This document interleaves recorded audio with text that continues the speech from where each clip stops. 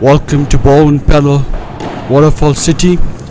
We have our second day here with round of 16 being played in quarterfinals.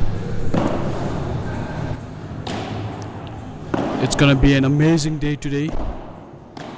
Stay on the lookout for some amazing games.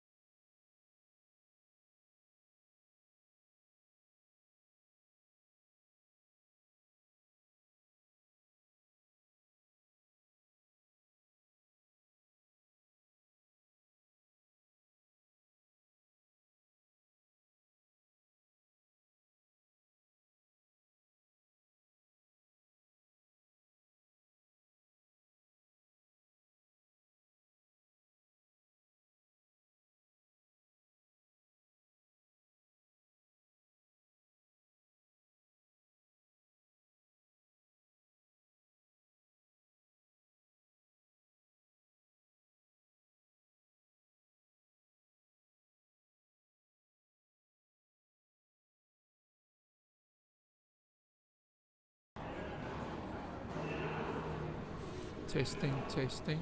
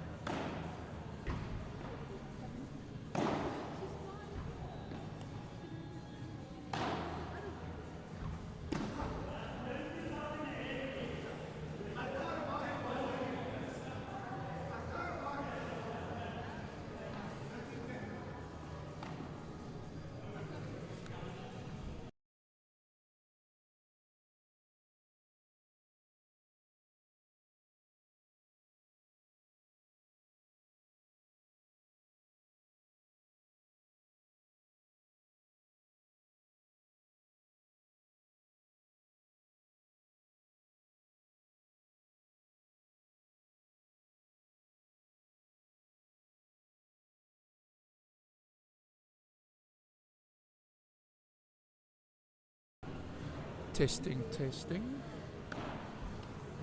Lyle, can you hear me?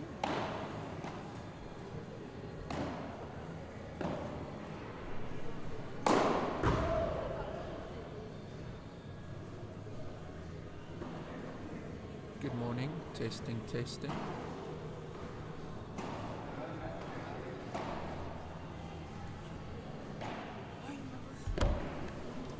How are you? Everything all right, huh? I think it sounds better. I think so, yeah. I just want to make sure.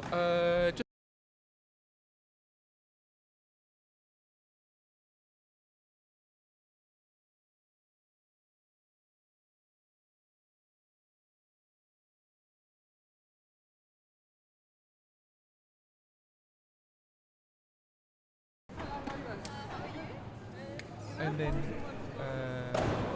can you hear that? Here, use mine. Use mine. Cool. Let's. I got my wife listening. Yeah. Cool. Sweet.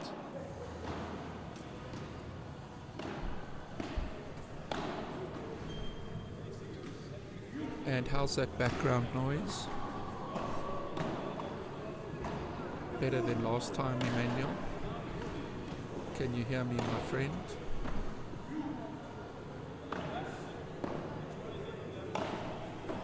Testing. Let's see how the background noise is.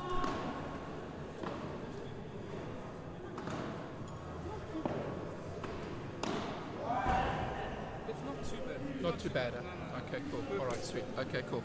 Thanks. Do you guys mind if I put the fan on for like 5 minutes? Testing. Thank you. Let's see how the background noise is.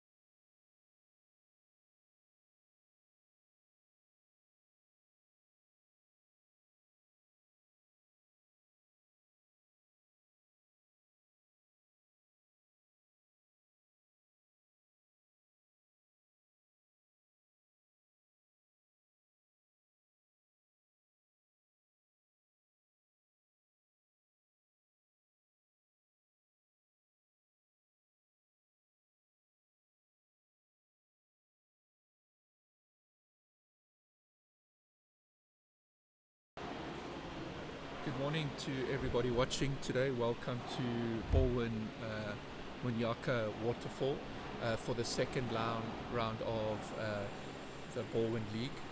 First up on the main court, we are going to have Sebastian Brookman and Joel van Rensburg up against Pretoria's Nico Carmichael and Lino Ferreira. It is nice of Joel to grace us with his presence. Obviously, he's working on Cape Town time, so nice of him to join us.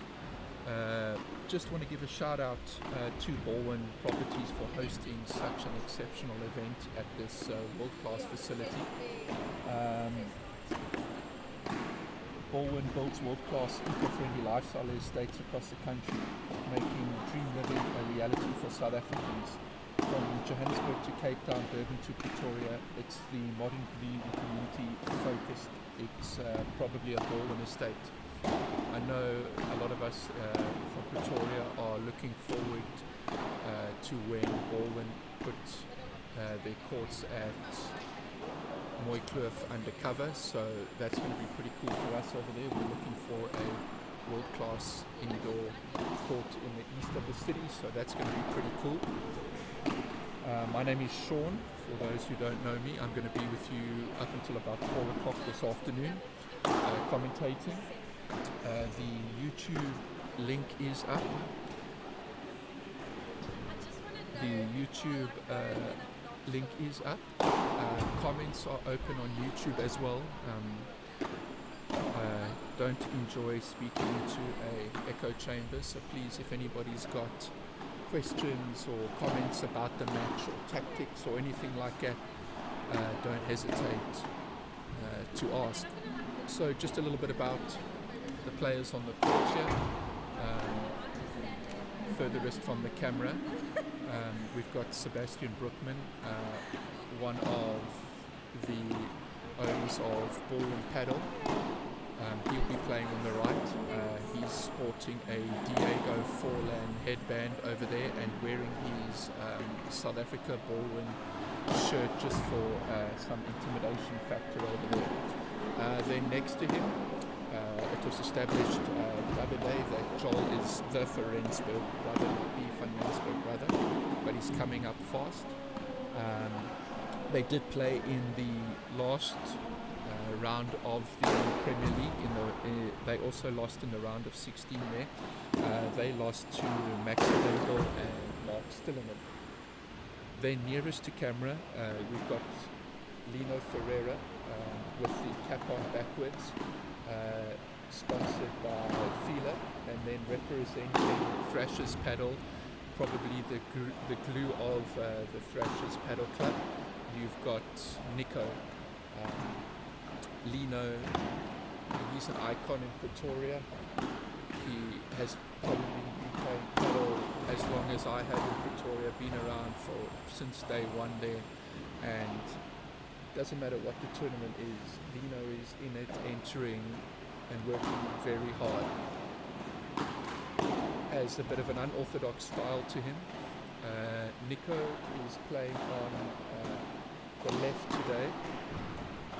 I nickname him Roll Dravid or The Wall. Very, very solid volleys, very, very solid at the net, and a very good rouleau, but not the biggest overheads in the world. Lino will run for days, does struggle a little bit with his positioning, but his superpower would be the quattro. He gets very, very tight on the net and has a serious jumping height. So let's hope for an entertaining game here. Gave you a little bit of background about the Pretoria guys there, who I know a lot of you won't know, whereas you guys will know Sebastian and Joel a whole lot better. The format of the tournament is best of 3 sets. Looks like they're going to play for serve now, and it is 1 ad golden.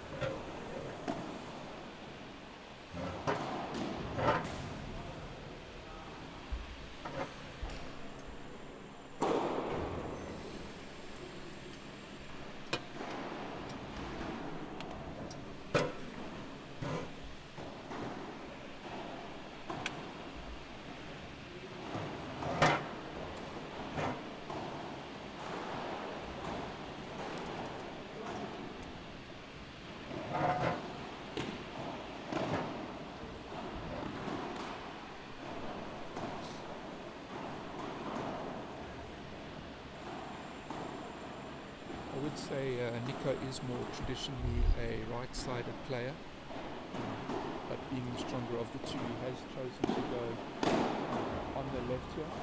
Excellent backhand volley there from Joel.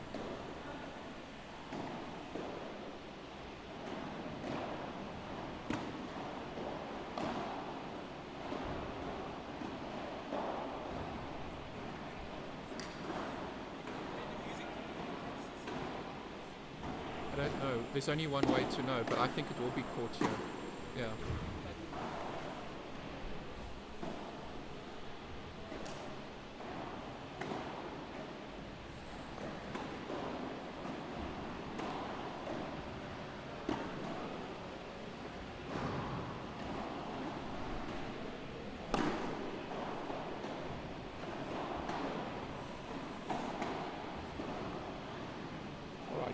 Nice easy hold there, 1-0.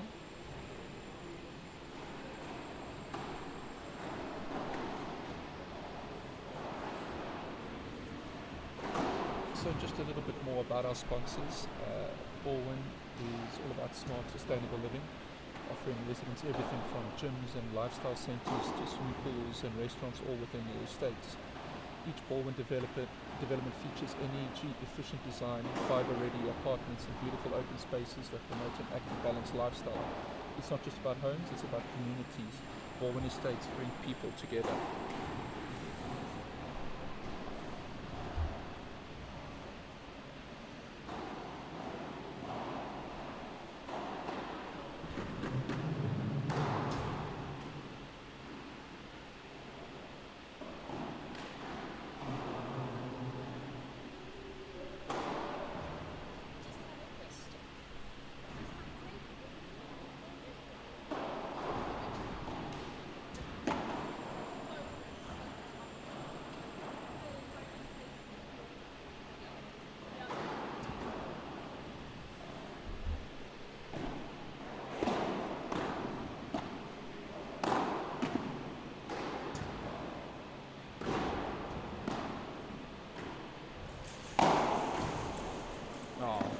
Excellent shot there from Seb.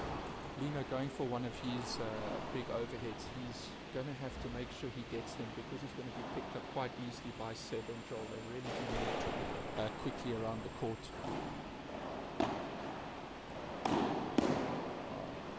Excellent libero there from Nico.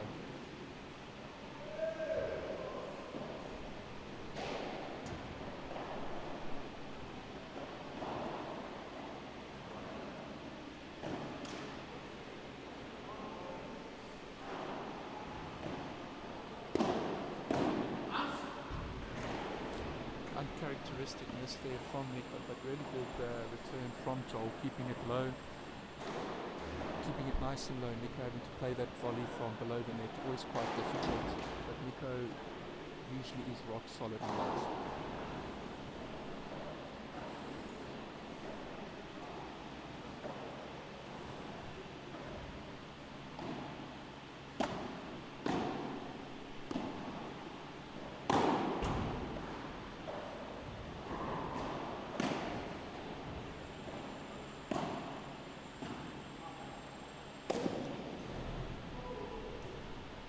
That's why Joel's coming to the Sean Trollope School of Overheads. We're going to have to work on that. Makes me feel normal.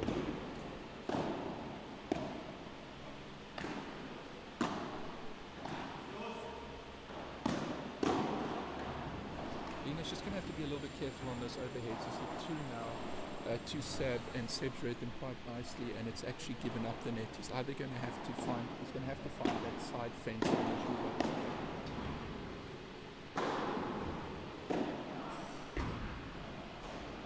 Nico going for a little bit too much there. Lob would have been a safer bet. I think he got caught in between two mines over there.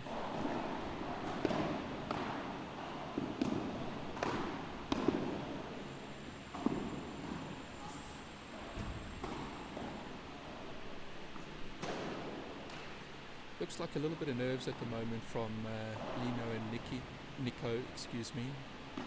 Just got to settle down, relax, enjoy the moment.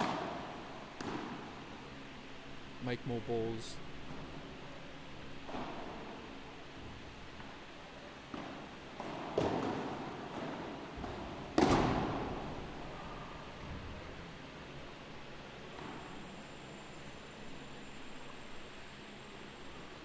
Nico, sorry, but not sorry.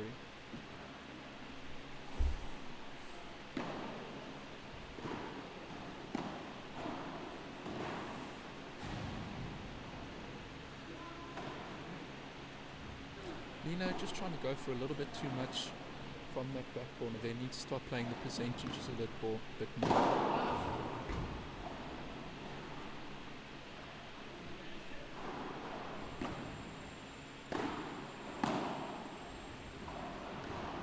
That's better.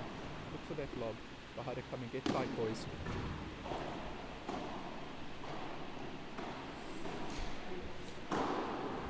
Definitely the better option than going for the miracle ball out of the corner there, Lino. But good serving there from Seb. Looks like Nico struggled there in the corner with those backhand returns at the moment. 3-0, so one-way traffic at the moment.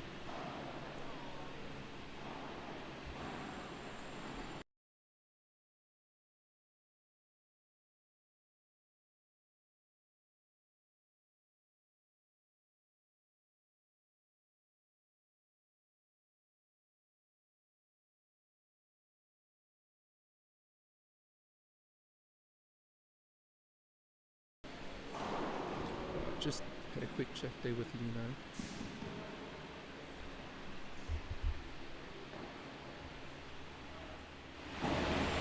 Just had a quick chat there with Lino. He definitely does have a little bit of the jitters. Doesn't matter how many tournaments you play. Centre court against a strong team. It's always difficult.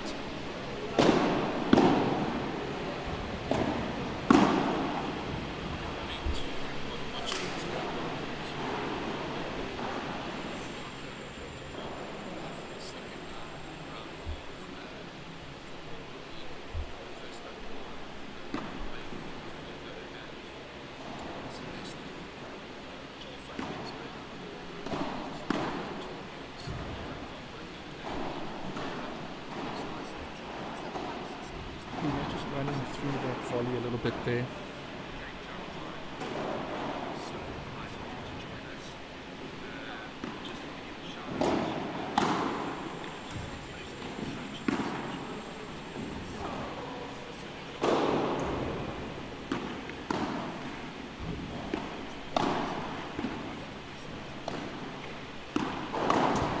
Oh, well done, Seb. Really solid stuff from Seb. Seb is such a solid player on that side of the court. Seb has also been very fortunate to play with, gets games with some very strong players in the country. Works very hard at his game. And kind of as to say that he hits the simple ball long.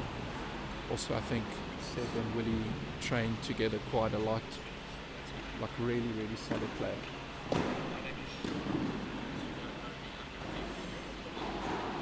Excellent return there from Joel.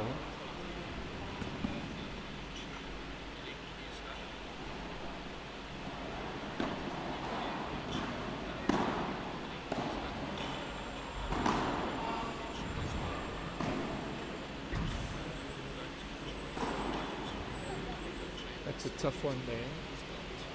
Nico looking at Lino there, but I think Nico was actually caught a little bit out of position there. Probably should have been 2 or 3 steps back.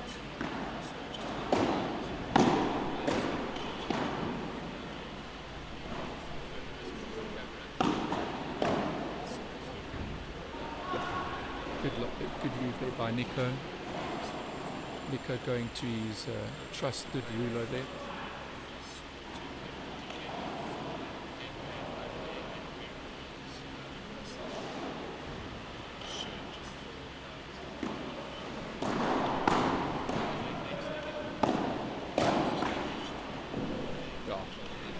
quick reflexes there by Lino, and that is something that he does have, very quick reflexes. It was a great pickup by Joel.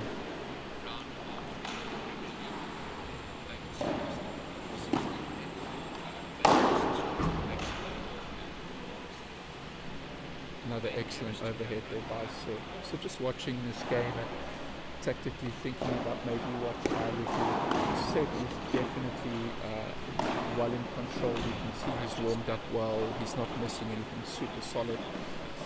So if I was Nico and Lino, I would definitely change that direction of attack. Even though Joel is the left-sided player and the more aggressive one, try to get Lino to play a little bit straighter down the line, put Joel under pressure, get him to the back of the court, and then that will start feeding Nico's natural cross-court game as well. But at the moment it's all very much one-way traffic.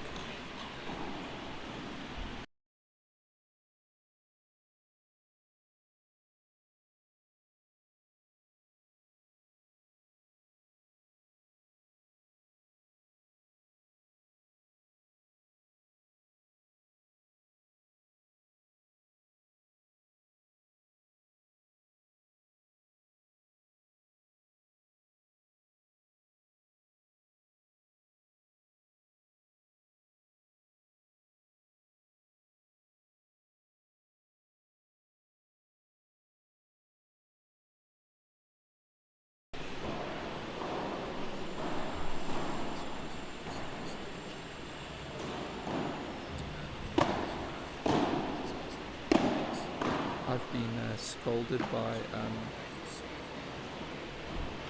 my employer for giving his opponents advice. I'm just looking for entertainment, because at the moment it's all very one-way traffic. But I will publicly apologize to Seb. So there you go, Seb, on the record.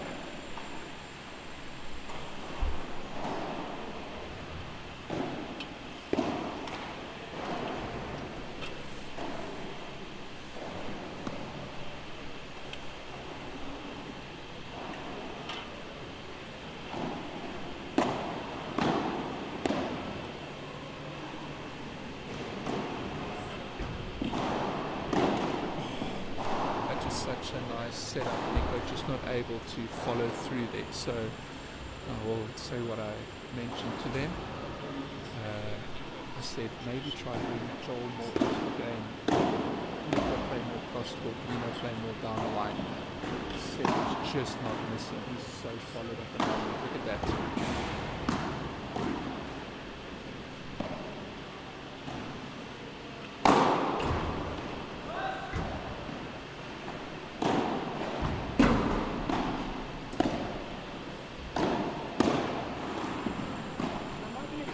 Well played. That was really, really well played. That's definitely been the point of the match there.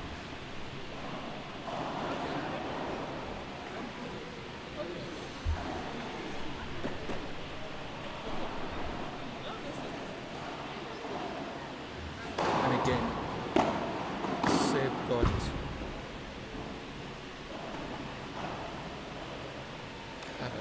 got a lot of ball in that point and controlled it so nicely, worked it very, very hard.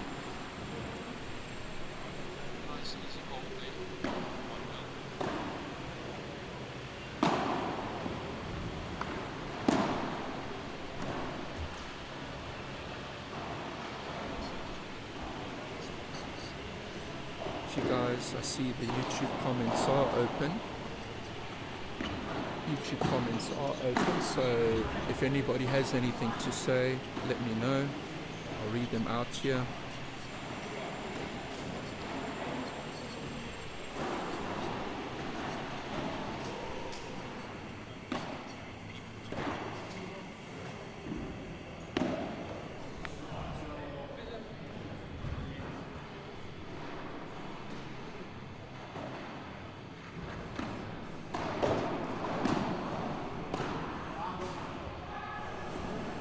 Bit of a soft miss there from Lino, but I know what he was trying to do there.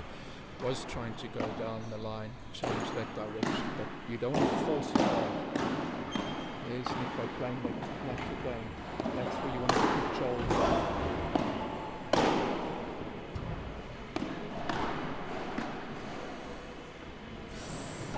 Probably should have taken that up the air, but Lino did lose his balance as he was going back. It then counter-attacked very nicely.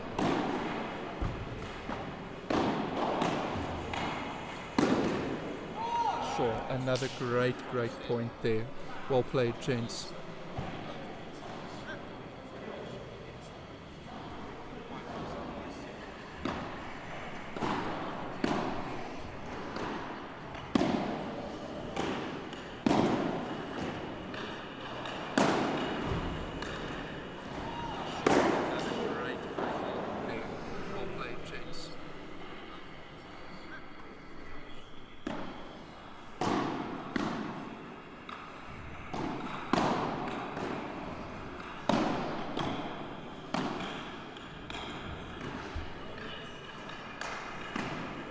Oh, very smart. Very smart there by Seb.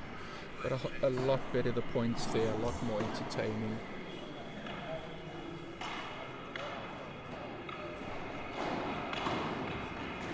That's the first set. Look, there were the nerves and that sort of thing, but the guys are going to settle down now.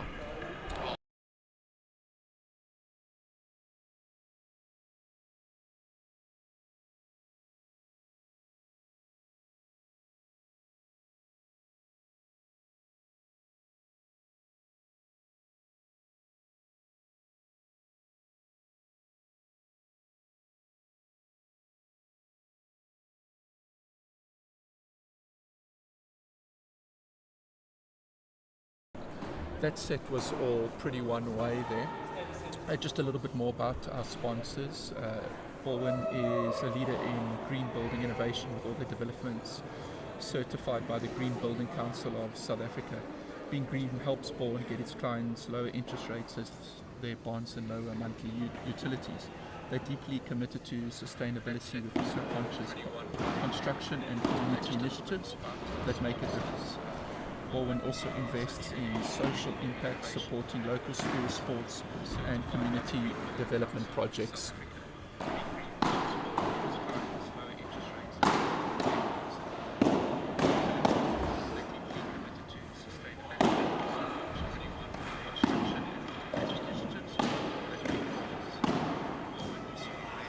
That is a whole lot better there from Nico. Nico definitely looking a little bit more confident and trying to be more assertive, especially at the net.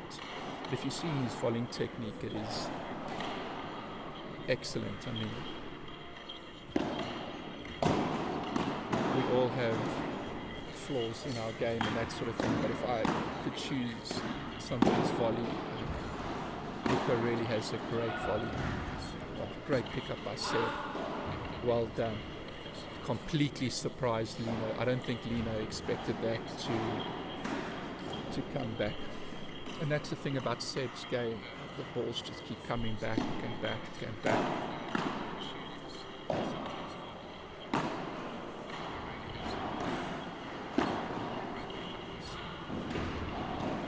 Got to hit the net there, Lino. Well played, Joel. Really well played, great shot, but unfortunately Lino pushed Joel back there and just didn't take the net.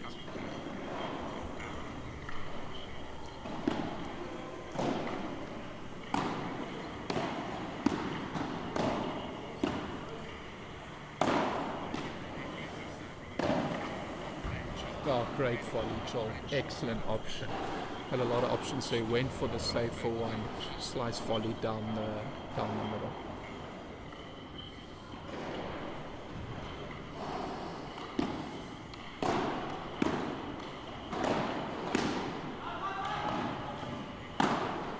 Oh, that's hard luck there from Lino, but this is what happens. There's pressure on, so you feel like you've got to go for more. You've just got to make your targets a bit bigger.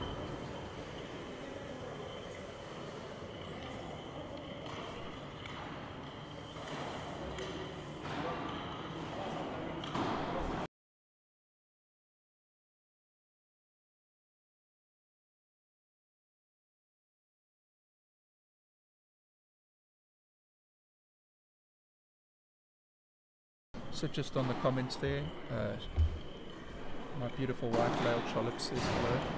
I hope the studying with the kids is going well. I'll be sitting, says go coach Nico. Clearly one of his students. Sure. Joel.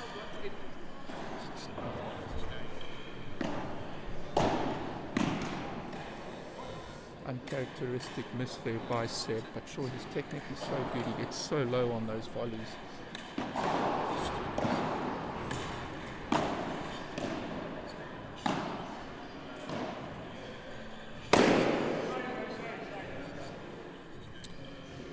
Joel, if you can't beat them, kill them.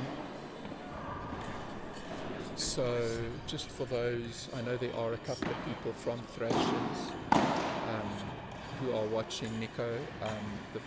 Dino is on court 2 with Robert, and they lost the first set 6-1 to Aiden and Tremaine.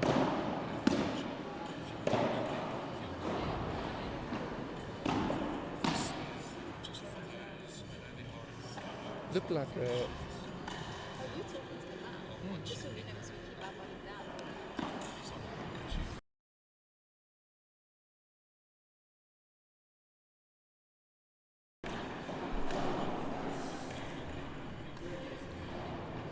I think Seb actually mishit that volley which threw Lino there.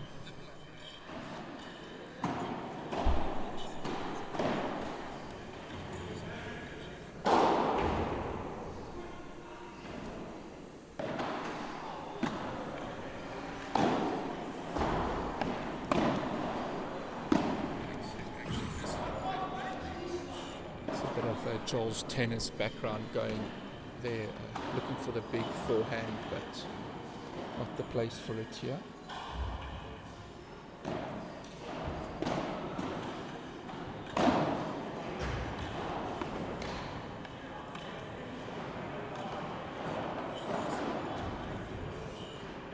So that was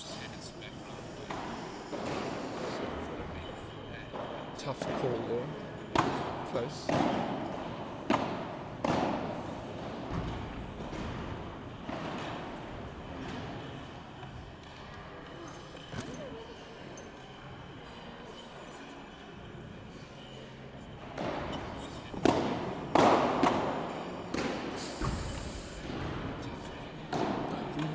Opportunity there. Oh, but Nico did it so well there, controlled the pace of that forehand volley very, very nicely.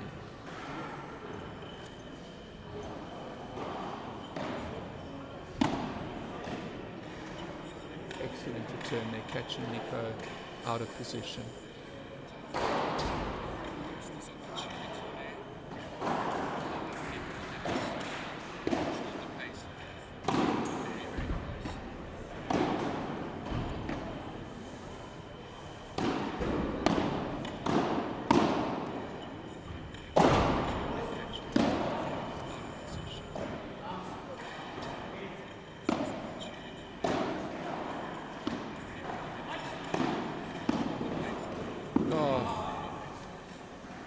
Nice read there by Joel. Lina going for a bit much, but maybe the better option there would have maybe just been leaving that for Nico. Seb and Joel got the game nicely under control here at the moment. Just again, it's so hard for the underdogs to relax. So anyway, another shout out there, Dylan Ellis. Good morning, bud. Thanks for tuning in. CJ, I'm not sure where in the world you are at the moment. Is it Mozambique, Norway? Who knows? But anyway, nice of you to join us as well. Nell Guffey also says, let's go Pretoria. Yeah, I think a lot of Pretoria guys tuned in to watch some of the local players. We are a little bit disappointed that Jason and Gustav had to withdraw. As well, Charles and Nikhil also not being available.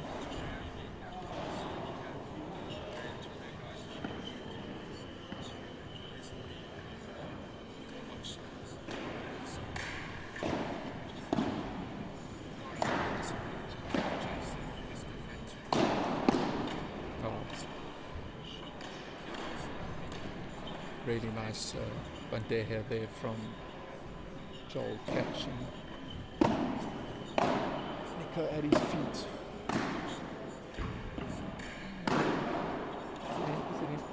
No, really nice pocket there. Set that point up nicely there. Moved in at just the right time. As you can see, pretty much one-way traffic here at the moment. Oh, beautiful forehand volley. That is that advantage of that tennis background.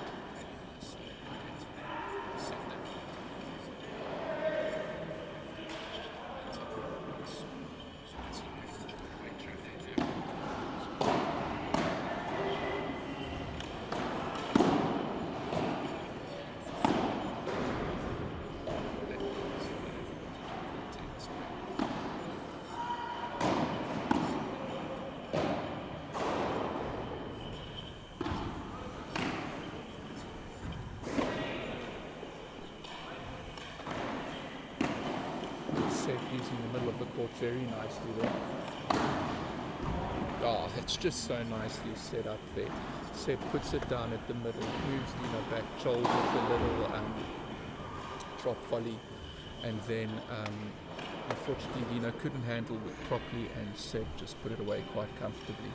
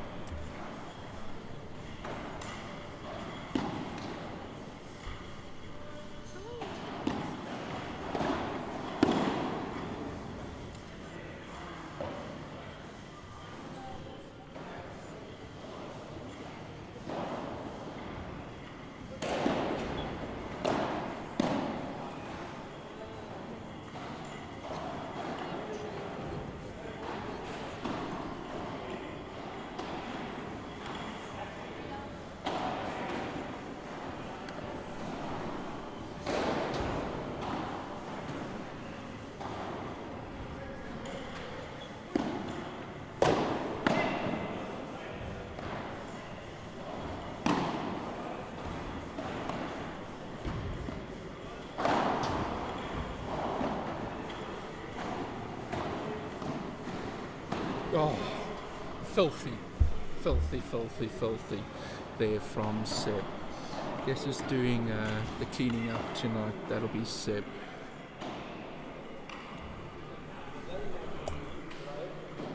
So I see the players for the next match have already arrived, and that should be a lot more competitive. AJ Cullinan, showman of note, Sean Legolas, up from Durban. At least he bothered to join us. Cameron Weir, I don't know if he's retired. Josh Heath almost beats the world #1. And then what? Did you quit? Do you even play paddle anymore? And then they up against Paul Anderson and Keegan Roy. So some big egos on the court there.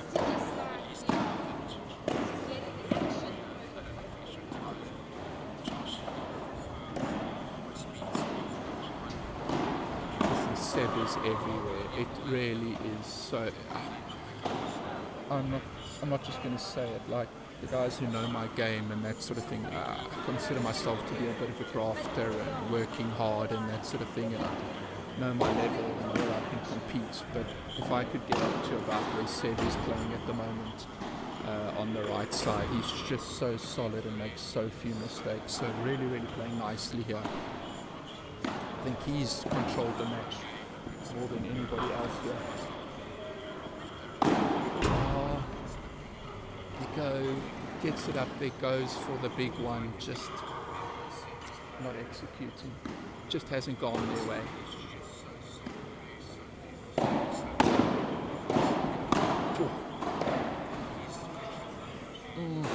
Lino with the two big booming forehands over there to end it. So 6-1, 6-love, pretty much all one-way traffic. So congratulations there to Seb and Joel, moving through to the next round, getting through one round further than last time. Hard luck to Lino and Nico. And next on we are going to have AJ and Sean up against Paul and Keegan. Again, just a shout out to our sponsors, Balwin. Balwin are all about partnerships and sports connection. Balwin believes in healthy living, and what better way to celebrate that than through sport. They're passionate supporters of community fitness events, from the Balwin Run series around the country to open water swimming events and cycling events and more. Promoting an active South African lifestyle. Oof, that sounds terrible to me. Today's partnership highlights Balwin's commitment to community health and togetherness, values we see in sport and paddle and in their developments.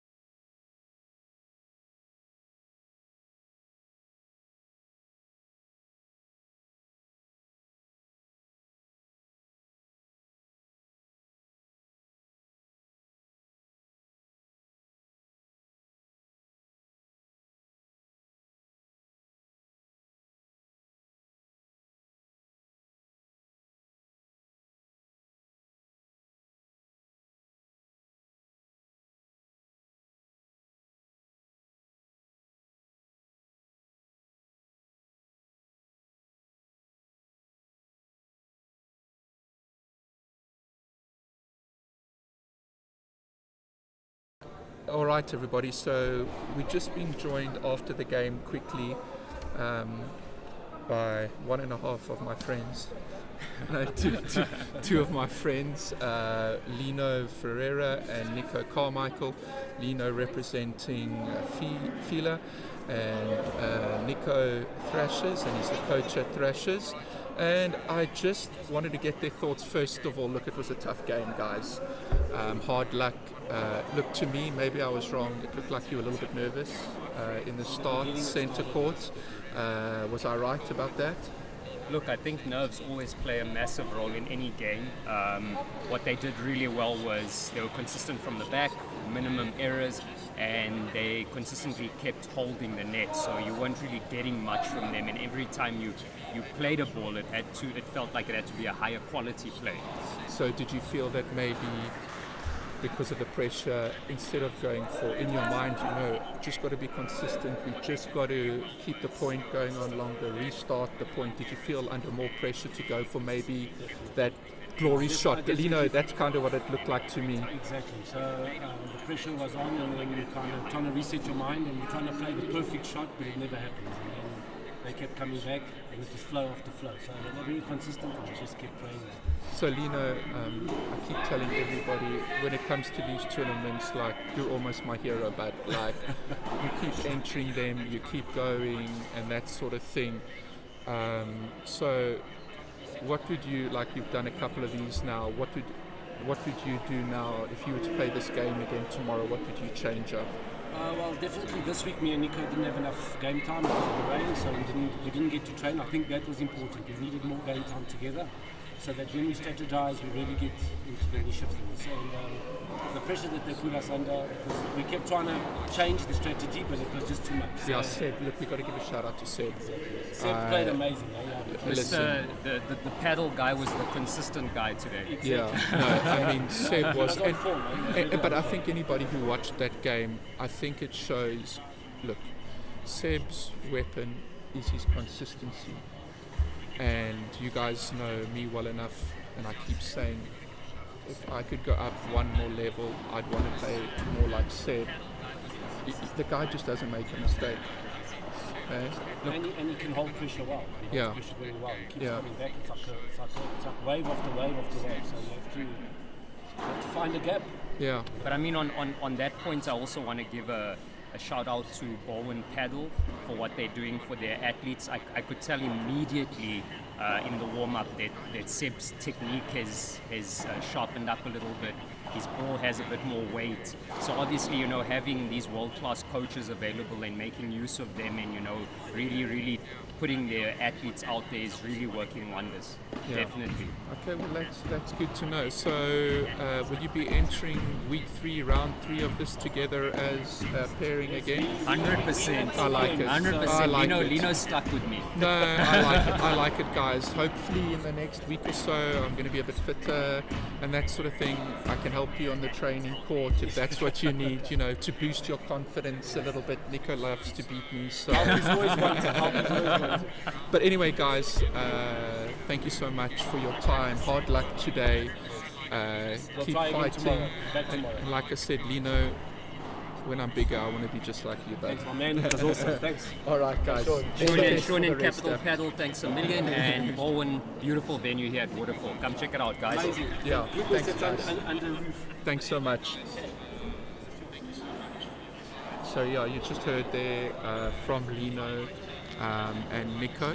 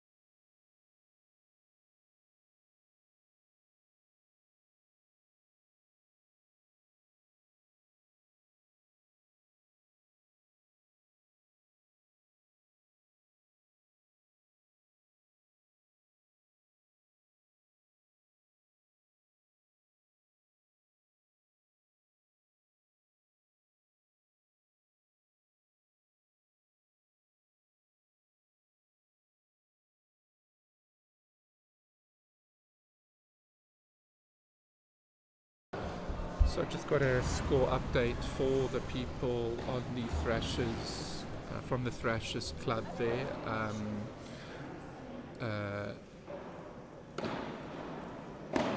Dino and Rob lost the first set 6-1. And I see they've just done a turn, and I think Aiden and Tremaine are serving for the match now at 5-2.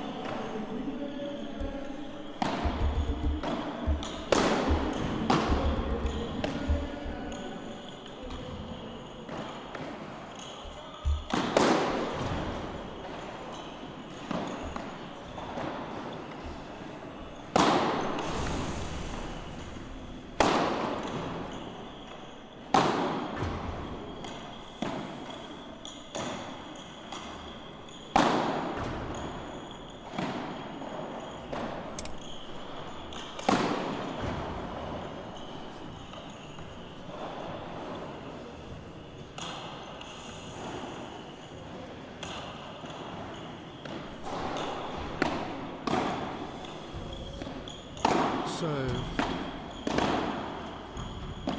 warming up now on the court, I think we have 4 players who need very, very little introduction. Closest to the camera on the right-hand side, we have Paul Anderson. I think this is the first full match I've watched of Paul. Paul seems super intense. And then we have the man from Keegan Country Club, 10 by 20, Keegan Roy. Always entertaining when Keegan is on the court. Then opposite Keegan, we have AJ, who, wow, his game has come on leaps and bounds since the start of the Diamond.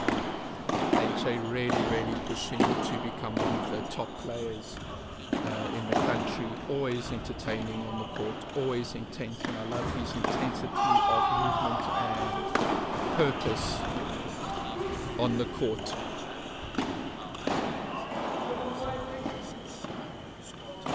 And then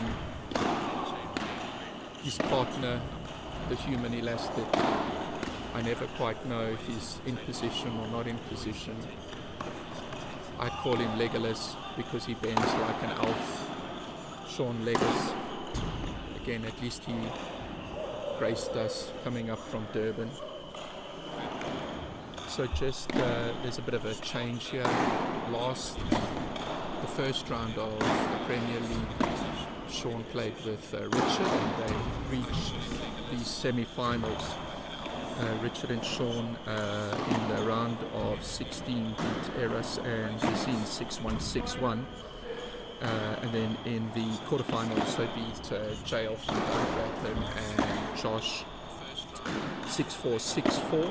And then lost in the semi-finals to eventual winners who are not here this weekend, Jason Blakey, Milne and Luan. So remember, the format of this is also best of 3 sets, straight knockout. So when you're out, you're out. 6-4, 6-4, and then lost in the semi-finals to eventual winners not here this weekend, Jason Blakey,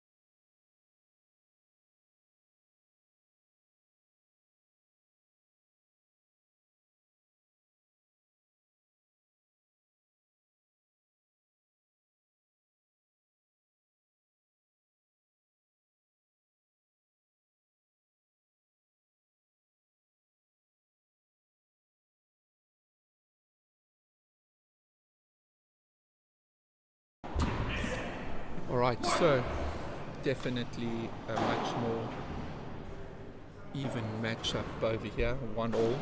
Already a lot of intensity, come on, shouting, and that sort of thing on the court. Paul wasn't at his position. Keegan a little bit over excited there. Surprise, surprise. So what are your predictions? Anybody from 10 by 20 listening, you guys know these people very well. Who do you think is going to take this match?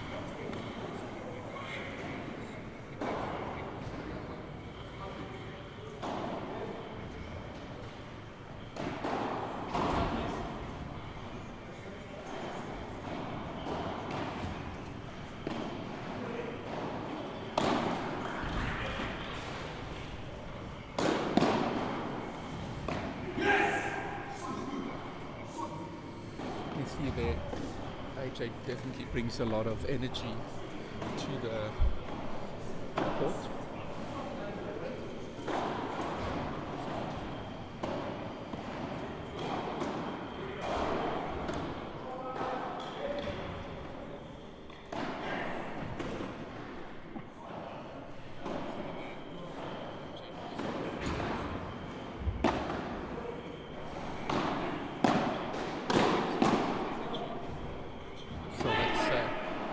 Forehand volley there by Paul. AJ tried to play that with soft hands, but almost stood no chance there.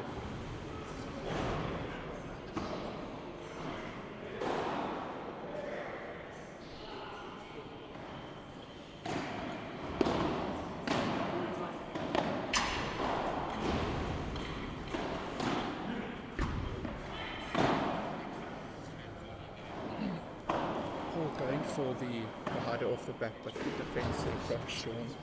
But just a one forward, one back. On serve, 2-1. Both teams just feeling each other out.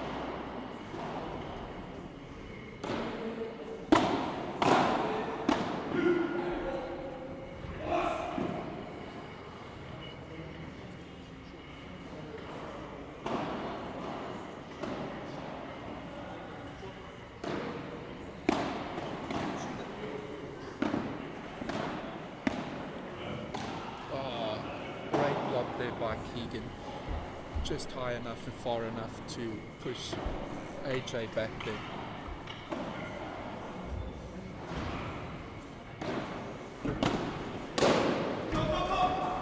Oh. Bit of a miss hit there. Could hear Keegan's knees creak going for that.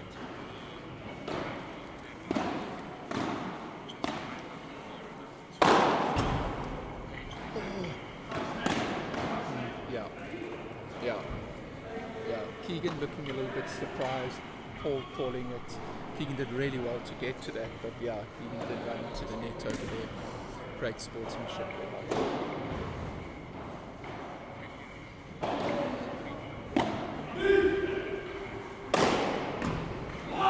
This time AJ making sure, going down the middle. I think for a lot of people watching this at, not at this level, kind of slightly at the lower level, everybody tries to get that kick out over the fence. But I think you'll see a lot of the top players, instead of trying to get that kick out and over the fence, because the guys are so good at running out, more of those kickouts are going to go down the middle like AJ did there. Excellent volley there from AJ, coming off the fence, getting a bit of a terrible bounce.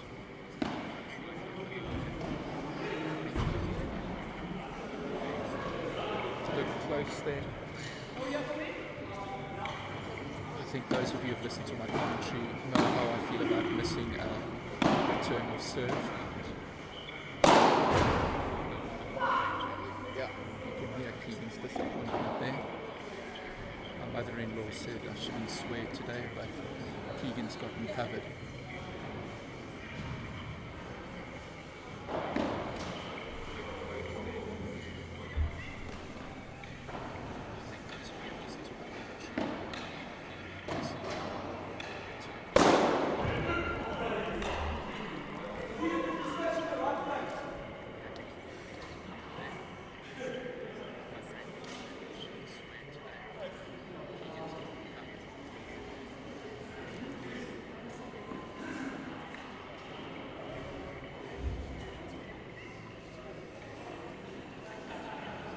So if there is anybody from 10 by 20 listening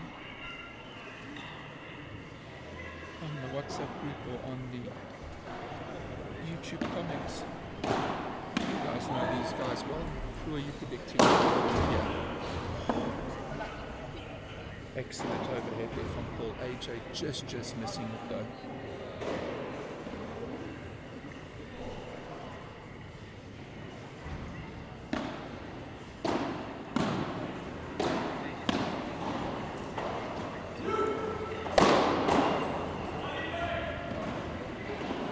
Going for the Hail Mary there, 2 volleys, putting Sean into the corner there, and Keegan finishing it very nicely.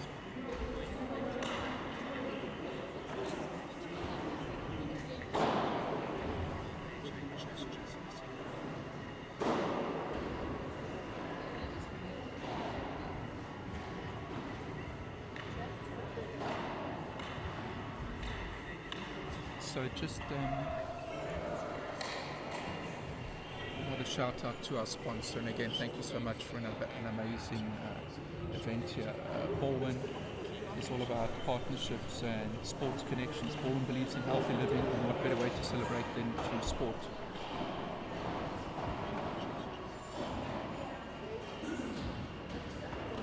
To find your dream apartment or learn more about Balwin's lifestyle estates, visit balwin.co.za.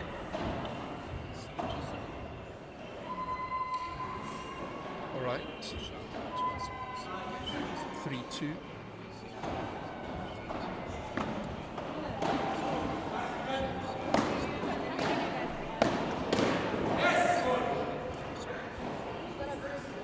Nice change of direction there by Sean. He saw Paul moving towards the middle, caught him out down the line with a game shot.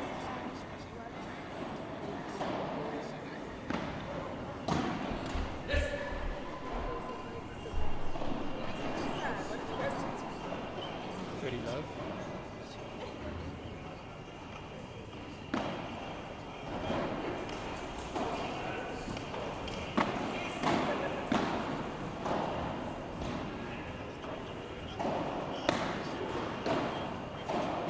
Oh, such a good shot there by Paul. Slice backhand, no pace on it down the line. Really stretching AJ. I don't think AJ was expecting that there. I think he thought it was going to go down the middle. Great, really well disguised there by Paul.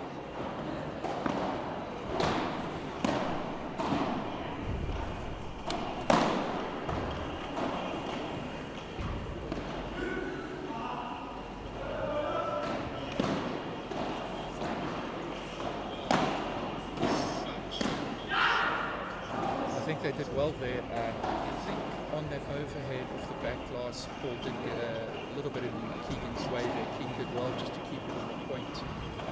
Keep going there. Great back and front there by Sean.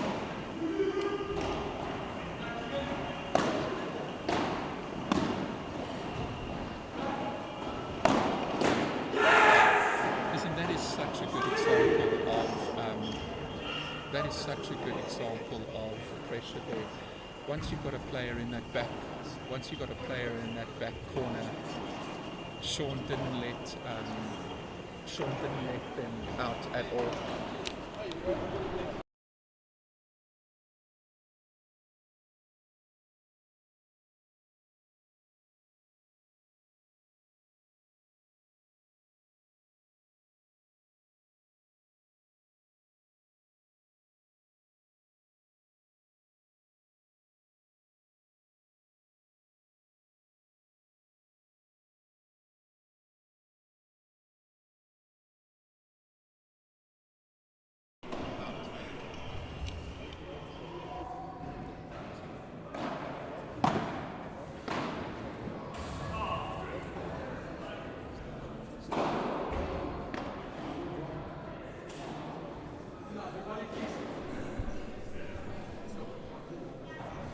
Alright, so 2-4. Really good there by AJ. I thought Keegan was a little bit too far back for that. Look, I know he's got a massive overhead, but it wasn't the worst lob in the world. Keegan was a little bit deep for that, and AJ read that really nicely.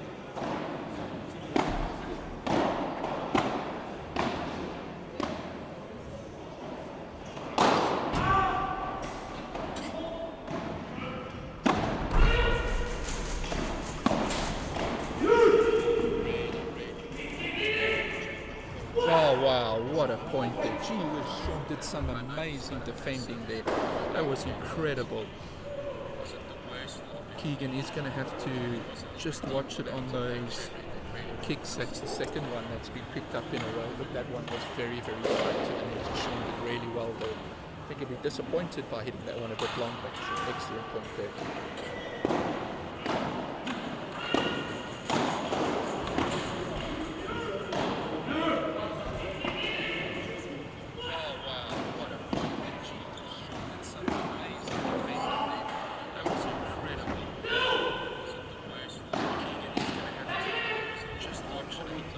Sure, that was really well done. At that point there, both Paul and Keegan, instead of going for big shots there, Keegan going for softer Viberas, went quite well there, but really they took the pace off everything.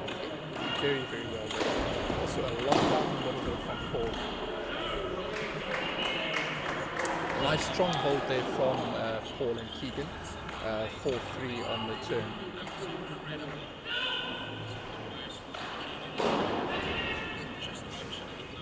So like Paul is really hitting those volleys on Keegan so very nice, but he's going a lot down the middle, pushing both players to the middle, and then that next volley goes into the corner, and then they're keeping the pressure nicely, whichever player's corner they're putting it in.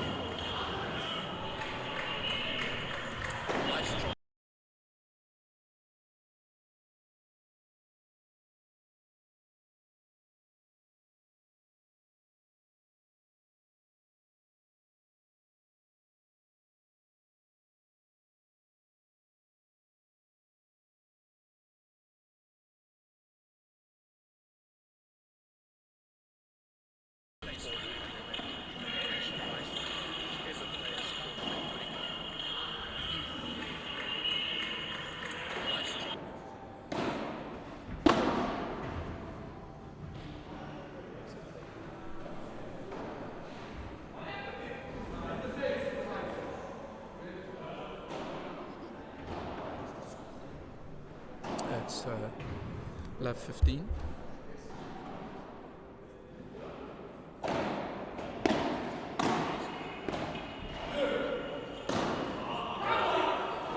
Soft miss there from Sean. You can see the frustration there. 15 all. Big game this. 2 in a row there. Sean just not set on both of the bandejas there.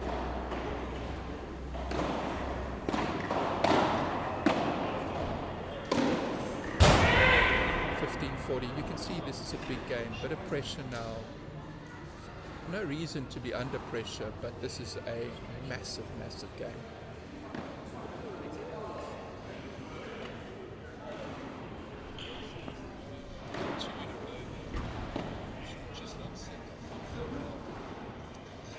$30-40.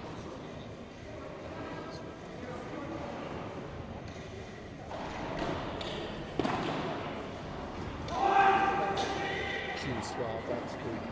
Took all the pace off that serve. I think that's the slowest serve I've seen. He had a lunge and reach for it. Juice.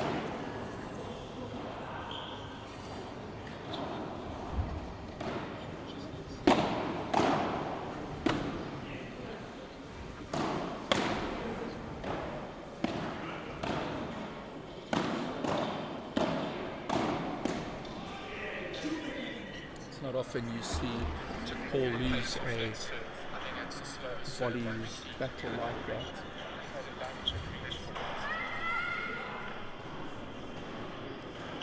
Advantage.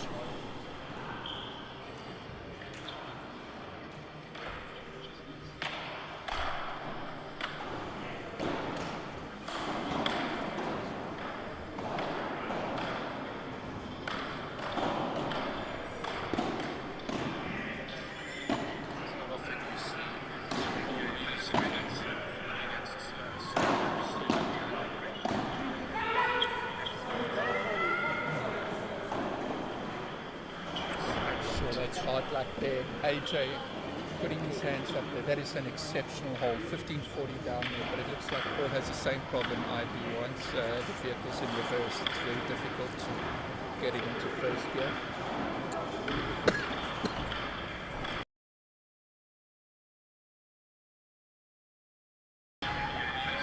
That was a big moment there for Paul and Keegan. They had the break points. They had the opportunity to get back into that first set.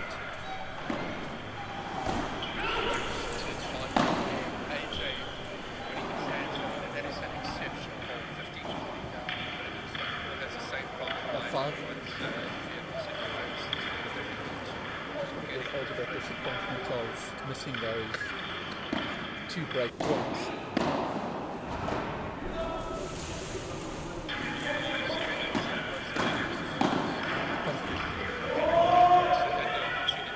Some uncharacteristic mistakes there from Paul on the volleys. He really set that up nicely with the softer Bahada.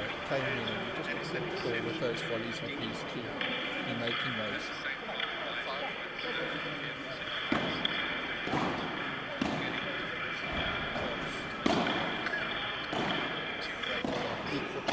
From AJ from the back of the court to get the net.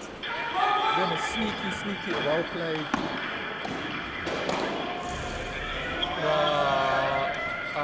AJ looking at his racket, blaming his equipment there.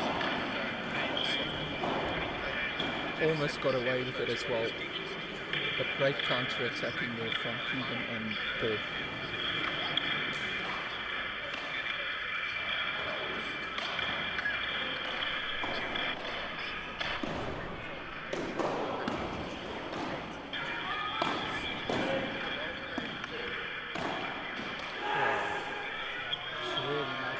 With the game show, Paul was backpedaling there.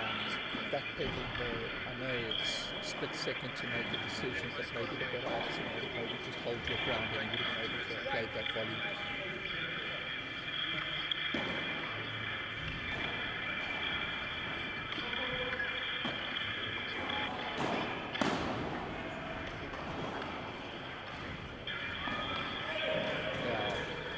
Just set up so nicely off the back glass, and Keegan's not going to miss an opportunity like that. Beautiful Chiquita.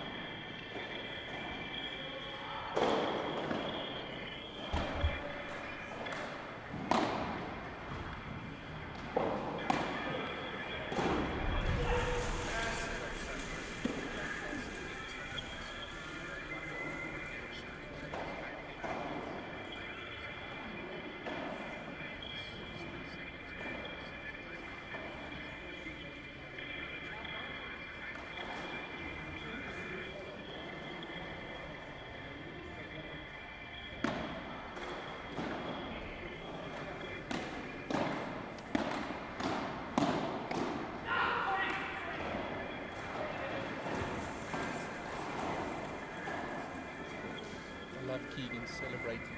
Come on. Sorry, not sorry.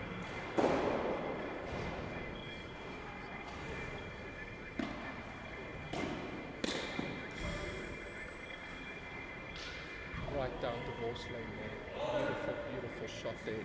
Not sure whose ball that is. I wouldn't know how to call it. Golden point.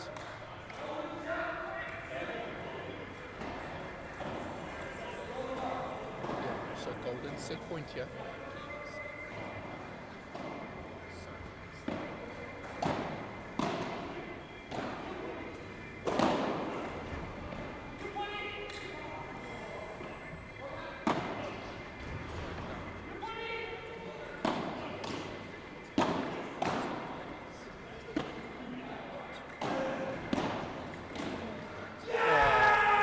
Beautifully done there by Sean to win the set. That is such a good shot there. So AJ and Sean taking the first set 6-3.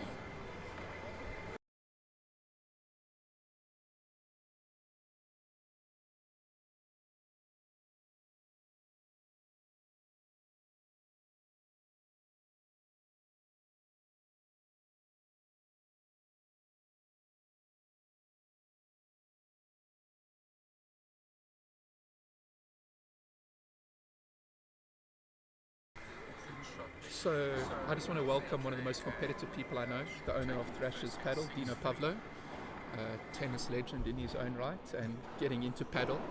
I had a tough game versus Aiden and Tremaine. How did that go? Lessons learned. Guys are incredible movers, incredible hands. Feel like being able to hold their positions, incredible bandejas, vibras. So lessons learned today. And I see you guys have stayed behind now to watch this game. What are your thoughts? Incredible. The guys are just moving so well. Incredible. It's just being able to keep that ball going so low, holding the net, smashing. You know, I mean, it's just nice to watch the level of paddle right now. It's very exciting.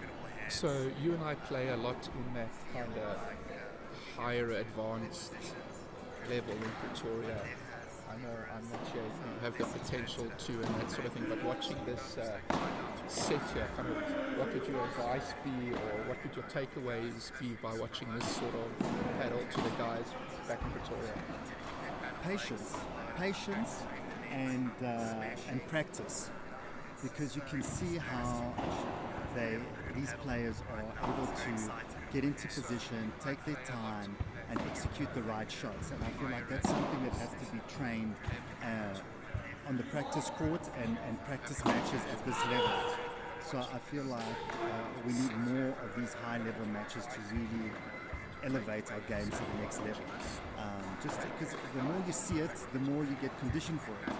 And but a lot of potential. Pretoria guys are getting there. We just need a little bit more practice on these shots, on all the shots. But I feel like we're there. And what do you think of the facility? I'm not sure if you've been here before. It's my first time here. Incredible, loving it. It's a different game. It's a different game, and you can see how lob can be so effective here indoors. And I like the speed. It's much slower, so you have to take your time there. But the Balwin's facilities are incredible. It's such a pleasure to play here, and definitely will come and visit again. And not far from us either, right? No. Quick driver. Quick. Right It's time of day, 25 it's minutes. easy. 25 minutes here. Excellent. I mean, excellent facility. Well, I think I'm going to chat to Seb and Joel. Siobhan is here now, Aiden. Maybe once a week we can bring through a crew of the Jays or something like that for playing or something like that. Yeah, that would be incredible. Well, congrats to Balwin Padel. Yeah. Dino, Thanks so much. well done for getting involved. No, only a pleasure. Thank you, Balwin. Thank you, Sean. Thanks for dropping me for Robert. It's okay. I understand. I know where I stand now. No, I'm kidding. Well played, bud, and I hope to see you at more of these tournaments because I know you'll do well. Absolutely. You'll see more of me now. Yeah, good to Awesome. hear. Cheers, Good. buddy. Thanks, Dino. So quite a fast start to the second set. Lots of good rallies already. Oh my goodness. That's insane from TJ. my goodness, Keegan. That was filthy. Really, really good shot there. Just the way that he stayed in that point. It's unbelievable.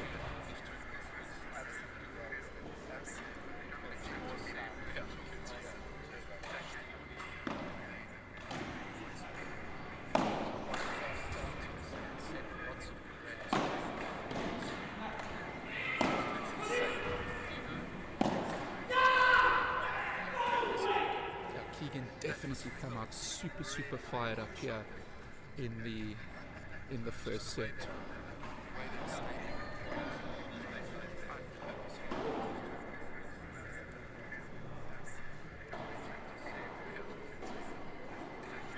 Paul's little one running over the court, giving Daddy some support there.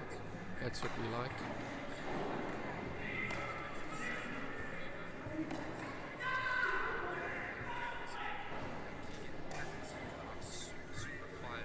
I know I definitely play a lot harder when my kids are watching. Dads never want to let down their daughters. So they break there. So really, really good start there. Would love for this to go to a thriller of a 3.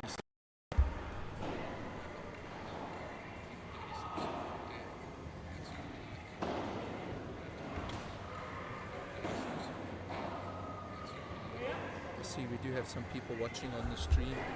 Please, comments are open. Let us know what you think. Any questions, predictions.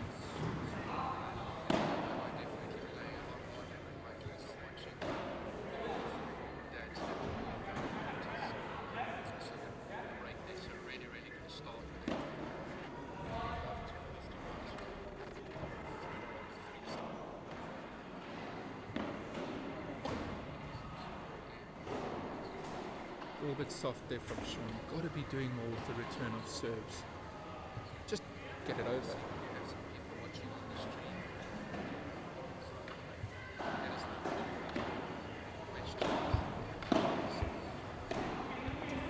Really nice Chiquita there. Great Chiquita from AJ, but really well read there by Paul. AJ rushing the net. Paul seeing it and just putting it past him.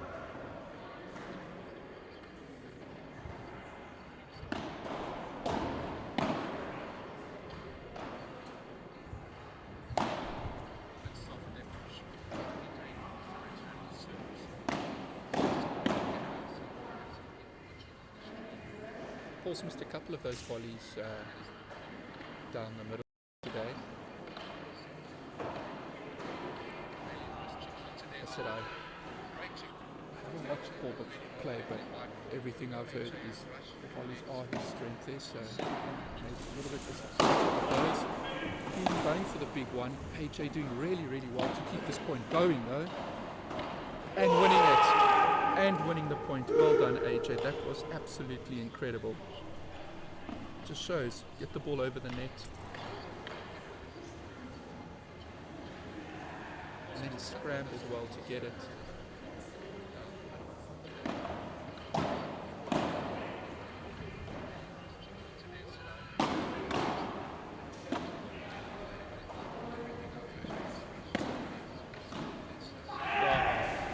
So well done, man.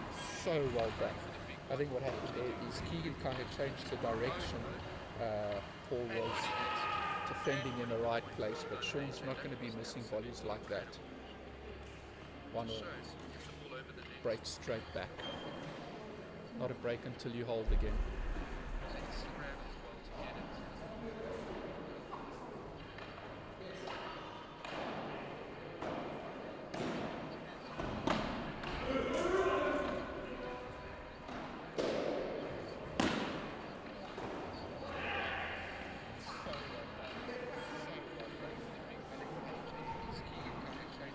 Just trying to G up Paul there a little bit soft, that area over there.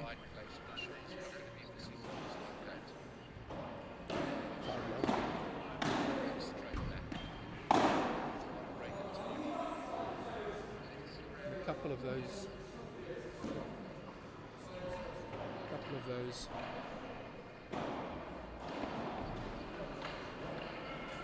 Just kind of watching the body language on the court a little bit. Obviously, AJ and Sean quite pumped. Looks like Paul's gone into his head a little bit over there.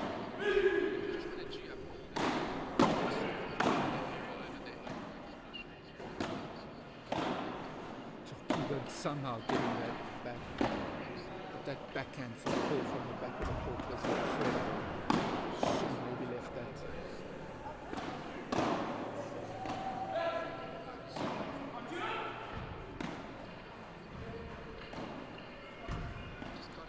Oh, Keegan, that was so good. Such a beautiful point there. But I just got to say, the overhead from AJ and then Paul, instead of letting it hit the glass, sliced backhand return, which was incredible.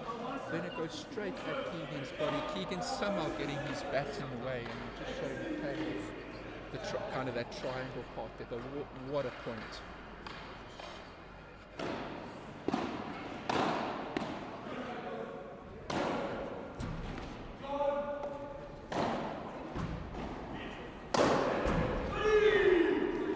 Really nice control there from Sean in that point over there. A couple of Ibaras and then Paul just running a little bit late off the back glass and getting that overhead a little bit late.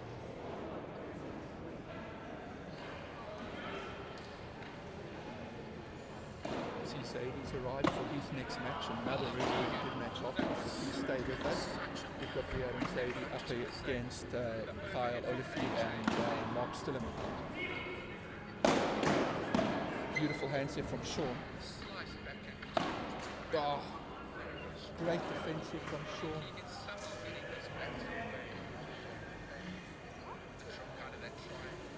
Keegan almost feeling that Sean had no right to get that back there. So 2-1 on the break there. Again, guys, for those of you who haven't been here, to these facilities are absolutely incredible.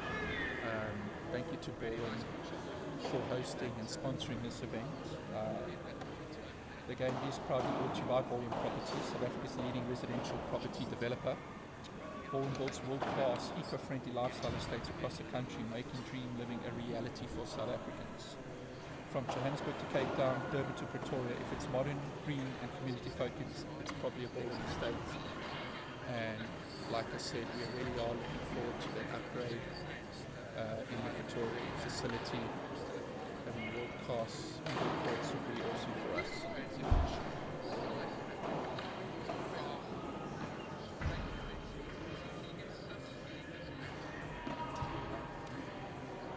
So we're on serve here.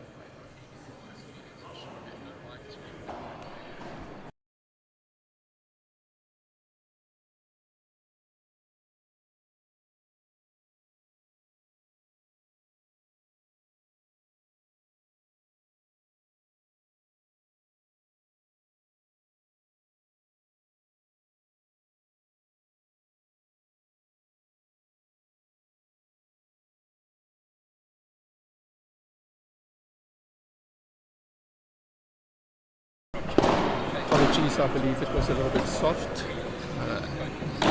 Sadie came and told me. I think that should be better for the sound.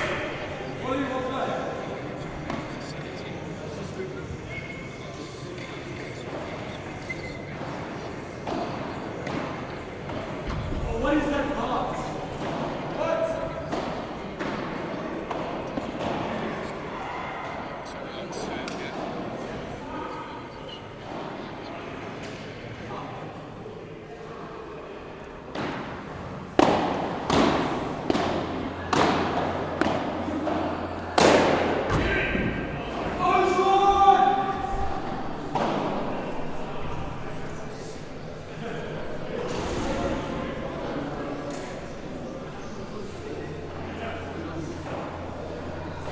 But anybody in the area here, you should come down. There's some world-class paddle on the show here.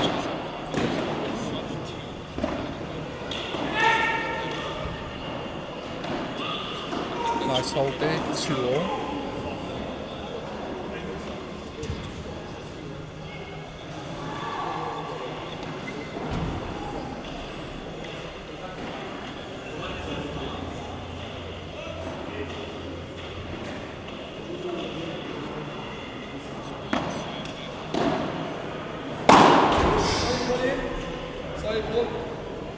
That was attempted murder from AJ over there. It was fair in love and war.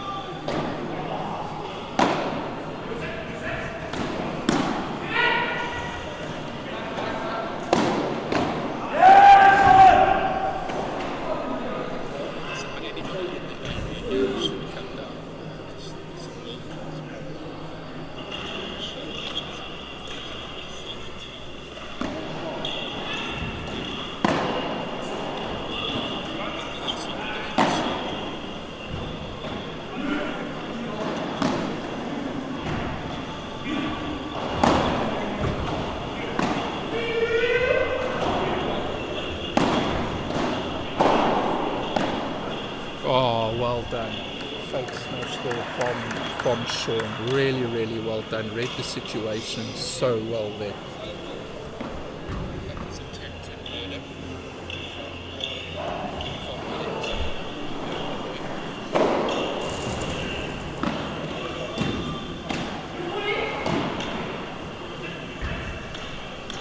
I'm not sure if that was a misset there or not from AJ, but it worked quite well there. So still on serve on the change. So just a little bit more about our sponsors.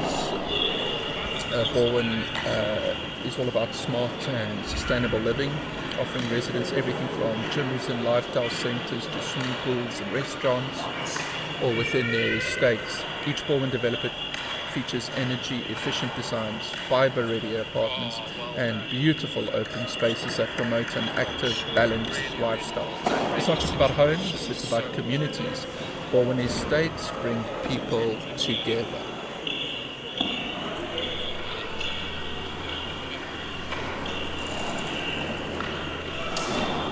Very, very tight game here. But at some stage, Paul and Keegan are going to have to take a bit of a risk here.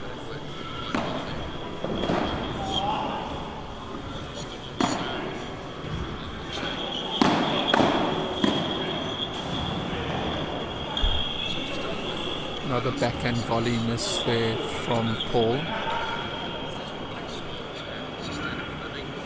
I think that's about 3 or 4.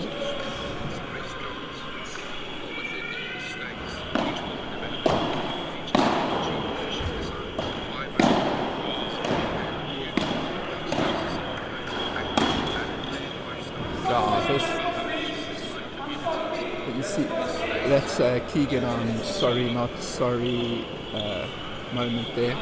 Couldn't have placed that any better.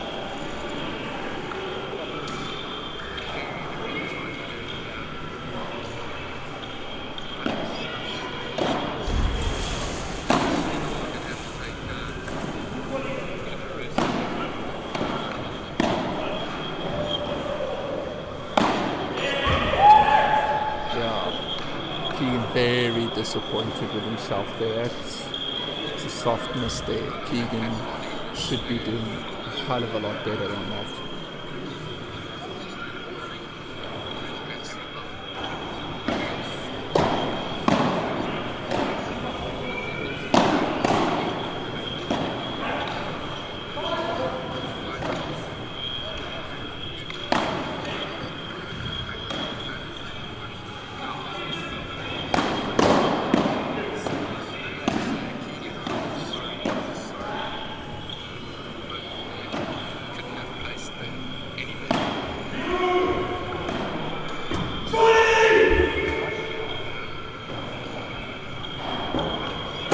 I actually thought that was long. I don't know what the call there was, but it's not for my Keegan. Gives him a congratulations. Look, it did sit a little bit high off the glass. If anybody watching on the stream wants to replay that and let me know what they thought.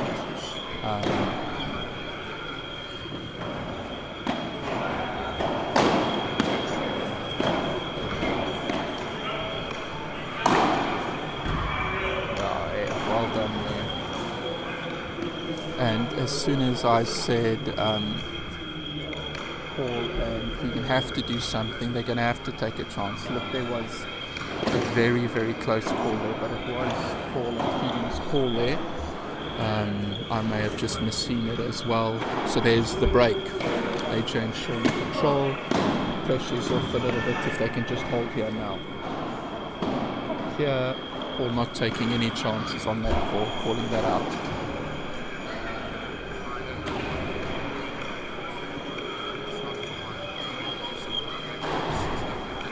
It looks like there is an umpire on the court. Not sure if that is his role or not.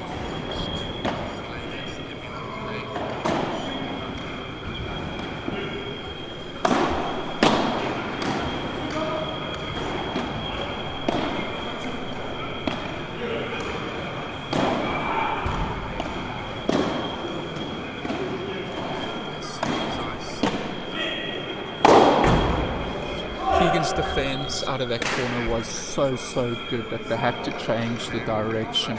Then Paul got caught at the back of the court. Instead of letting the ball go off the glass, tried for the backhand half volley.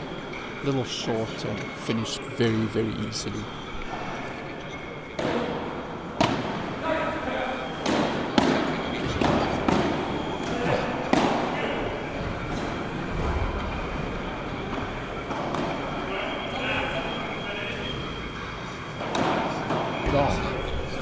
Gee whiz, just split them. Didn't go for too much power there. Went for position. Really, really well played from AJ. Beautiful control shown. AJ and Sean just taking control now. Squeezing. They know they can hold here. They've got this all sewn up.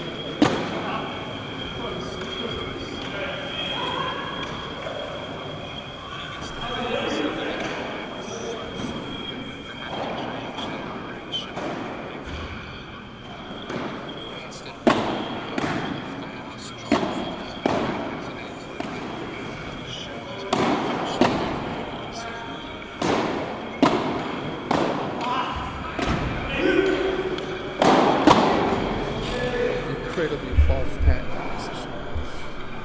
Sorry, really good overhead there again from Sean, catching Paul at the back. Keegan was towards the front of the court. I'm not sure if Keegan would have made it, but probably would have had a better chance. So break and hold. 2-5. Paul and Keegan serving to stay in the match. For those tuned in, like I said, next on court is Riyad and Zaidi up against Kyle and Mark Stillerman.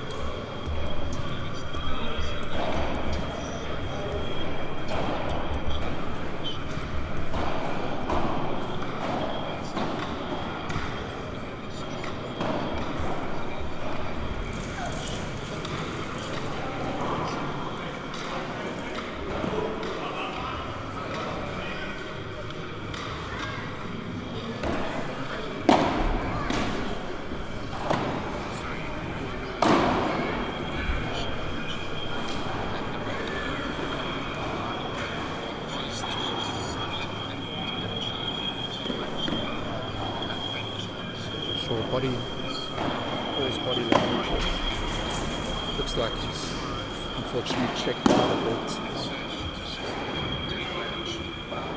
Really, really great pace in the volley, just sticking to the side glass, not getting Keegan much opportunity. Love 30.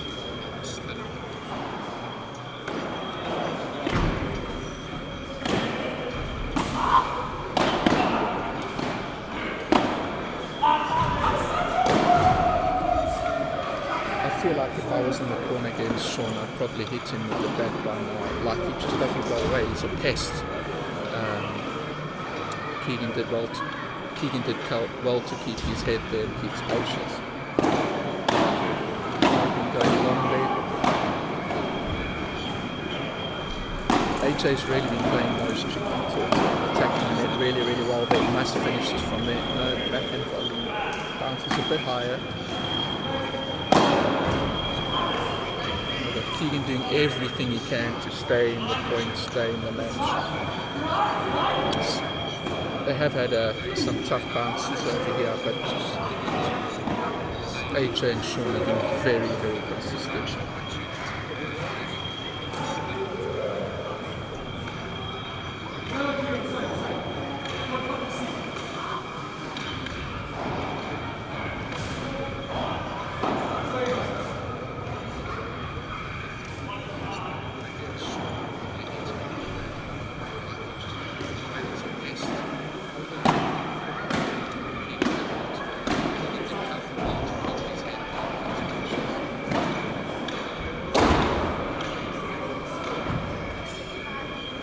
And there you have it. In the end, quite a comfortable win there for AJ and Sean up against Paul and Keegan, taking the game 6-3, 6-2 and going through to the next round. Stay tuned with us. Next on this court, we're going to have Riyadh and Sadie up against Carl and Mark Stillman.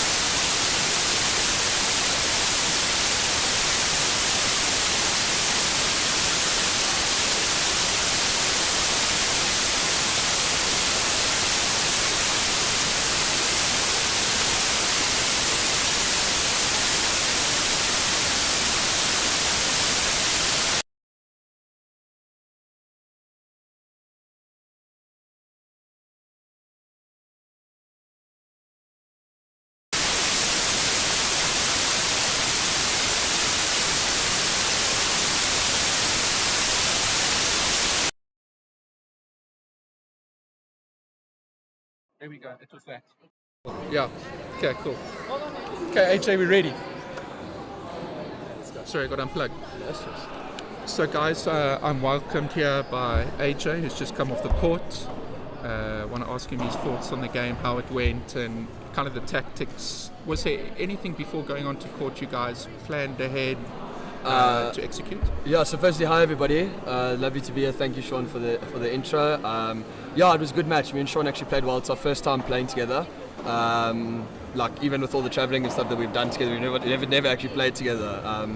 So I messaged him about a few weeks ago. I said, listen bro, I'm leaving just after Balwin to go overseas. Like, let's have some fun together. Let's have a draw.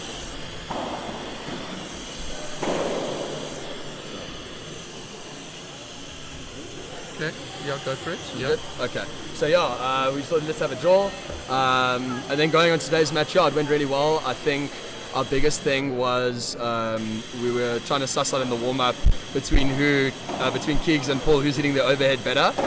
Keegan was absolutely ripping them, so our game plan going into it was how can we get net back from two very strong ex-tennis players and obviously very good paddle players. And yeah, we just figured out that if we can lob Paul deep enough and close on it, he's going to get one good overhead into my feet, but once we get net back from them, the game kind of opens up a little bit.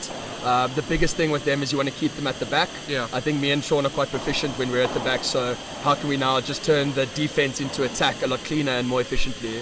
We were able to execute really well. A couple of breaks here and there from their side, but I think the biggest thing from our part was we were able to go 15-40 down or go a break down and be able to climb back really well. Yeah, there was a good moment in the first set at 4-3. It was 15-40. Yes. And I said, and you did really well to bring that back and win that game.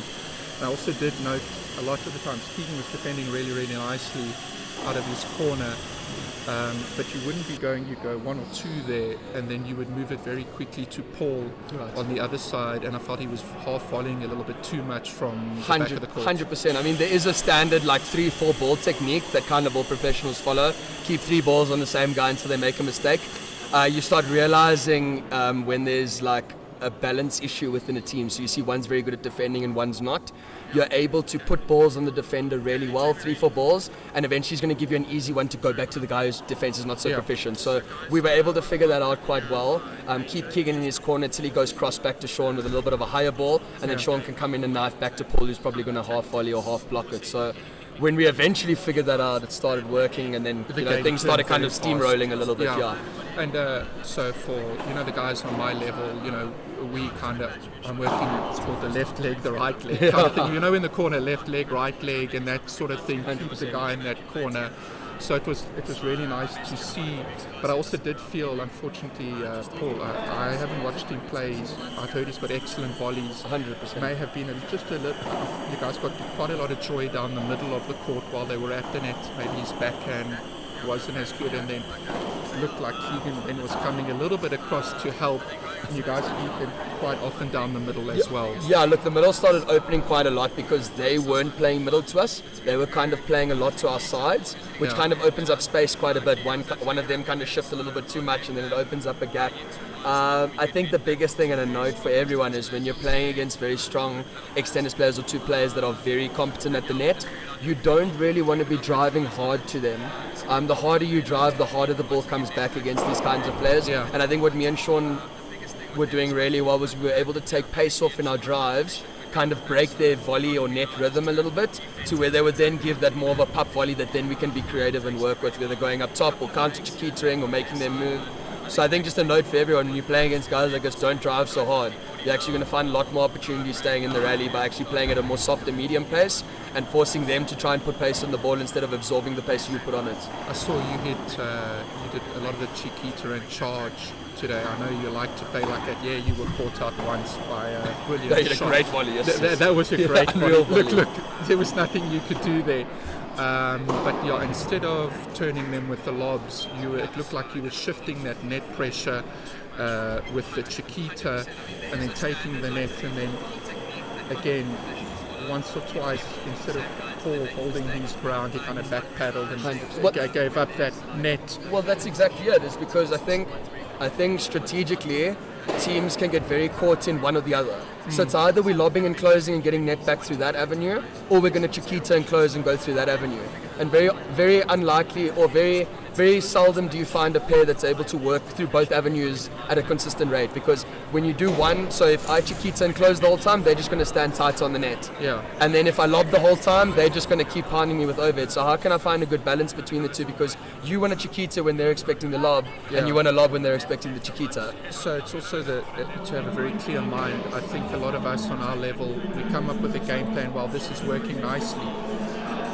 The other team counters, and it takes us long to figure How to recounter. 110%. I think that is where, again, a huge difference. I mean, yes, there's a technique in how hard you guys work and that sort of thing.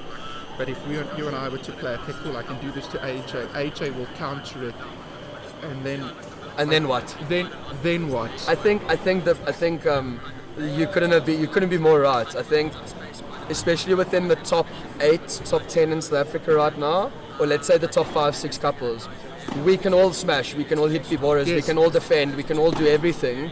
It becomes now about strategy and tactics, and I think that's where a lot of the guys that have been overseas already have absorbed that knowledge, and they're able to replicate it now locally. And luckily, a lot of the other guys are starting to go and learn that as well now. You know, me, I'm leaving next week. Are you going to? So I leave next week Friday for a month and a half. So I'm in Madrid at M3 for 3 weeks, and then I'm in Barcelona for a week and a half. Will you learn how to beat Jason Blake in Norway? Hopefully, because there's some of us who can't. So. No, I'm just joking. No, listen, guys, everything I say is out of jest. So. No, but I think Sean, you're 100% right. The biggest thing is tactics and strategy. When all the top teams now can do everything, how do you beat them now? And how are you able to counter their counters? And which strategy starts working? You know, guys can have off days and things like that, but very seldom do guys have off days at the top anymore, because we're all working every single day and training to be consistent, right? So, tactics and strategy, big thing in the game right now. And then just a question about your game personally, 2 or 3 questions. I mean, I've been lucky enough now to watch you a little bit, but you're one of my favorite players because it's entertaining. Thank you. You know, that's why we watch. But when I watch you at your movement on the court, it looks like, I'm just trying to get the right word, you really are putting a lot of concentration into the energy and your intent and your purpose with your movement. I'm not sure if I'm explaining myself. No, you're explaining. It looks like it's a mental thing that you're going through to be. You're working hard on being in the right place. You couldn't be more right. One of my biggest things when I was younger with tennis, and even when I got into paddle originally, was my mind. So obviously I was throwing my toys out the court here and there, but it was about understanding how to use my mind as my best friend.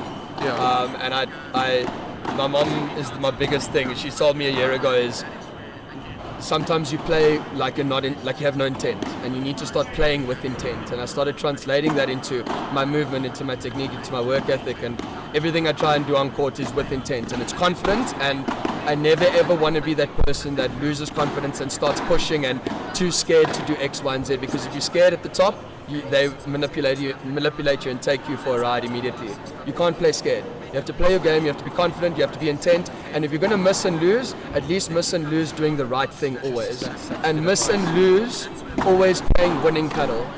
Everyone loses, everyone makes mistakes, but don't miss pushing and feeling tight and being uncomfortable. Rather go on court and lose and miss playing your game, and not being wild and smashing at the wrong time and things like that. There's a certain balance and control, but go out there and lose playing your game, because you'll hate yourself more when you walk off court if you lost pushing and not hitting anything, if that makes sense. And then, just last question, are you a left-sided or a right-sided? I'm staying on the right now. You're staying on the full right. on, full time. Well, listen, AJ, it's always a pleasure watching. I really enjoy watching your game, and your intent from my side is noticeable, and it's one of the things that I enjoy. So, good luck in Spain. I hope it goes well. I hope I get on the court for the rest of the weekend. But thanks for the chat. This was Thank cool. you, Sean. I appreciate it. Thank you for everything. You're such a legend. Thank you. Bud. Bye, everybody. Really? Thanks, mate. Thanks so much. Love you, chatting. Sure.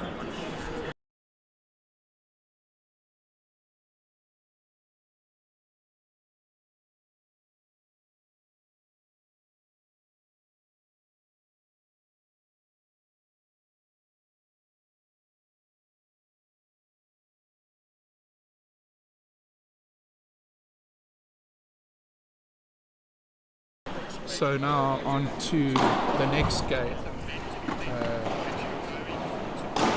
Again, few players here who need very, very little introduction. On closest to the camera on the right hand side, we've got Mark Stillerman playing in his Balwin kit. It must mean that he's a Balwin player.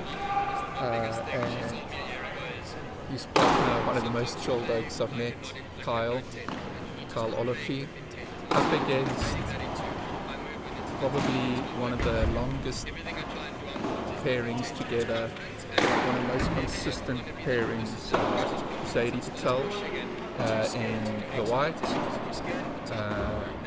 playing with Riyadh in the tiny, Gail Ambassador, just such a strong player, persistent, always working hard.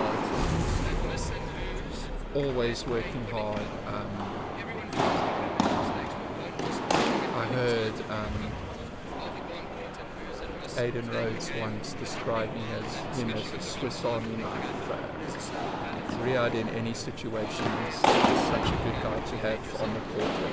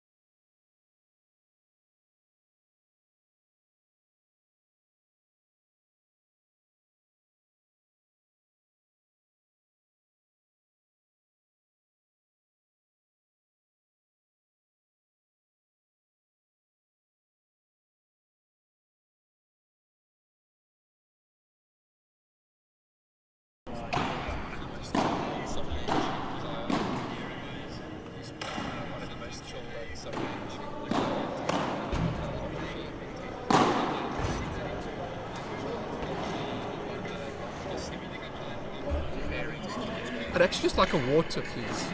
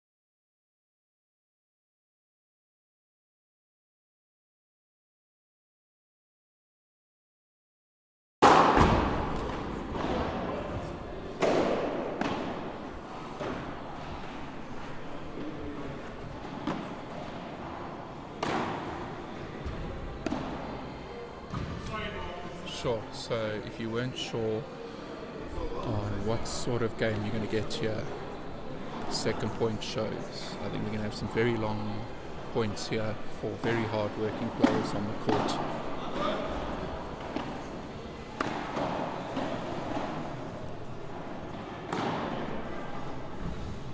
I think not sure if the ball spun the wrong way or hit a wet spot over there, but that definitely looked like that wasn't supposed to happen with the ball there.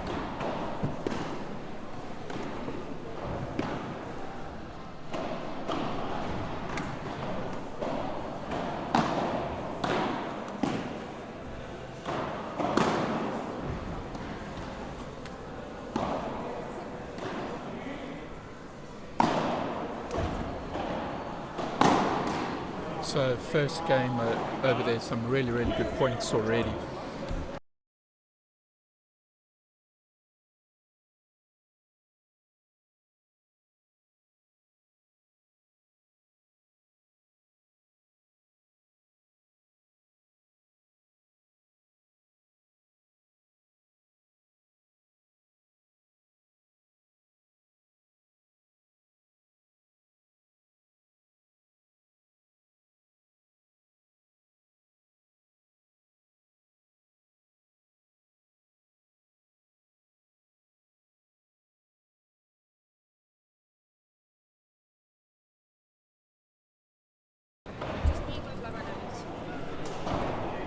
Right, that's One Love. I do apologise if I show a little bit of bias. Riyad and I were the OG ambassadors at Gale. Shout out to my family over there. So we've played together quite a lot. He's helped me with my game quite a lot. Zaidi has destroyed me on the court quite often as well.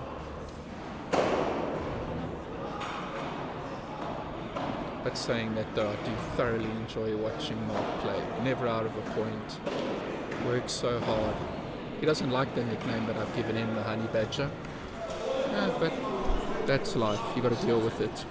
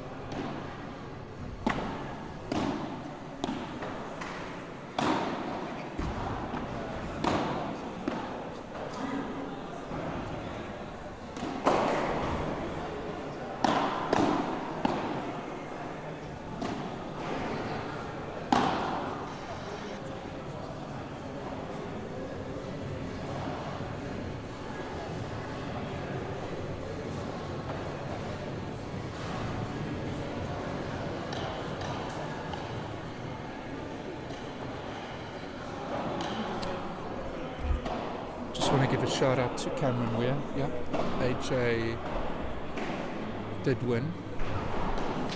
Cameron, I'm not sure if you play paddle anymore. You and Josh. What, summer now in Durban and Gauteng's not cool enough for you guys or what? Really nice step into that and read there by Mark. Mark is one of the hardest players on the paddle circuit. Really works so hard in his game. Always pushes super, super hard.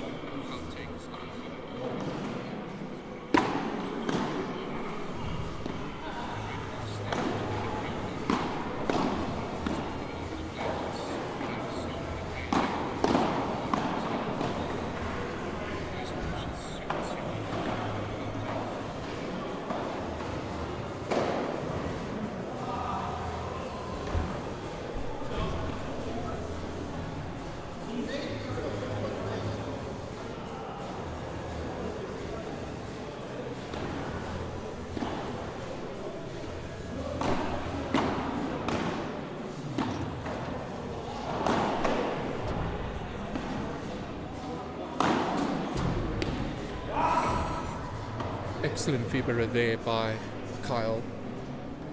Sadie just a little bit out of position, reaching back and trying to use his wrist to make up for it and hitting it a bit long.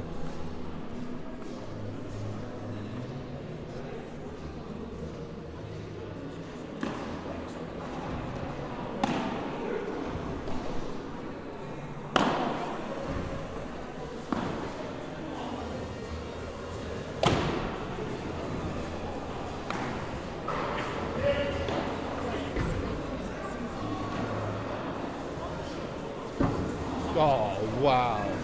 First of all, the half volley from Zadie to push Kyle into that back corner was incredible. Kyle did so well to stay in the point and then hit a filthy lob into Riyad's corner, and there was absolutely nothing Riyad could do with it. Just died and stuck to the glass.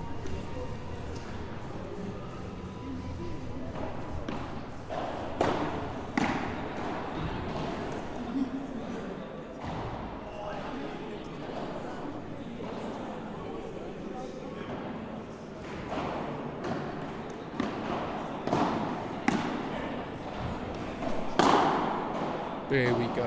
Glad to see Sadie's doing that. I watched him a couple of times in the Diamond League. I've always known Sadie to be a very aggressive player, and when he puts that power away, sometimes I feel he can be less effective. Look, that was quite a simple Buketa, but I hope he keeps that up. I think he's playing his best when he is playing really aggressively. Nice turn there by Mark, but a little bit disappointed by not making that shot.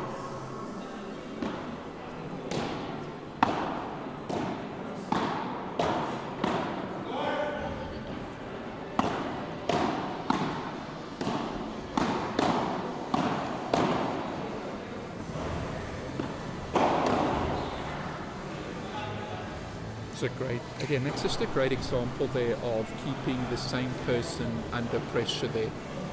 Riyad and Sadie did really well to keep Kyle just under pressure, constant pressure, not going for anything too flashy at all. 2-1, we're still on serve here. Just a very good morning to everybody who's tuned in.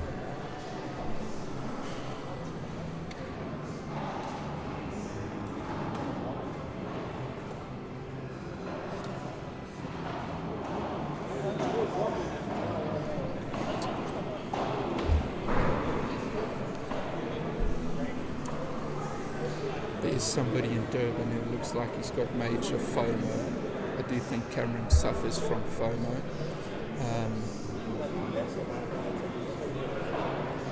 I miss you, bud. Hope all is good.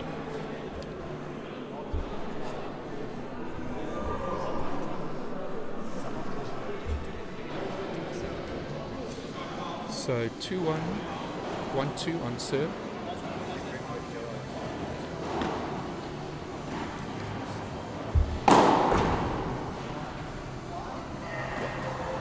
Excellent overhead there by Mark, but Sadie just missing it.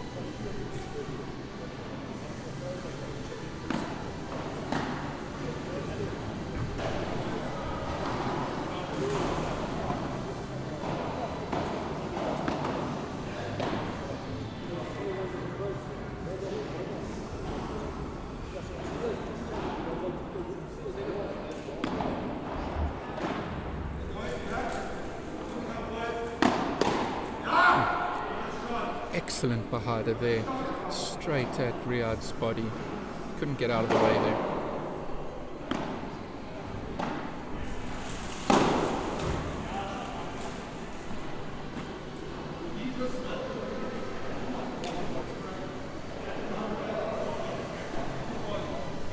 Two all.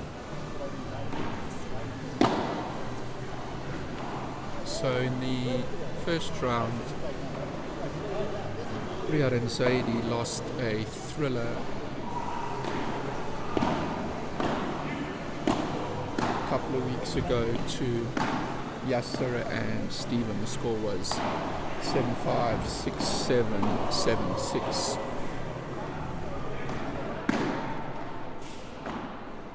think maybe Riyad and Saidi do have a little bit of a mental block against Yasser. Are a little bit disappointed not to see Yasser, but there's that aggression I'm talking about for Saidi. He did read it well. It was the right shot selection.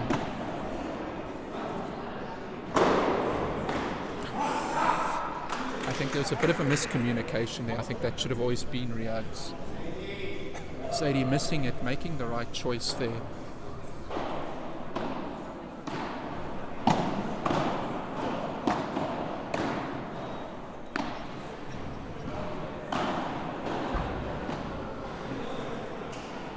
Yeah, a little bit long there. Backswing was just a little bit too big there. Full mark on that shot.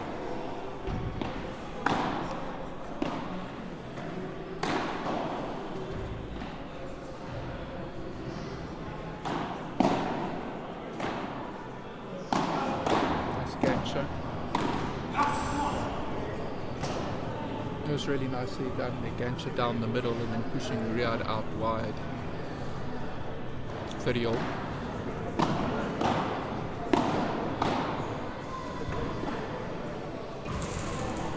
Just a little bit of the wrist coming through there for Kyle. They're in position, then just as he came through, flicked the wrist, forcing it to go long.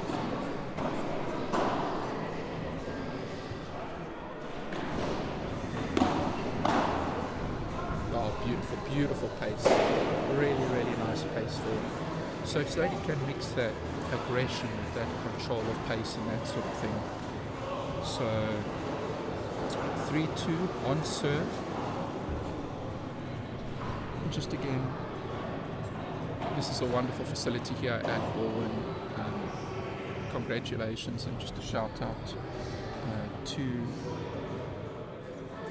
our sponsor.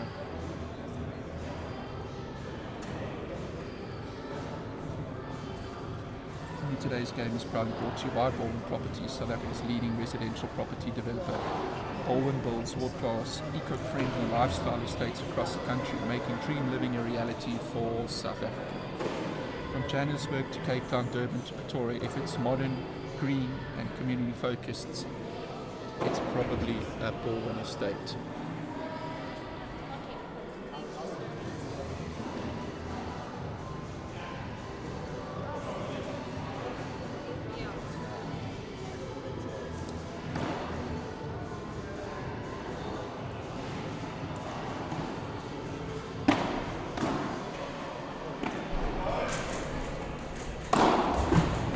Oh. Nice fibber there from Kyle, but Riyad almost getting it back there.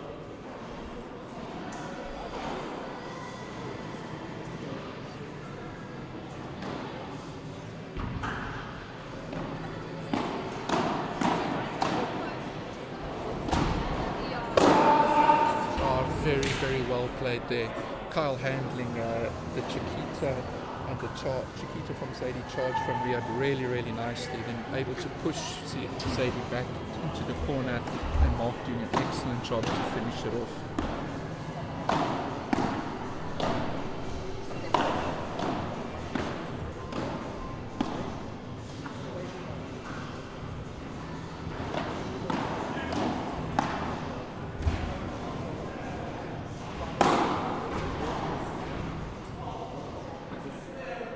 There you go, Saidi backing himself with the kick. Very tight on the fence. Carl really couldn't do very much with that.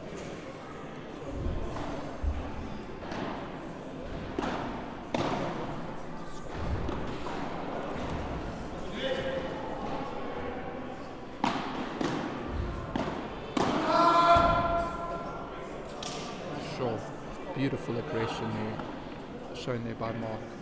Saidi and Riyad have been playing all these little soft touches at the net, trying to take the pace off, but Mark reading this one beautifully.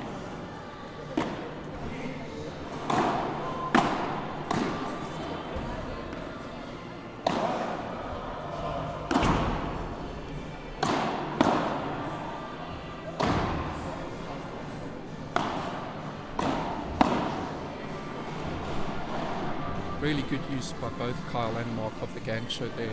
Mark used the gang show to push Sadie into the back quarter, and then Kyle, instead of giving up the net, they used the gang show, dropped it down at Sadie's feet, forcing him to play a very difficult volley going out at the end.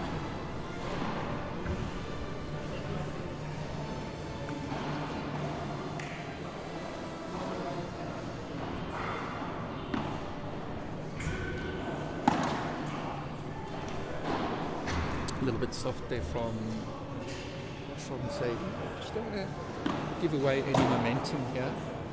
But the favours returned there by Kyle. Again, missing a return of serve.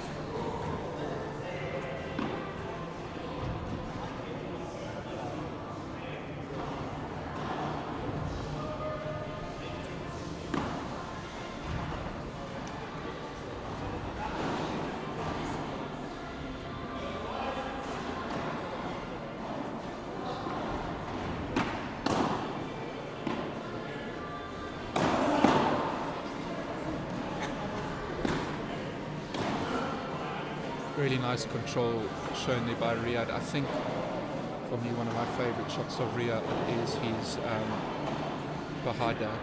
When he's got it going, has that ball on the string, can really move his opponents just about anywhere on it.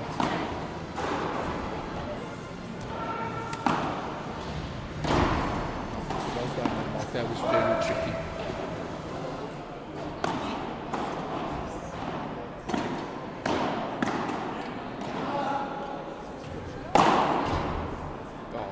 Excellent shot there.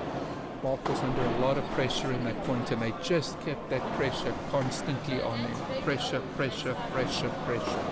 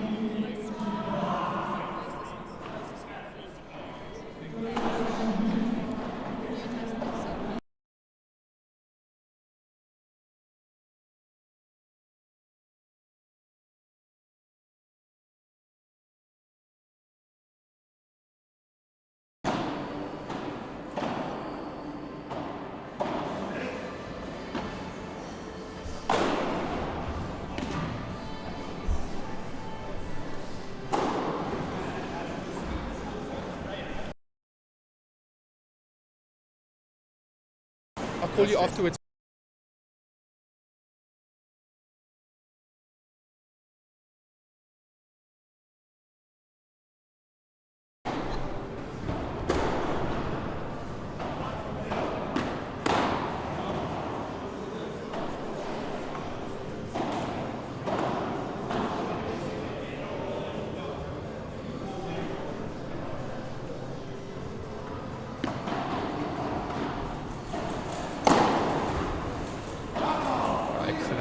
There by Mark, straight back at Riyadh. Sadie stood no chance.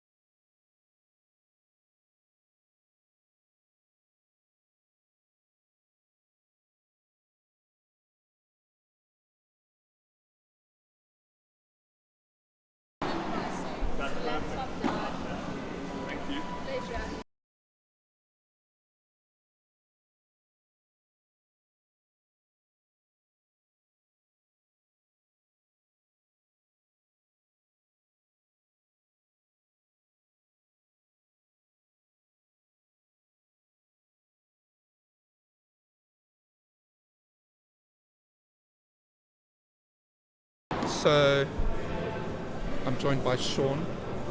I often say I never know whether Sean is in position or out of position on the court. But Sean moves around like a ninja. Welcome, Sean.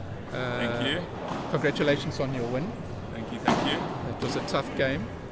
But I wanted to get Sean's insight into these four. I mean, these are two of the most consistent pairings on the circuit. They play together a lot and that sort of thing. How would you go about, I mean, let's start with Riyad and Zaidi. Riyad's one of my favorite players. I love watching him. You are also a right-sided player. Yeah. A lot of the time. How do you break down a pair like this? I feel okay. I've lost to Zaidi and Riyad a few times, so I know they are tough to play against. I feel they are very consistent, and Zaidi is unconventional. He plays the ball in tricky spots, so he's hard to read, and amazing player. So I love to. I like playing them because I think you always have long rallies. Yeah. But yeah, you almost have to not be passive against them. You have to be aggressive because people get sucked into that slow game with them, and then that's where they're best. So I think you have to be a bit aggressive against them. Put a bit more on your shots, although people don't like to do that. You have to. Else you're playing their game. So I think Mark and Kyle have to maybe rush them a bit at some point, you know. I think that's how you get the win against them. So what I've seen a lot already is Riyad and Zaidi are putting the ball quite short, looking for those chiquitas. Once or twice Mark has come in to try rush it a little bit and that sort of thing. Yeah.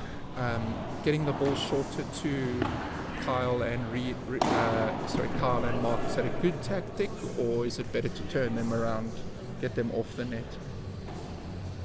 They're using the chiquitas a lot. They're using the chiquitas a lot. Yeah, I think like they're obviously seeing the space in front. So I mean, like if they're playing the chiquitas and closing, I think that's just as good as lobbing them and sending them back.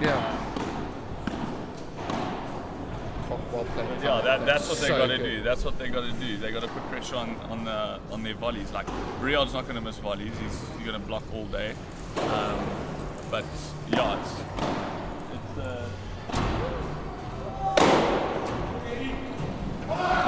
they're going to do a lot of that. It's going to be interesting to see who gets the first break here, because it's not easy to break. Either of them. Yeah, either of them, especially the way they play. So. I must say Mark's game has come on. I've known Mark for a couple of years. I'm telling you, I think Mark Stillerman is the most improved player in the country. Because I saw him in the beginning, and from my point of view, being in Durban and coming up here every now and then, every time I came up, he was like leaps and bounds improvement. You know, he was just getting so much better so rapidly. I said I think for me, is the hardest working player on the circuit at the moment. Yeah, the Oak is always ready to play. He's always training. And it's paying off, you know. The guy's playing. He was started off playing the intermediate beginner tournaments, and now he's playing with the highest level in the country. So I mean, I used to play again. Yeah. Now I can't stay with him. You know, so it's good to see. You need to train. That's the truth. And then I have lots of arguments in my home city saying, I mean, you don't know everybody, but I will swear up and down that Riyad is the strongest player in Pretoria. Who's that? Riyad. I know he's moved to Joburg now. He in Pretoria? Okay. But the guys, because he doesn't have those, I mean, he can kick it and that sort of thing. But because he's not flashy, the guys don't seem to rate him very much. And I'm like, guys, this Oak is very tough to beat. 100%. I mean, people think good player, and they measure the good players by a smash. Yeah. You know, they're like, how big is this smash? Okay, he's the best player. That's not how it works, you know. Or how big is this vibra? But like, he's hitting maybe 5 out of 10. You watch Riyad. He's got the strategy. He's got the slow game. He's got the consistency, and that's the basis of paddle. So I highly rate him. I agree with you. He's probably the best player in Pretoria. Barring who else you got? Is Nikhil, Gustav Heffer? Nikhil is there now. Is Gustav from there? Gustav is from there. Jason Hewitt's from there. Okay. Nikhil Josh is from there. Okay. And we are claiming Shaw now. Shaw? Van Heerden. Van Heerden, Because he okay. lives there now. Definitely the best right side player in Pretoria. Yeah, is Riyadh. It's a pity Jason and Gustav aren't playing. They've been playing well, so... Yeah, 100%. That's good from Riyadh. What's the score? Yeah, 5-5. Yeah, it's going to be tough to break. My prediction's already wrong. I went 6-4-7-5, but it's okay.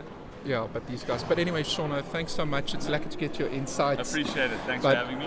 I enjoy watching you play. It always looks insane. Yeah, I'm very erratic. But You just calm down. it's not that. And maybe I'm wrong, Sean. Actually, I like talking about these things. It just sometimes feels like you're not quite. And sorry if I'm wrong. You're in the right place. Yeah, but your yeah. hands Get me out of trouble. Your hands get you out of trouble, and Yeah. your ability to recover seem to get you out of trouble. Yeah. I mean, I don't know. Do you agree? No, 100%. I'm often saved by just a block, and then I'm like, well, I'm at the net and I shouldn't be. But yeah, we work on it. And has Josh and Cameron given up on paddle? Josh and Cam, Yeah, Josh he almost beats the world #1 and never plays paddle again. They are valuing the Pinnacle League in Durban over this tournament. Yeah. But yeah, we can call them out if you want to. 100%. No, they must. We need the Durban representatives to come through. I can't be doing it on my own. I mean, Yasser flew back to Yasser's Durban. dropped us, and now he's a full Joburg boy. Richard is originally a Joburg boy who dropped us as a Durban boy who dropped us for Joburg. Yeah. So there's not many of us. We need to represent. Sashin's another one. If he took paddle seriously, he would be on the tour as well. But any good youngsters coming out of Durban? yes, I know Josh is still pretty young. Yeah, Yusuf Paruk and the Ali brothers. They won the SA Grand, I think. Yeah, there are some good potential. I can't remember all of them right now, but we do have some good youngsters coming up. Okay, cool. Well, listen, all the best for the rest. Thank you. And thanks for the chat, bud. Appreciate cool. it. Shot. Shot, Shauna.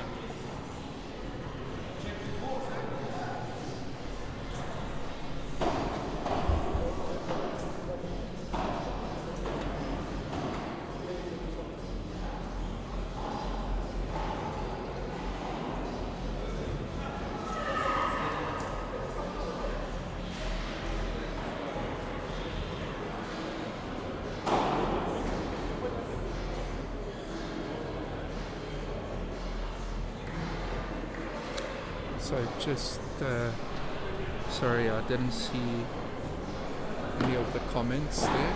Get back to that and back to this game. But it's really nice having the insights of some of the top players in the country.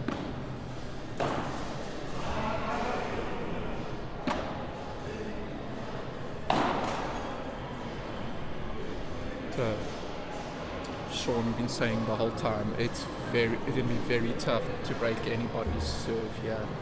Two very, very consistent teams.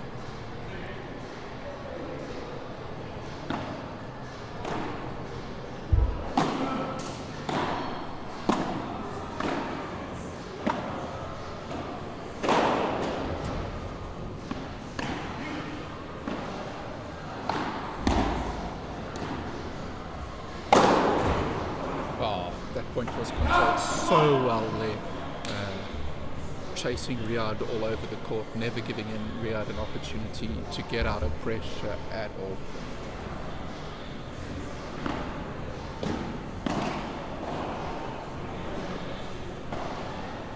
Good pick up there from Zaidi.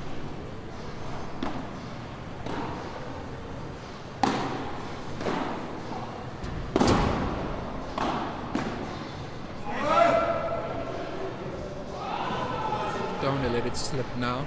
A couple of unforced errors there from Mark.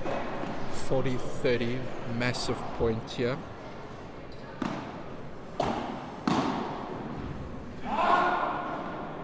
And then there's the hold.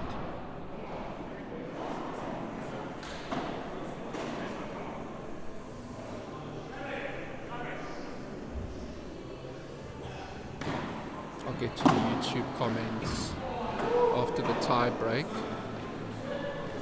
Any questions or anything like that, let me know.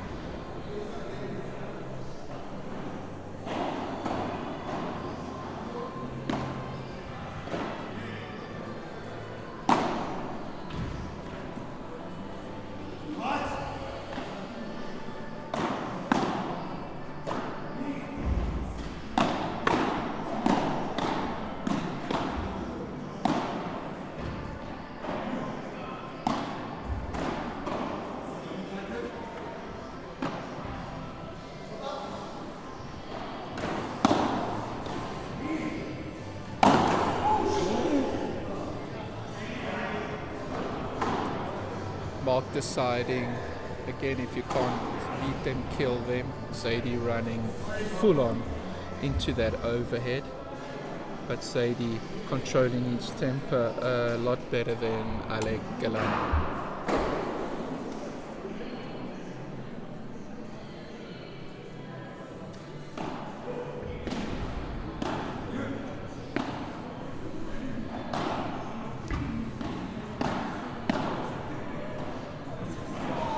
A little bit soft there, barely touched it, but Sadie doing so well to put it down at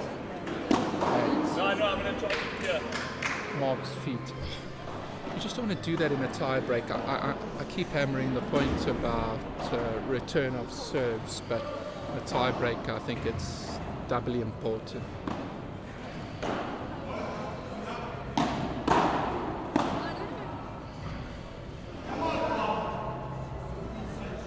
Beautiful volley down the middle there from Mark.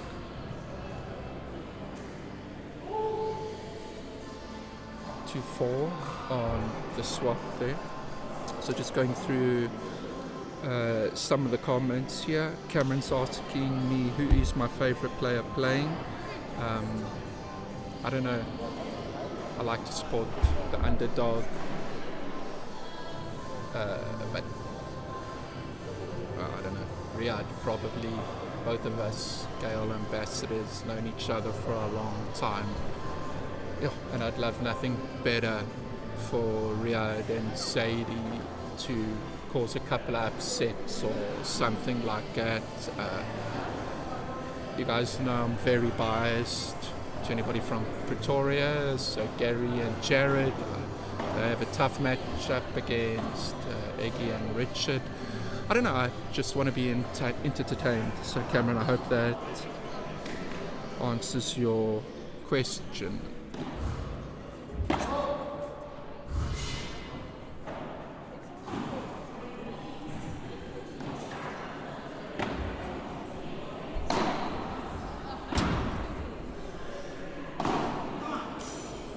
Just a couple of soft points here in this tiebreak.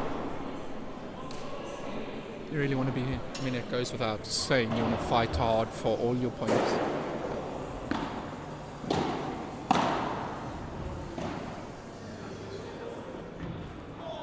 Another one. So that's, I think, almost three soft points in a row.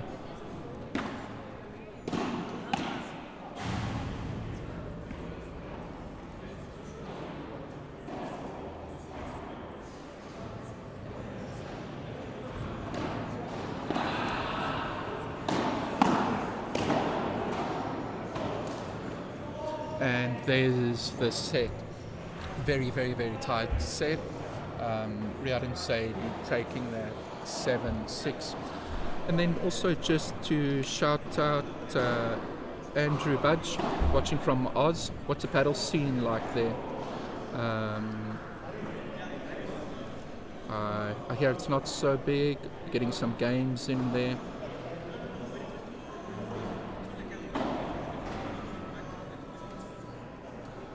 Hey Ash from Durban. It seems everybody from Durban is watching and not playing.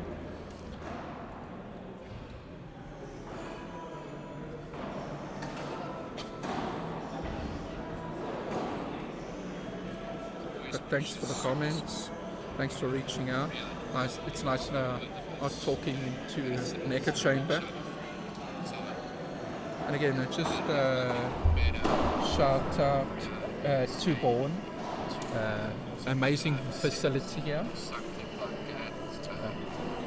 Bourne is all about smart, sustainable living, offering residents everything from gyms and lifestyle centres to swimming pools and restaurants, all within the estates. Each Balwin development features energy-efficient design, fibre-ready apartments, and beautiful open spaces that promote an active, balanced lifestyle. It's not just about the homes, it's about communities. Balwin estates bring people together.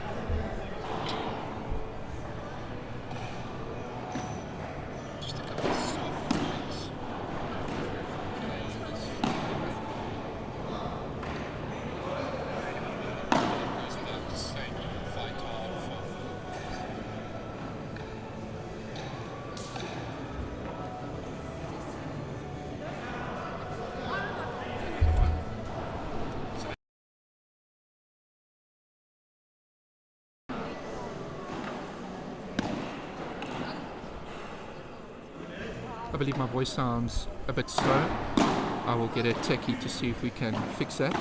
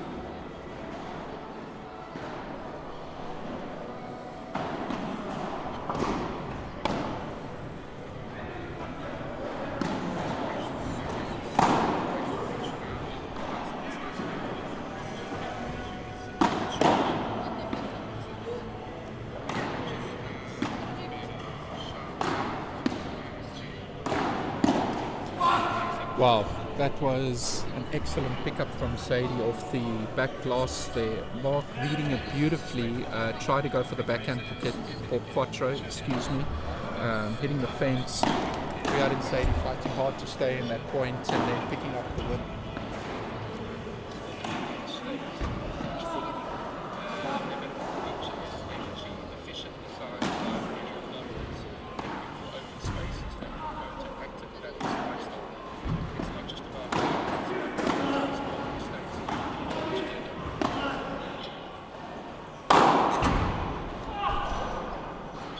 Mark working hard to stay in that point, but just not getting enough on those lobs. Really working hard on his technique there, but just not getting the lobs deep enough there. And Sadie is going to punish a little bit there. Mark taking a breather.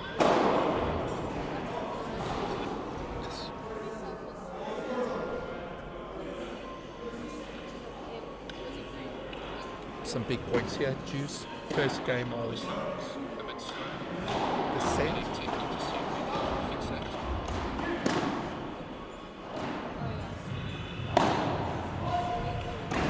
Wow, that was a beautiful shot there. Oh my goodness, Sadie, that was filthy. Mark hitting an amazing ruler. Riyad doing really well to stay in it. Then Kyle hitting the ruler, and Kyle going for the big finish, not getting enough of it, and Sadie putting it away. And now that, just now in the last two games, Kyle and Mark, looks like they've lost a little bit of concentration over there.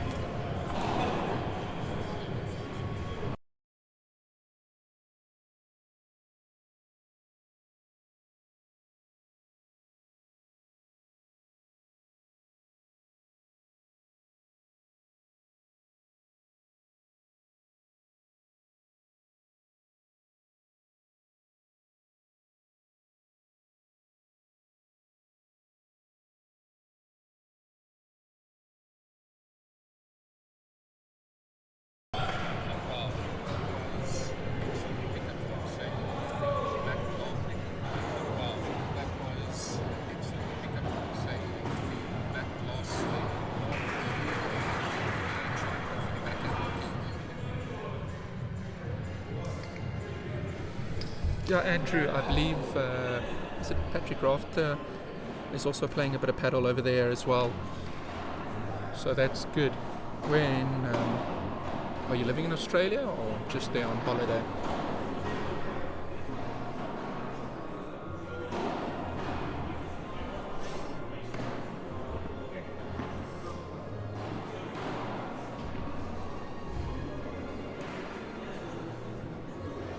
Alright, so an early break. Let's see if they can consolidate it.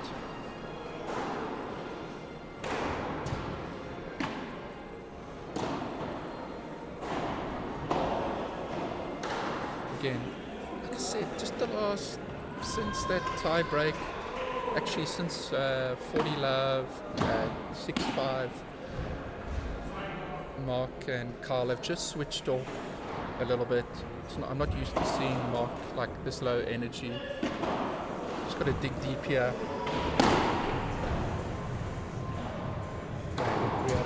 Riyad and Zaidi are definitely picking up on that.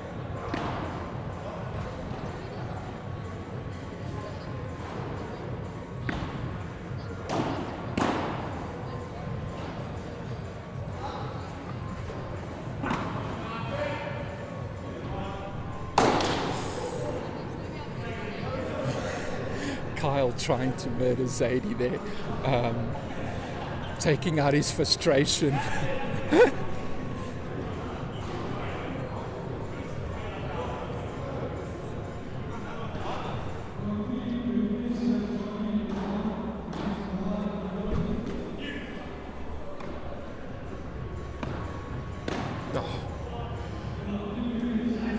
Missed the drop shot from Mark. Zaidi doing really well, and like Sean said earlier, Zaidi does play a pretty strange game, although it's a brilliant return of serve. Zaidi did nearly everything right, had to move forward, but it looked like he decided just a little bit late to do it, and ended up stretching for that forehand volley.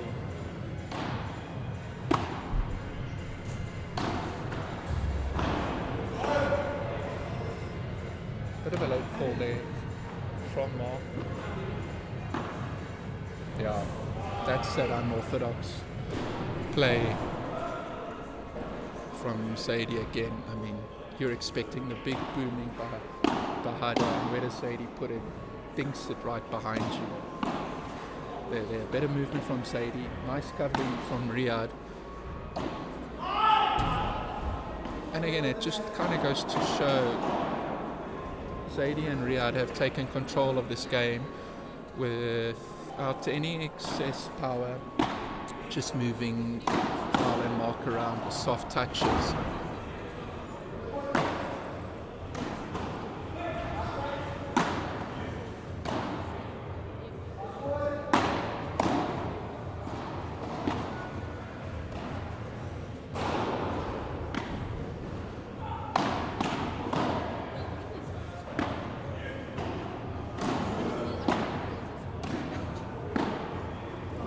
Look at that. I think Rian, that's the Afrikaans name for Riyad is Rian. No, I think Riyad played about 9, 10, if not more there. And just so consistent, putting it back, never looking worried at all.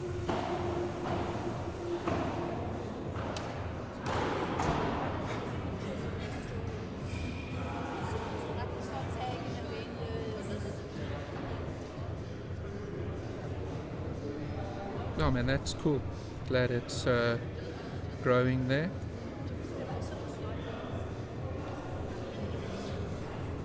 Yeah, I believe it had a bit of a slow start there.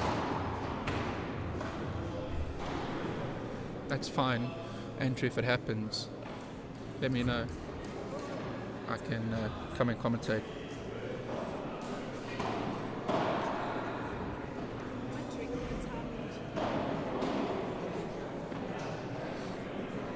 So, yeah, definitely a turn here.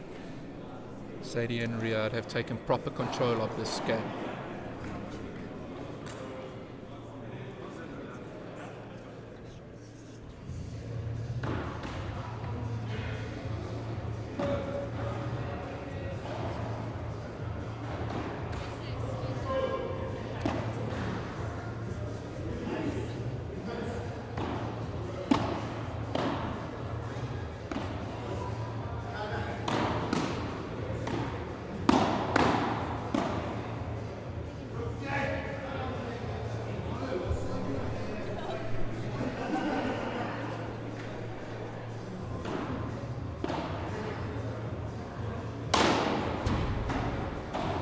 Zaidi going for the big smash right. Missing it. Kyle doing very well. Excuse me, Riyad, what a pickup though.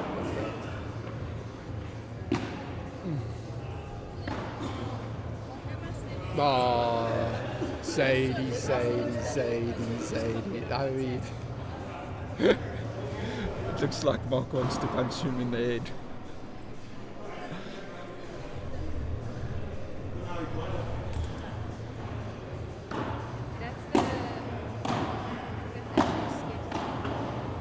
And some more soft hands. It's really one-way traffic at the moment.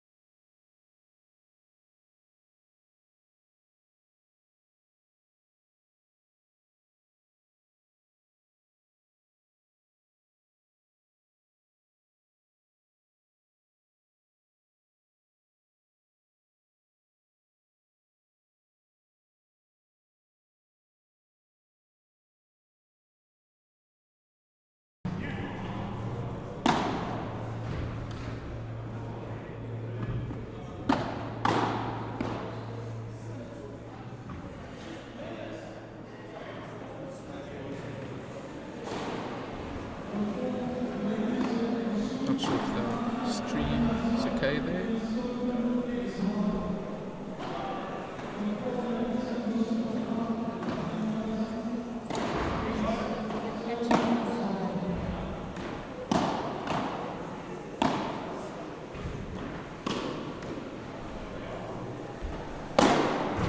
Going for the big overhead. Nice kick, Sadie, not able to get there.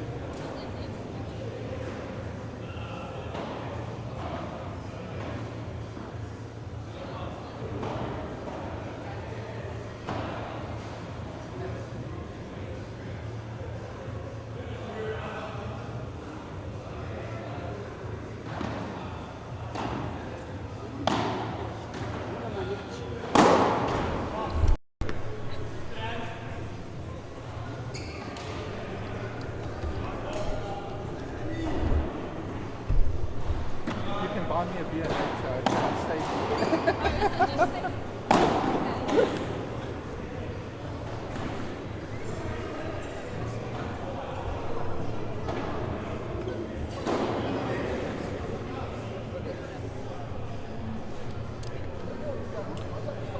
For one, all of a sudden, see Kyle and Mark started going a little bit more for that power game that Sean recommended.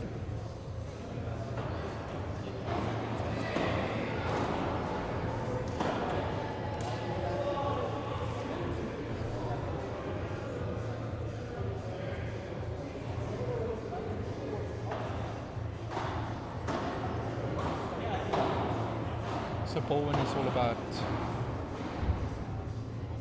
partnerships and sports connection.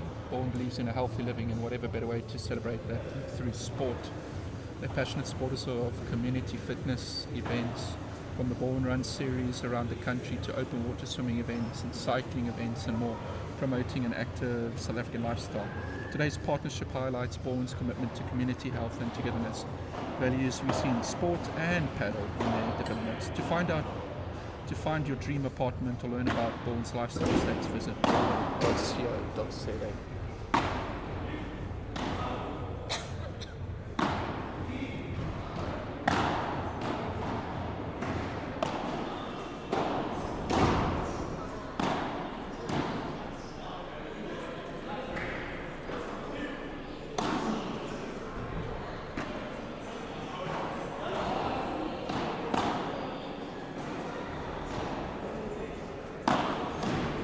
Great pickup from that.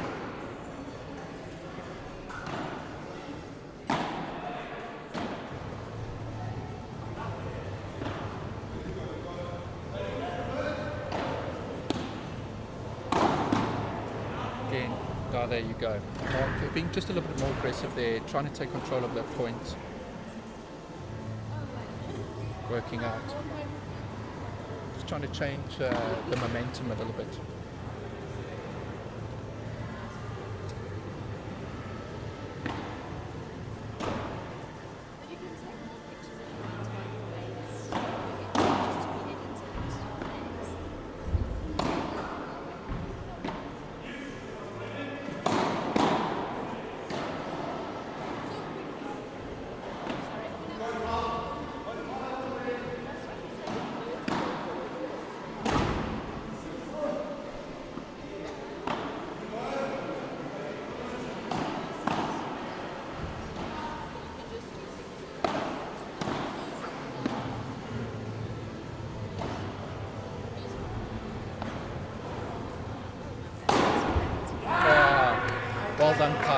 Sadie working so hard and then getting caught out of position.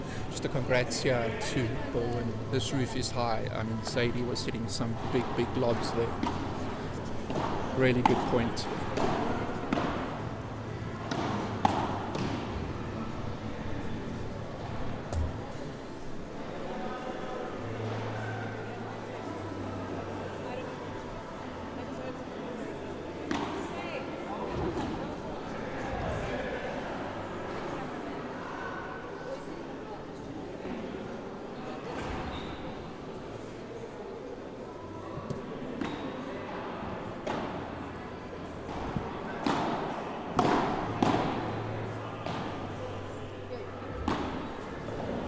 Oh, beautiful shot by. I mean, there's no space there, and Riyadh managing to find this. Riyadh managing to find the space.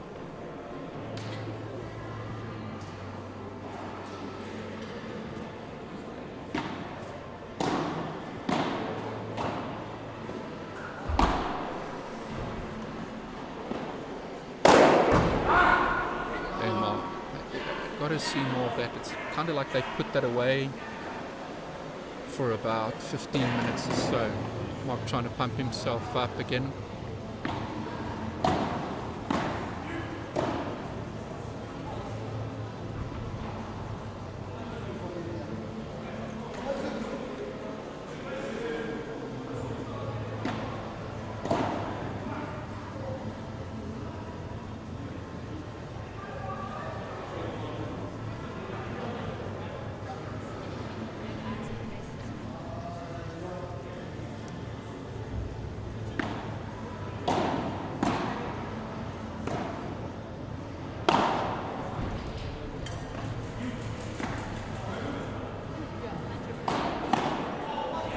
Sadie reading that so well.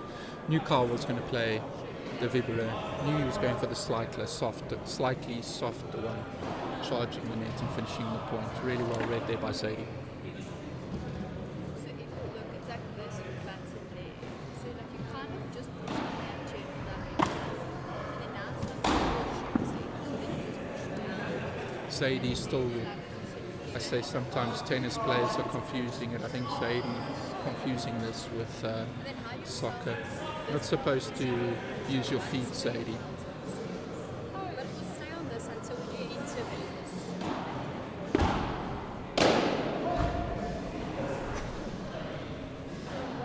Carl apologising for the miss hit there.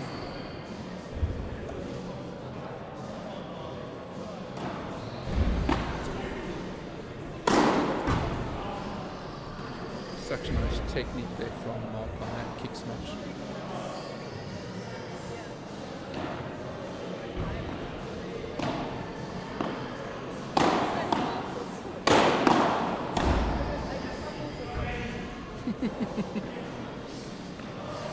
Hit hard at Sadie 2 or 3 times as Sadie puts out the racket to survive. Great pickup. Again. There's one with these two boys and I think the ones that just so there's some. No. Well done, Sadie. We are giving a bit of a shake of the head there. We know when Sadie gets bored sometimes he goes for Sadie and Herschel Gibbs, the same thing. You get a little, when the game gets too easy for Sadie,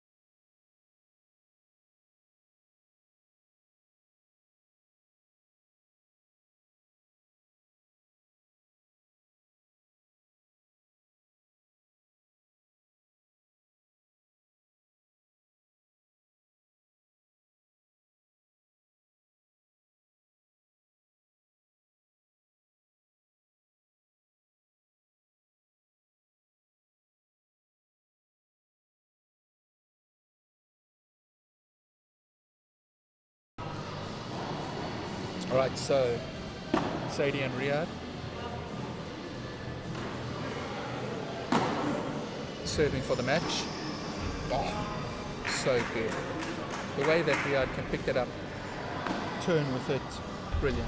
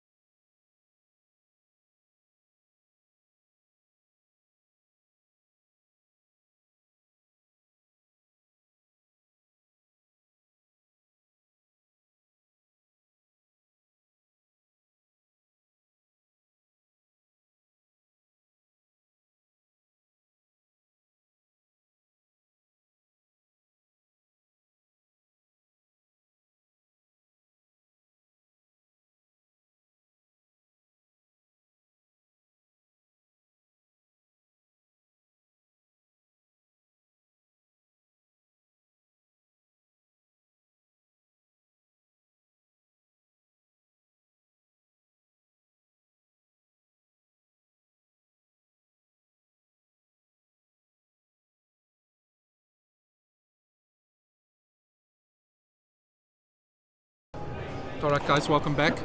I've got Sadie here. Yeah, I've got Sadie here. Well played. Looked like a tough match to start.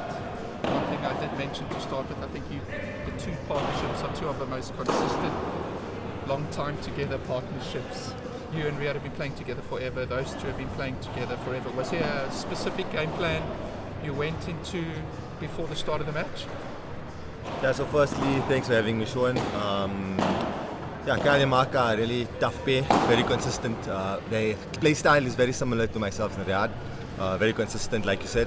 So we knew it's going to be the points are going to be long, but I guess that kind of plays into our play style. We know that we can pretty much outlast anybody if the points last long enough. Yeah, that was going to be. I was going to lead on to that. So you feel that when I watch you guys, and I've been watching you for a very long time, I feel like the longer the points go on, kind of outplaying you. Yeah, I think when it comes down to like pure pedal, Yeah. we Yeah. say without like the big smashing and fast-paced pedal of Joburg, Yeah. we're quite comfortable. We get into a nice rhythm. We lob very well. Yeah. So we really like that type of play style. Yeah. So it being cold and us using these heavy balls really suited us. And I think the first set we started, we didn't return very well. Yeah. Kyle was actually hurting me in the corner with some of his V-boras. And then I decided to change it up and started closing them. And I think that was what changed the game for us. I think we Yeah. started taking charge a bit more. We stayed in control of most of the points once I closed Kyle's V-bora. So it did look like in the beginning that you guys were trying to use before the game kind of opened up, you were trying to use a lot of chiquitas and short balls to kind of move them around and take the net. Was that a specific plan of yours, or? Correct. Actually, Yeah. we thought we were going to try and chiquita Mark quite a bit. Yeah. But he got so tight to the net that any chiquita we played to him, he was on top of the net and volleying a winner. Yeah. So yeah, we- Mark really did yeah. close the net down nicely.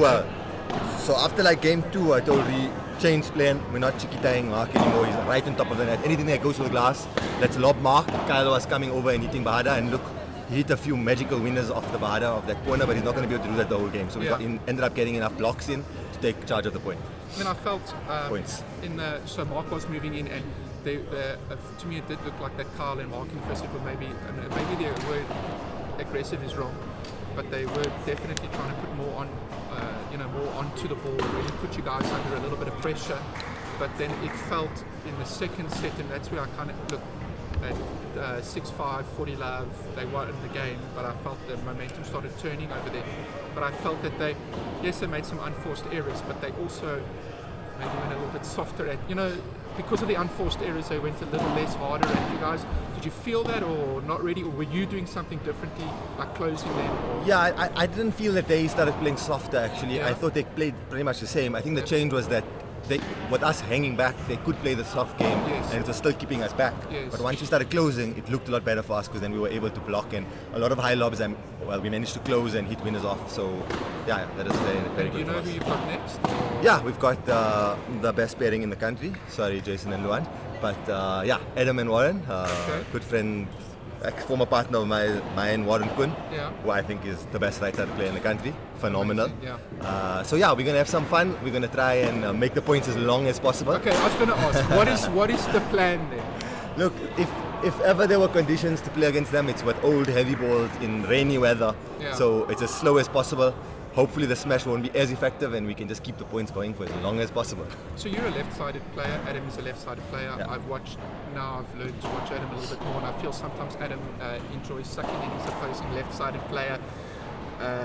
Really like getting into that battle, that cross-court battle with the left-sided player, because he's got that incredible confidence and swagger. This is the impression, Yes. Yeah. and it feels like no matter who it is, I will outplay you. I don't know whether you agree or disagree to that, but what would your plan? Are you aware that he does that, or Yeah. do you have a counter to that, or am I just talking cock? No, you're 100% right. Adam has this, he kind of toys with his opposing left-sided player. Yes. He mixes up chiquitas, lobs, sucks you in, cross-court, drive. He has it all, Yeah. right? And I'd say a year ago, I would say he's not doing it. He's Yeah. not going to have me. But the way his game has progressed and the level he's gone up to is absolutely phenomenal. Up there with probably the best left-sided player in the country. Yeah. Him, Richard, Yeah. Jason. Yeah. Those three. I mean, yeah. before I wouldn't put him up there with Jason and Richard, Yeah. but he's definitely caught them up.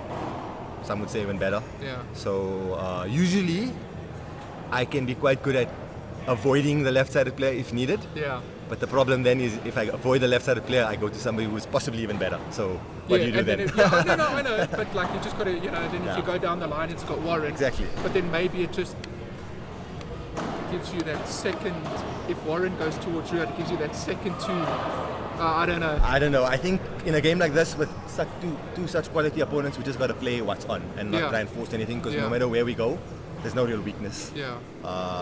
I think obviously we want to stay away from Warren's volleys Yeah. and stay away from Adam's smash. Yeah. So maybe if there is a small gameplay, it would be to drive at Adam a lot Yeah. and to lob Warren. Yeah. But still, I mean, it's a very hard task, and but one I'm looking forward to and really excited to. I love these type of games, so I'm really excited, and hopefully we can just give them a good game. Well, I love watching Adam and Warren. Like Riyad's my boy. I've been saying for years, you may as well be a Gale ambassador. You spend so much time there abusing us. So, Not anymore. He's a Joburg boy now. no, I know. But anyway, I'll be supporting you guys. I hope it goes well. Thanks, Ron. Good luck, and it was a real pleasure to watch you play again today. Thanks so much. Thanks so much. Appreciate Good luck it. for the rest, Sure. bud. Cheers. Cool. Sadie, thank you. Thank you. Nice chat.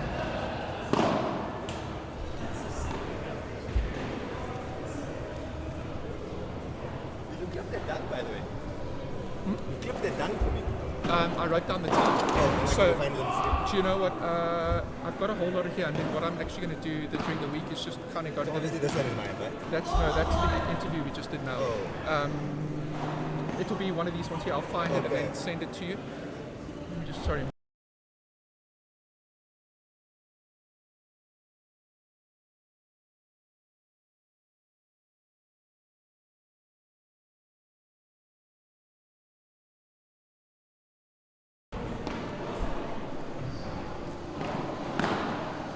Okay, so welcome back. I know you've been watching some of the action in the background. That was just catching up there with Sadie.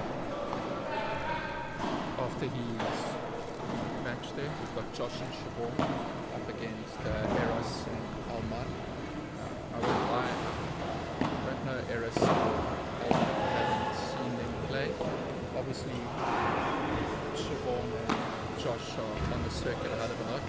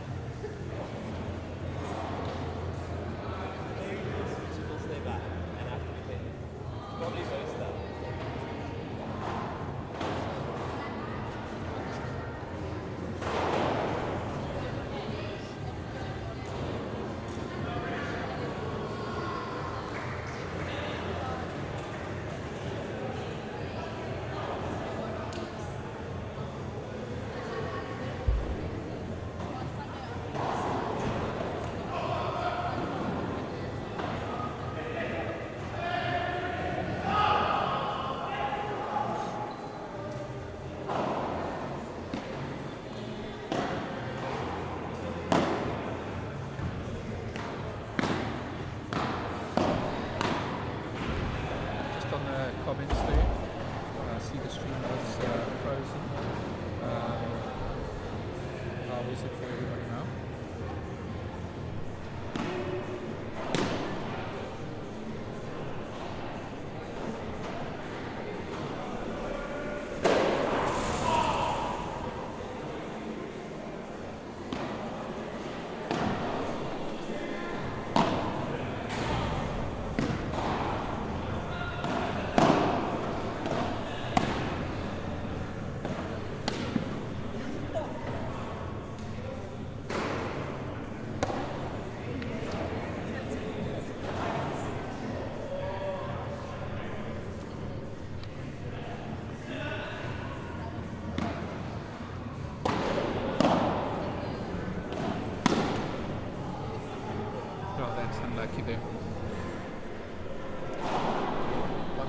perfect for now.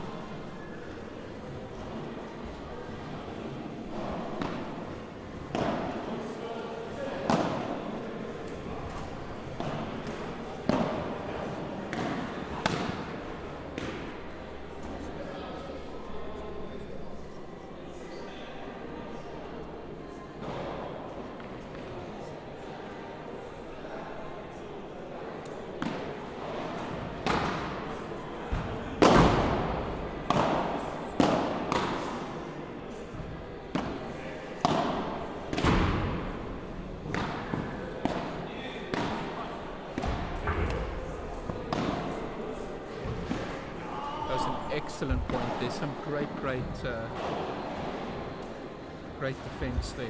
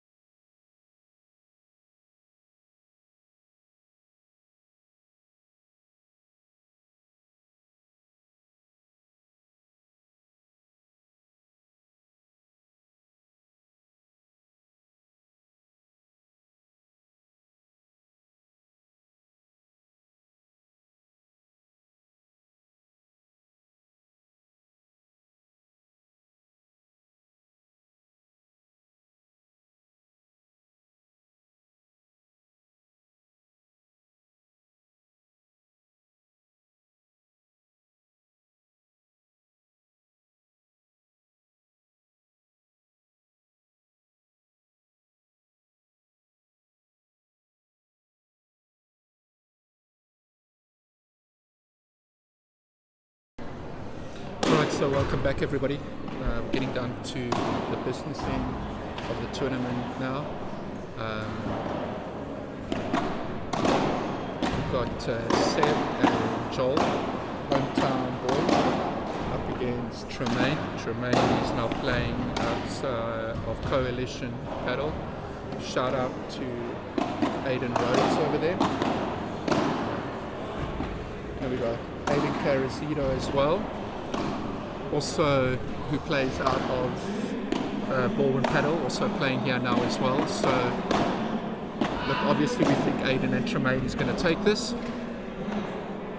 But like I said, today Seb is channeling Diego Forlan with the Nike headband there.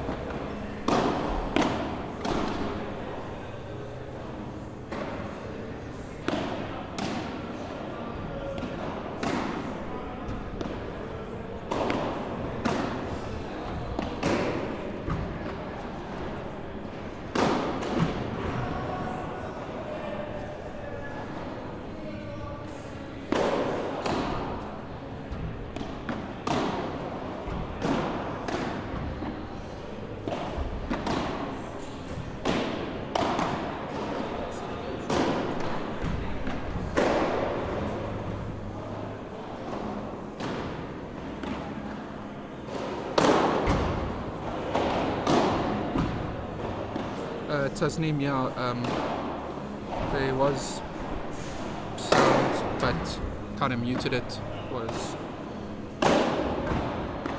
But the sound is on now.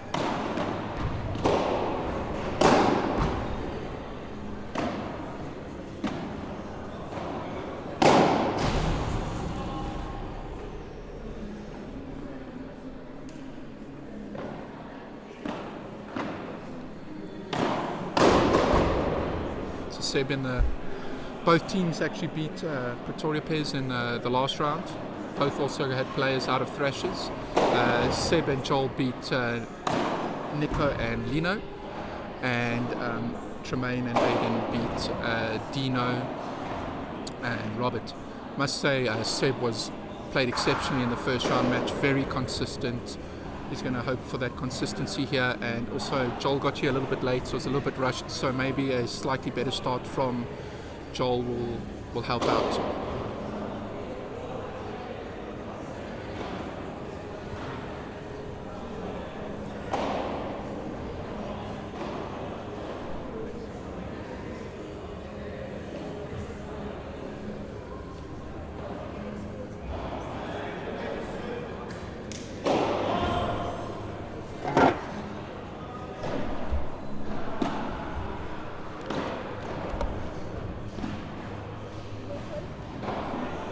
Clearly Tremaine didn't want to serve there.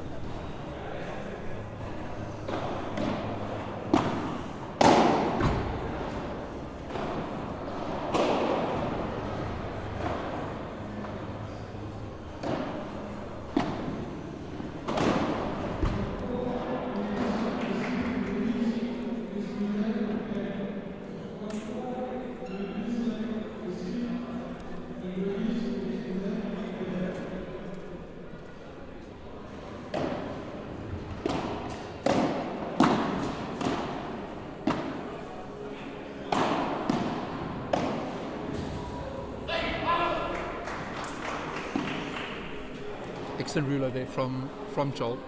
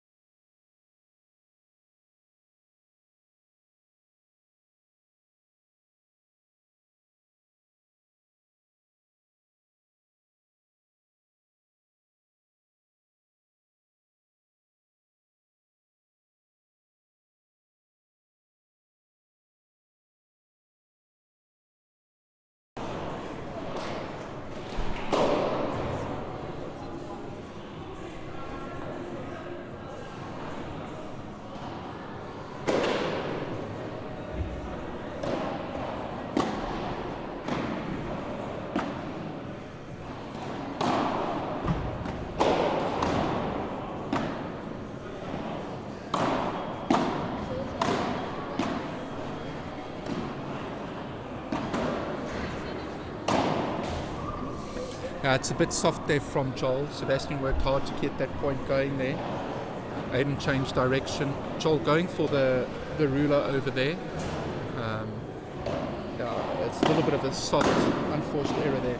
They are going to have to work very, very hard for the points in this match. Tremaine may have been a little bit better there, just leaving that. I mean, his game is good enough to pick that up off the back glass.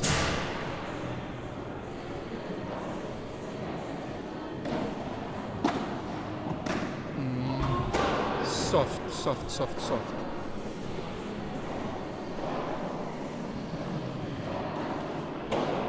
Return of serve, first volley, two of the most important parts of a point. Can't get that right, you're not going anywhere fast.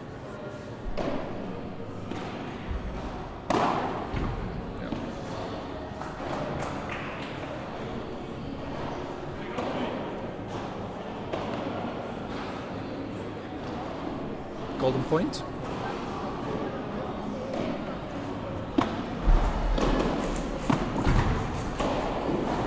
Great serve, great follow-up volley there from Joel. Really, he aimed at a small target on the serve and on the volley, made both of it happen. Nice hold there. That was a tough first game.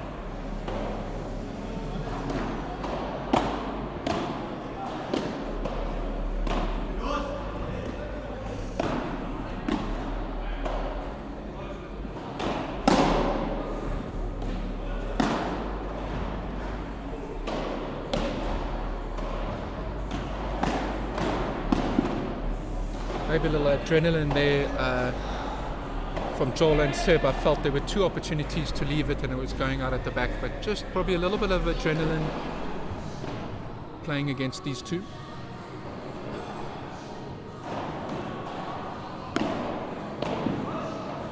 Excellent return there from Joel.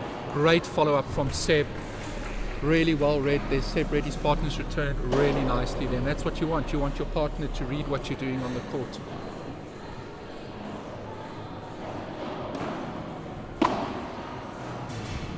And then that. Oh. Breaks me.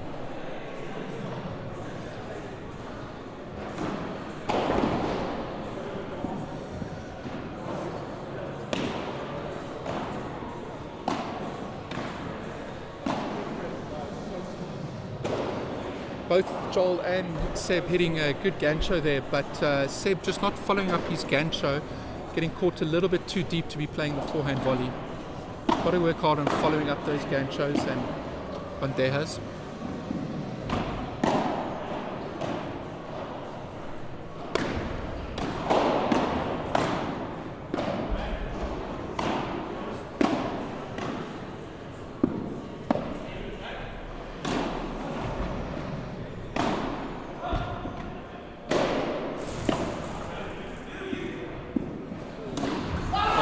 Well played. That is such a good point. Both Joel and Seb working very, very hard there. Seb never giving up in that point there.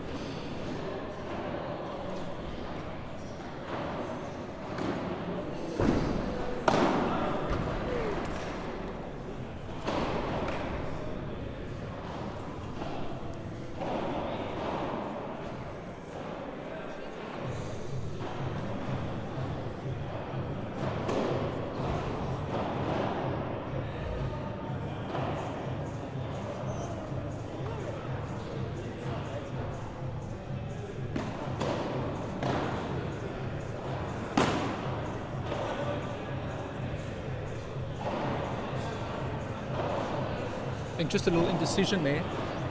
I think Seb was caught between two minds as to which shot he wanted to play.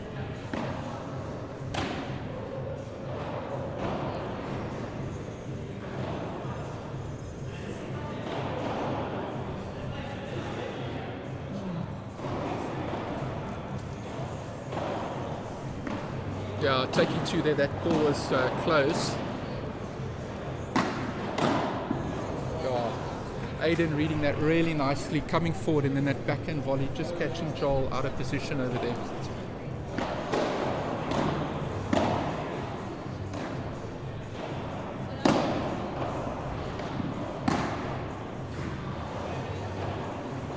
It's a nice fibber there from Joel.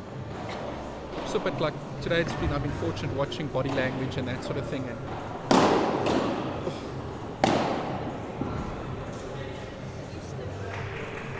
watching the body language of the players and that sort of thing. And I'm no model of body language on the court by a long way, but a lot of the players looks like they get into their own heads. I saw it earlier from Paul.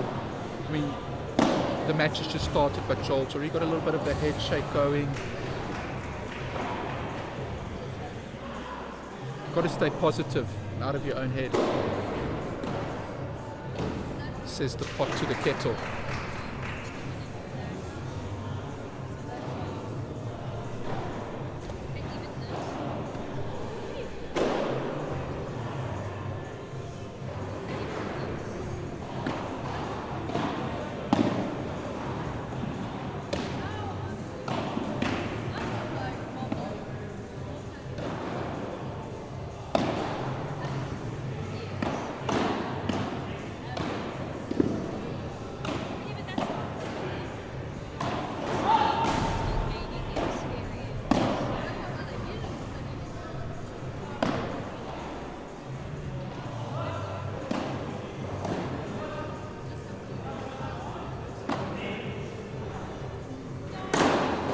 That's really strong defense there. They really worked hard to stay in that 0.7. Joel Seb must maybe just look at getting a little bit closer to the net. It looks like he is standing a little bit deep in those Chiquitas, just like that. Those Chiquitas are catching him out a little bit. Aiden and Tremaine have the ability to catch him there all day on that. So maybe just a couple of steps forward, a little bit closer to the net. Seb giving the big thing there, and everybody giving him the cheer. Working very hard on the court. Just again a shout out. We want to thank Balwin for hosting the event. Today's game is proudly brought to you by Balwin Property, South Africa's leading residential property developer.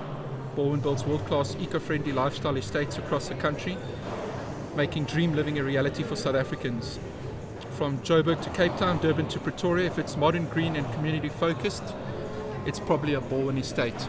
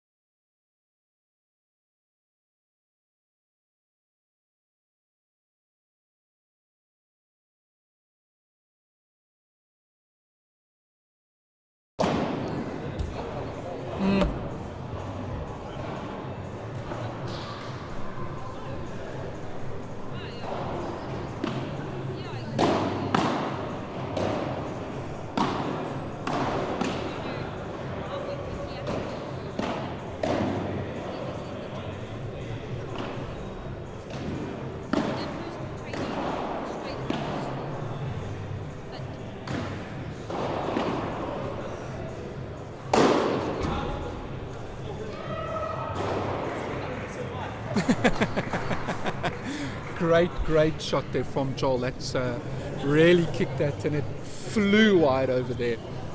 Definitely took Tremaine by surprise there. It's the first one all day.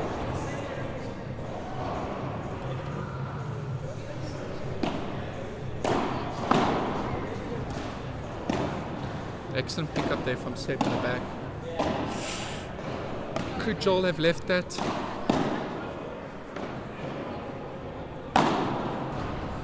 That's what we know Aiden for, those fibberas.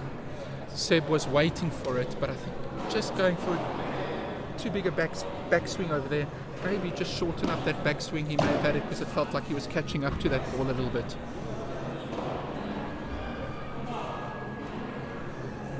How are you? Are you arranging the tournament? No. You know who is? I'm trying to track someone out.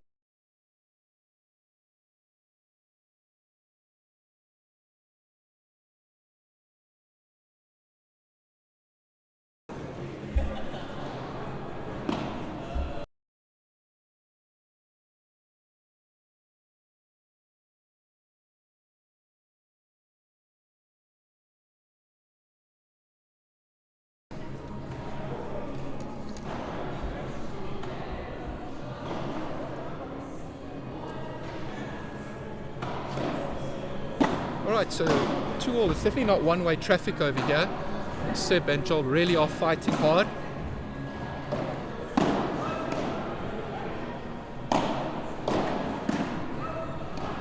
Great double-handed back pick up there. That's tough, that. Like Seb sees it. Is he going to hit the glass? Can he catch up to it? Puts the hand up, but his wrist just not hard enough to get it back. How long can Seb and Joel keep this up?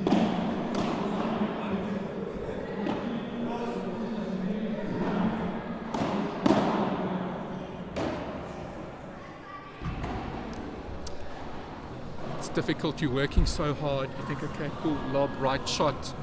So it's soft.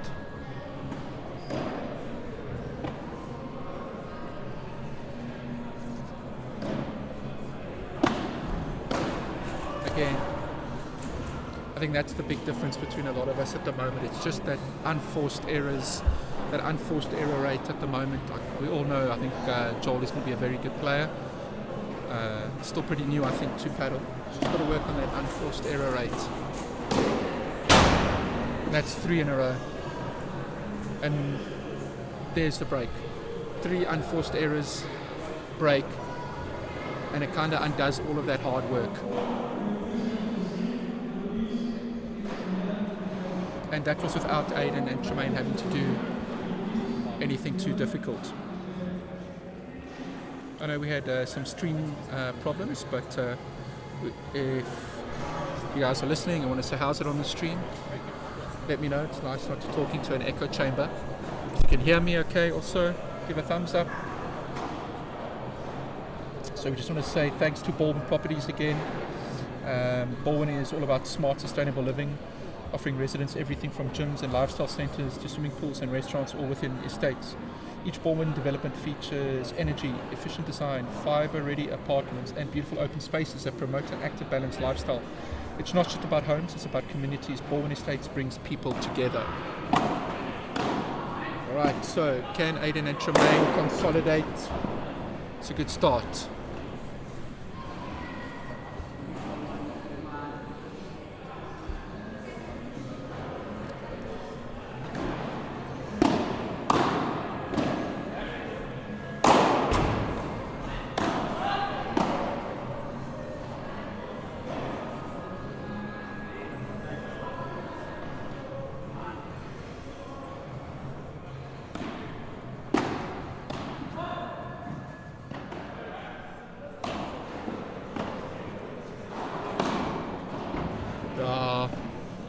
Again, that's Aiden's bread and butter. Any sort of vibra, and he has so many options with his vibra.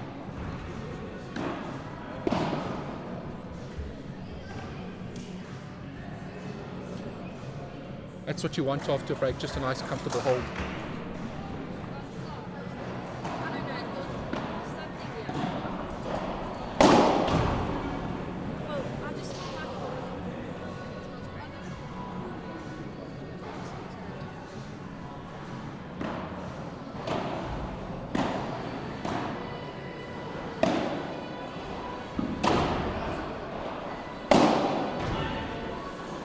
There we go. Joel's hitting them nicely.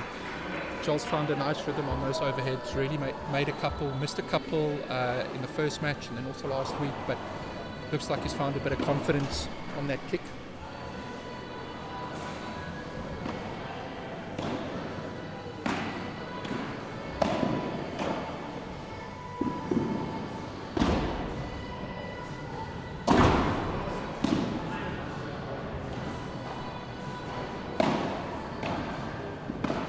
Oh, Joel did so well there with the boast. Tremaine then really stayed calm in getting it back there.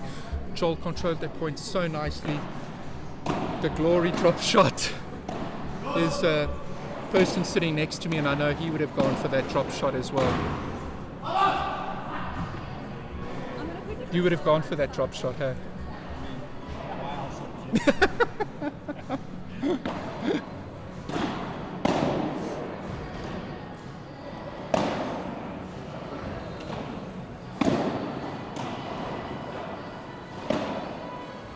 Well read by Tremaine.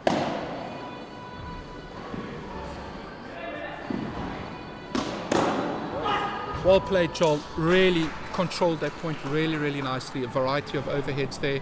Also, Joel seems to be playing a lot more down the line instead of just diagonally. Really controlled that very nicely.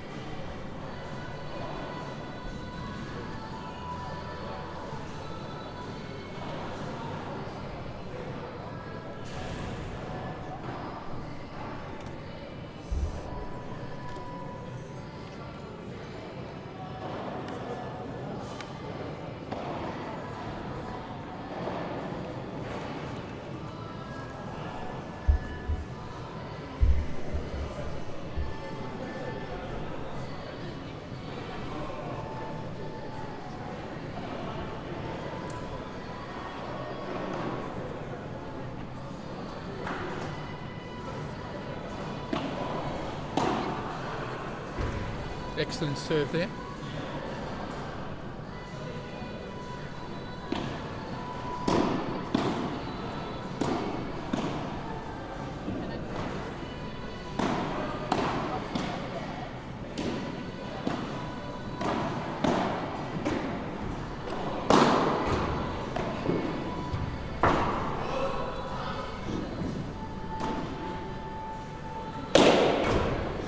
Shot, well played, Tremaine. Again, beautiful control of the point there. And again, it's an example to a lot of us. At no stage did they bring Seb into that. It wasn't that they're trying to fridge or anything like that. Joel was under pressure. Tremaine and Aiden kept Joel under pressure. Oh, almost. That was a beautiful drop shot, so.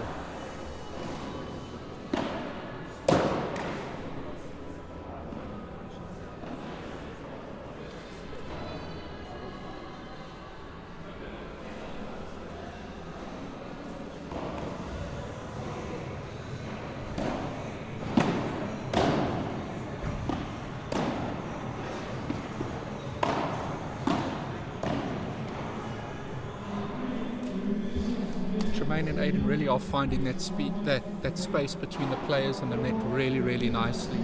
They've been using it to their advantage really well.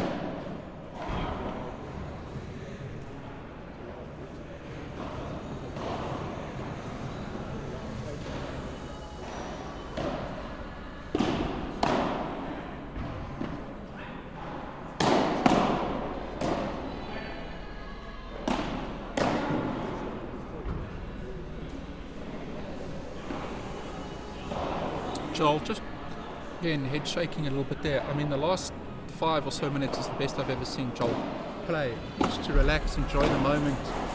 He has actually been really playing quite nicely.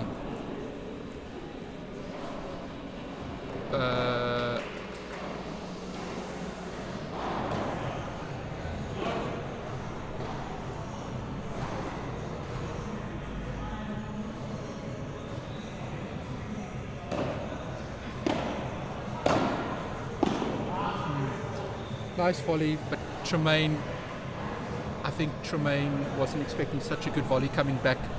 Rushed a little bit, got caught out of position. 30-all.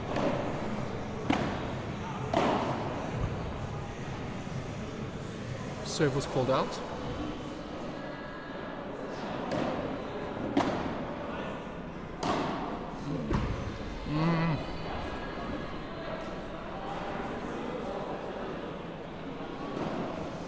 Such a nice lob there from Aiden. He makes it look so easy.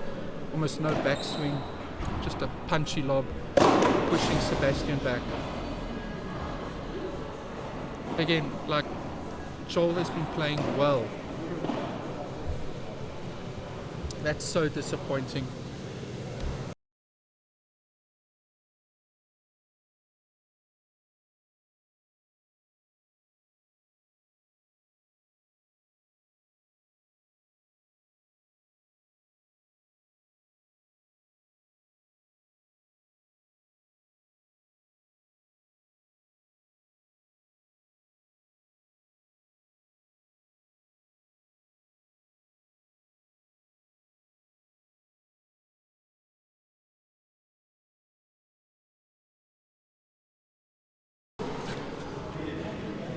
So that's strange to see. I mean, look, and I'll talk about what's going on the court and that sort of thing. I honestly think that Joel's been playing really, really well.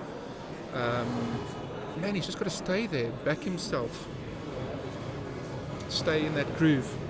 Okay, so first set to Aiden and Tremaine there. Actually, that's like textbook. Serve down the middle, open up the corner, put it away.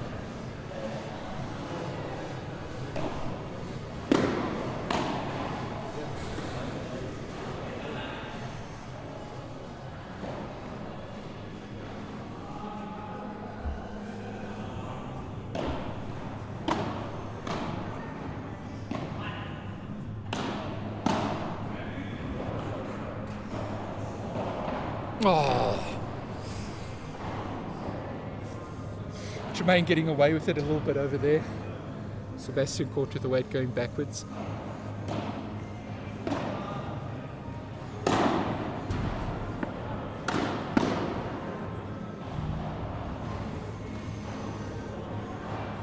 Nice start there from Aiden and Tremaine.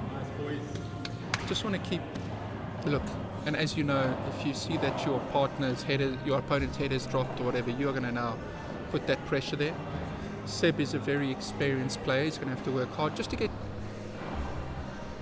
Joel back, because he was playing really, really well.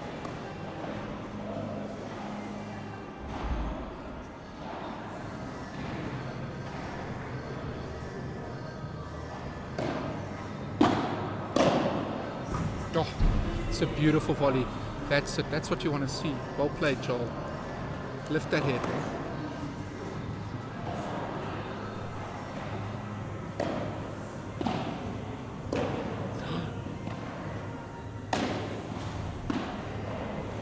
Excellent reload. Oh, well played, Tremaine. That's really well played. And again, what you need to do is there, Joel needs to just turn around and say he got outplayed that point, but he didn't do anything wrong.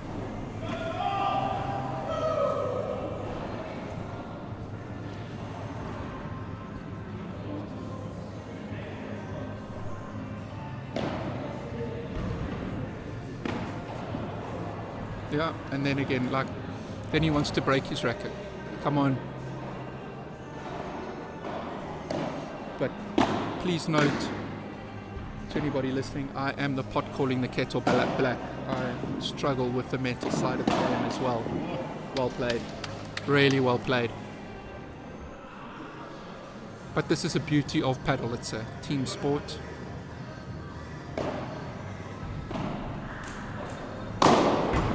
Look at that.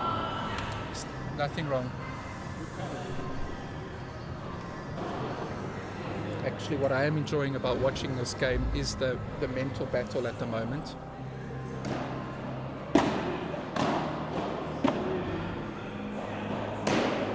I had a chat with Joel a couple of weeks ago, and I know he definitely wants to be playing with his brother.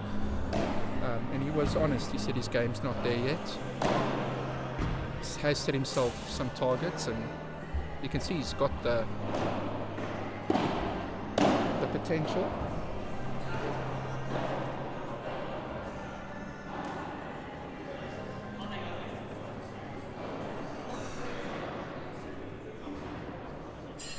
Golden point.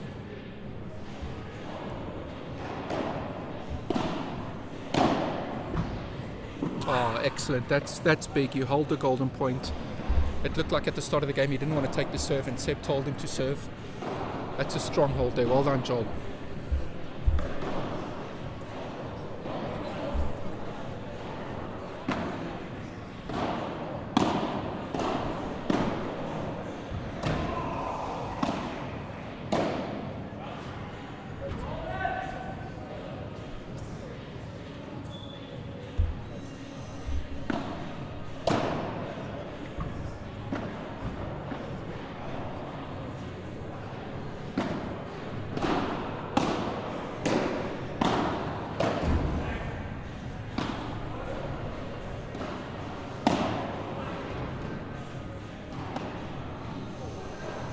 Yeah, you can see Tremaine and Aiden have got control of this game. That was a shot played by somebody who is fully in control. But what I did want to say is actually sitting this close, the amount of spin that Tremaine is putting on the ball is absolutely incredible.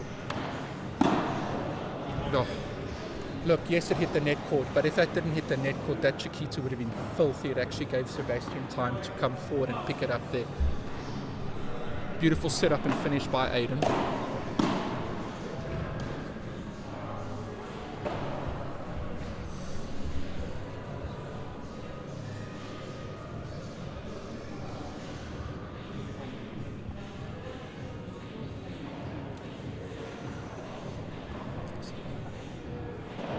So just a shout out again to Balwin Properties. Thank you so much for hosting this amazing event. Balwin is a leader in green building innovation with all their developments certified by the Green Building Council of South Africa. Being green helps Balwin get its clients lower interest rates on their bonds and lower monthly utilities. They're deeply committed to sustainability with eco-conscious construction and community initiatives that make a difference. Balwin also invests in social impact, supporting local schools, sports and community development projects.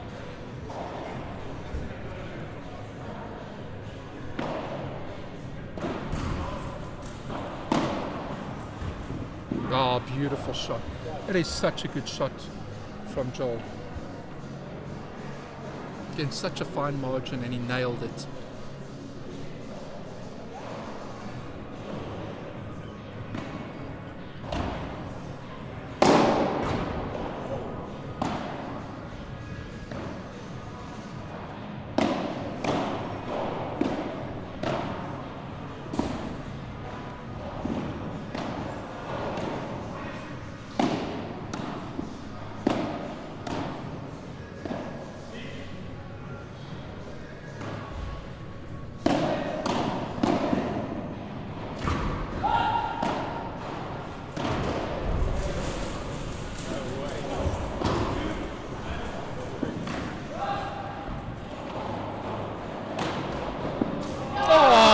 Well played.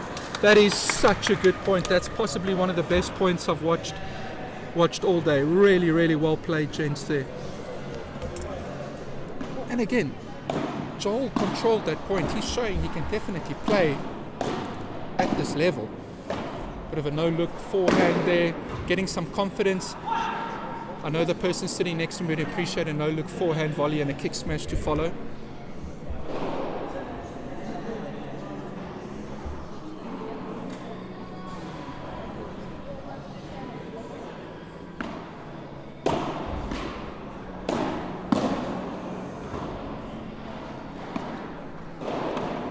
Oh, shot, well done. Just so good. And there's that space I've been talking about that they've been exploiting.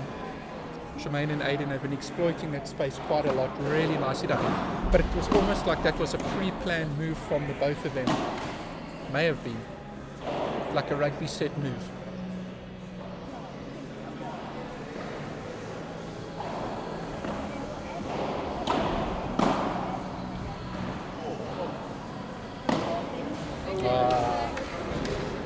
Well picked up there by Aiden. I don't think Joel's decision was wrong there. Missed the shot. But Aiden was a little bit under pressure there. Ah, there we go.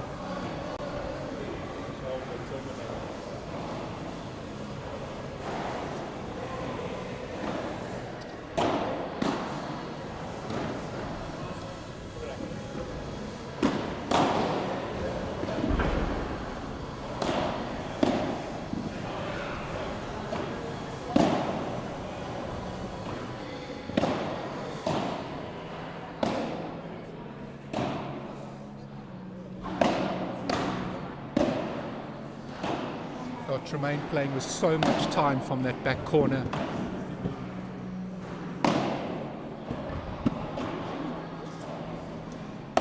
This is really good to watch.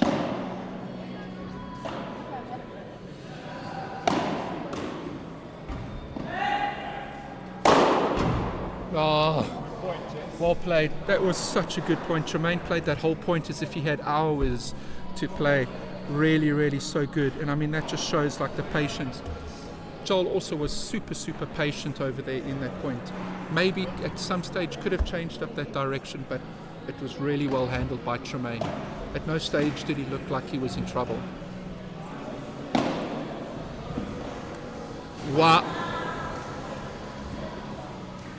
That was... I don't even know if that was in or out, but that was an incredible... I think it was in. That was an incredible pickup by Aiden.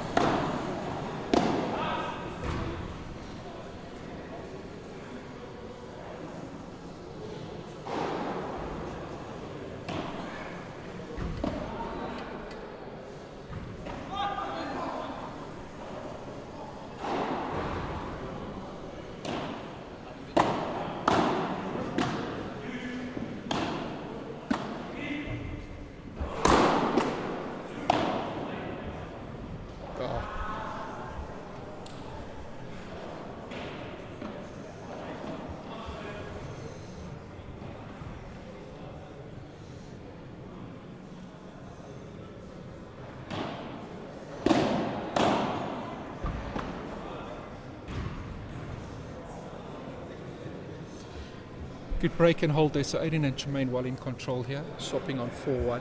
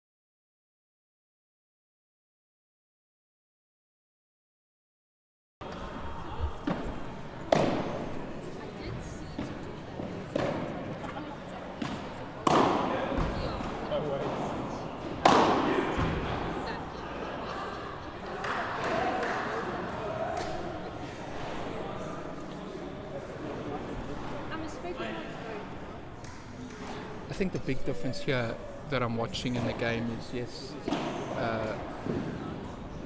is obviously Aiden and Tremaine have a lot of the shots, but it's the amount of time that it looks like that they have to play.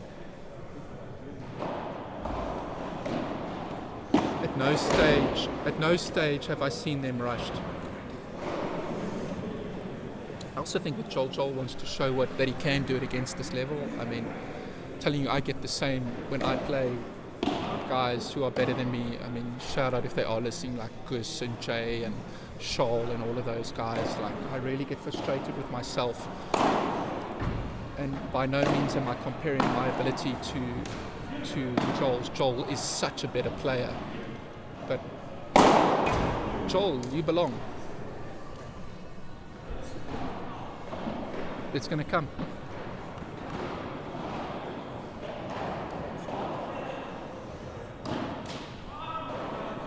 Yeah, Jay.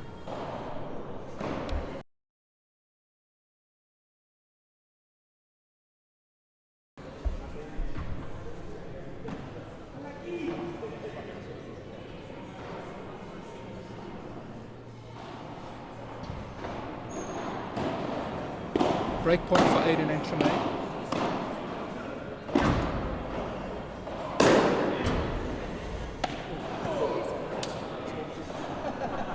Tremaine almost murdered a photographer there. That was a preview to the Springbok France game.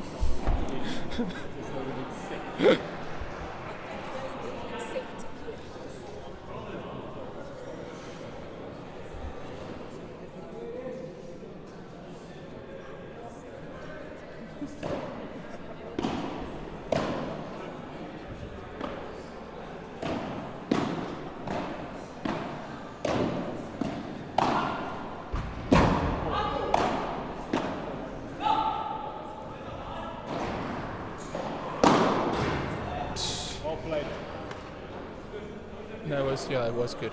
I could see it from here. The way that bounced, yeah. Listen. Well played.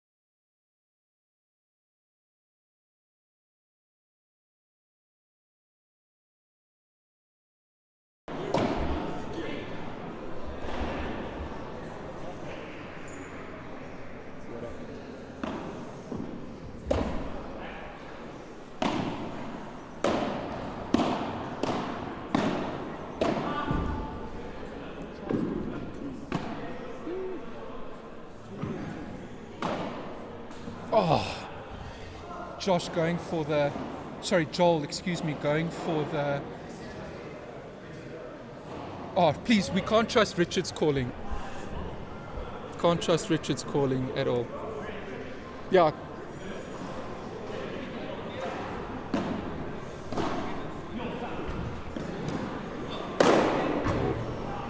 Yeah, big smash there from Seb.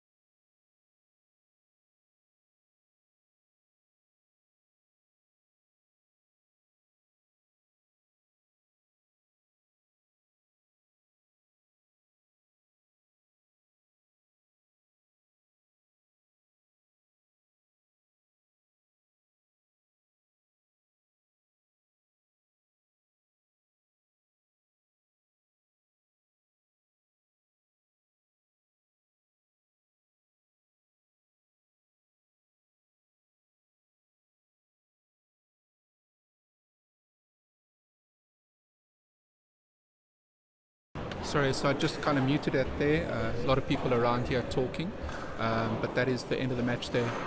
Really good game. I'm going to leave this sound on now. Maybe we can get a fight.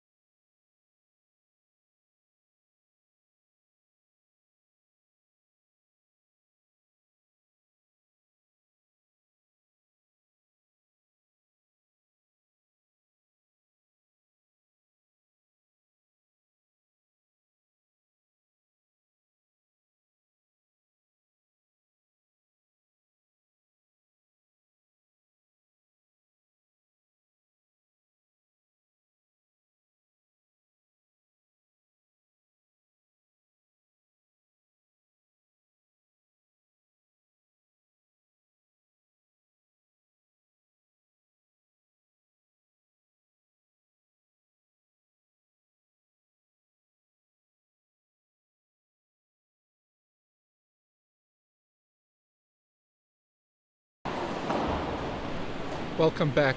I think this is going to be the match of the day so far on centre court. Let's just introduce the teams closest to the camera. Right hand side, he's back to us, AJ, with his partner, Sean Legolas, the one who bends and folds, quick hands, up against Josh. Josh, one of my favourite players to watch. I know I keep saying that a lot, but as a lefty, really enjoy watching Josh. And during the Diamond League, just watching him, I really learned a whole lot. Then clearly Josh has a thing for Tians. I think I played Josh in an SA Grand, and his partner was Tian van Wyk, and now he's playing with Tian Erasmus. I actually think these guys' styles should suit each other very nicely. Josh really good at building up the point. Tian, well, is one of the best finishers in the game. As usual, anybody watching on the stream, let me know what you think. Who are going to be the winners? What's going to happen?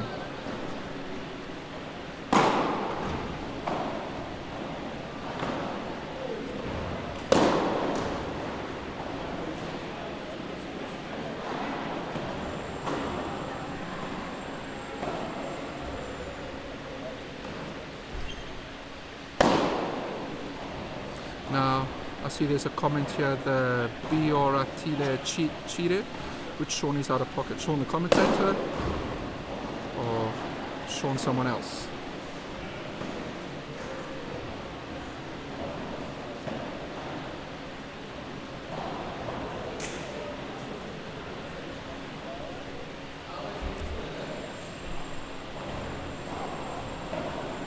Really nice little crowd here as well around the court. Everybody expecting a very, very good match. I'm hoping for a 3-setter here. I've asked for the predictions around the courts.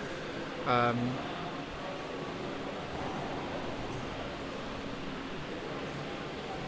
see they've actually spun for the serve and not playing for the serve.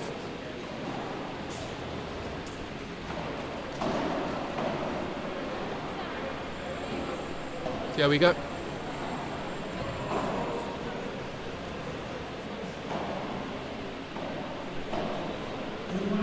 Is that Anthony van Rensburg, as in Mr. van Rensburg, who I spoke to during the Diamond League? Welcome, sir, if that is you.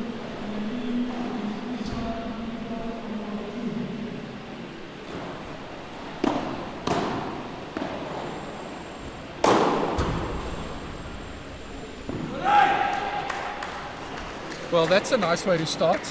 Hey? Tian just loosening up the shoulder over there. Sean sending a bit of a statement. You miss, I win.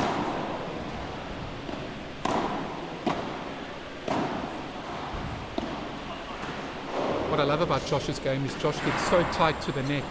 Really, as the plays as a very, look, obviously being left-handed, but plays as a very aggressive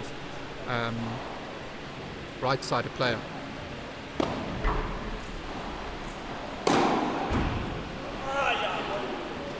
There we go. Tian says fetch that. Mr. van Rensburg, I just want to give a shout out there. I thought Joel played a great game. Really, like, I've watched 3 of his matches in the last 10 days, so you can be very proud. I thought he played, had a word with him afterwards as well to tell him he played a great game.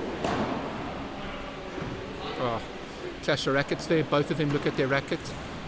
Knox look at their bank account.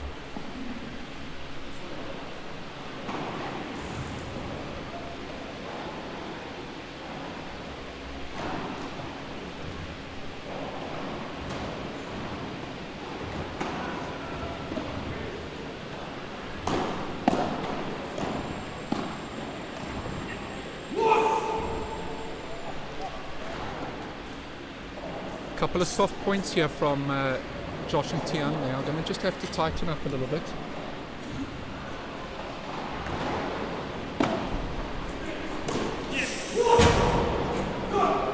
breakdown in communication there. I don't know how many times Josh and Tian have played together. Just got to talk to each other a little bit there. Tian's got to trust Joel with that overhead.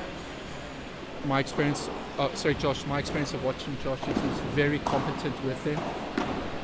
Tian, just got to trust him. There you go. Nothing wrong there. That's a soft game. That is a soft game. Little breakdown in communication there.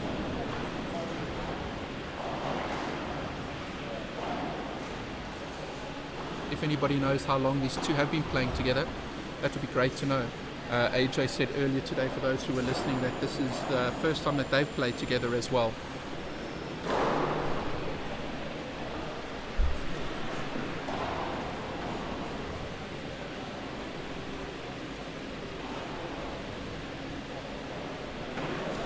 Just want to again thank our sponsor and host, Balwin.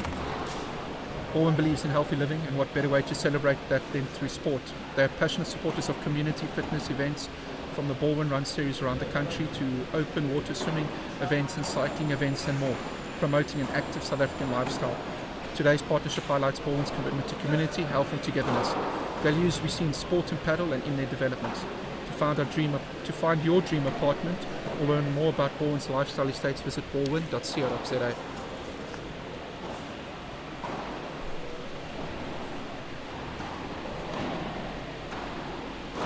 Alright, so good start here. Perfect start for AJ and Sean. Can they capitalise?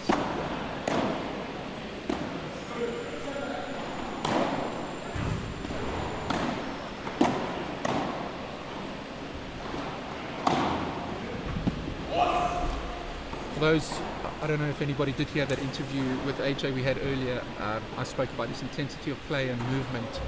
Watch the game and see if you can pick up what I mean. Just that purpose in his movement and concentration. You can really see it's a mental thing that AJ is doing.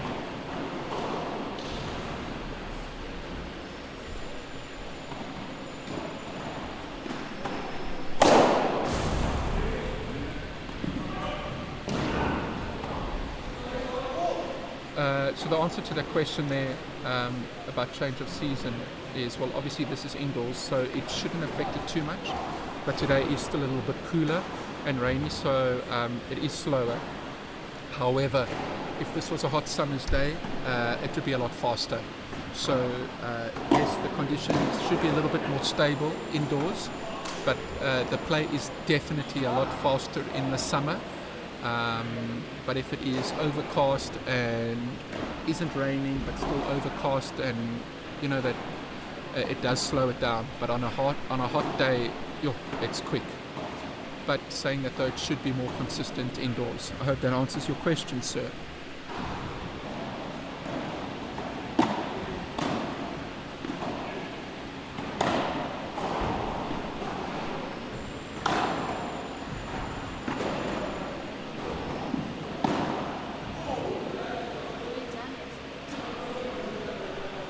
Body shot there, Tian apologising, AJ not having any of it.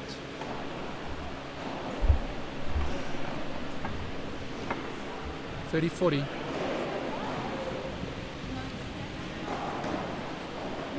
That is an exceptional serve on break point. Really, really good serve there. Tian maybe just a backswing that is just a little bit too big.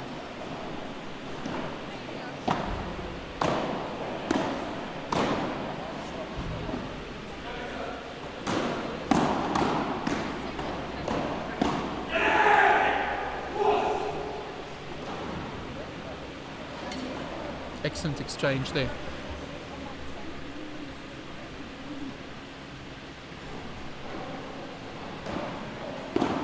Yeah, Paul, we should all be using high altitude balls up here. I know in the leagues that I run, I insist that they use them, so we should all be using high altitude balls up here.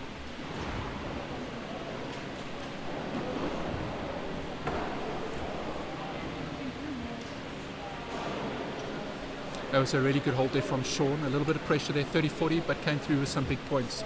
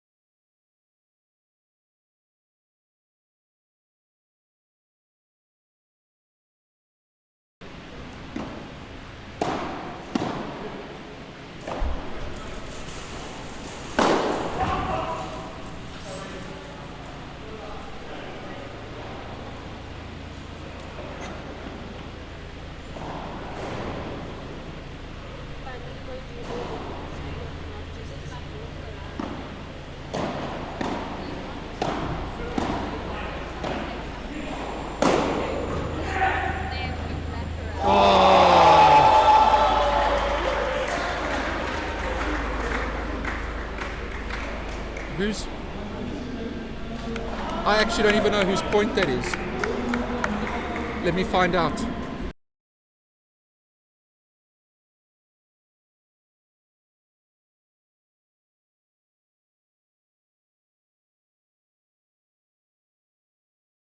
Okay, so got the pros to answer there. That came off the post and went in. So, yeah, Sean's point. That was unbelievable.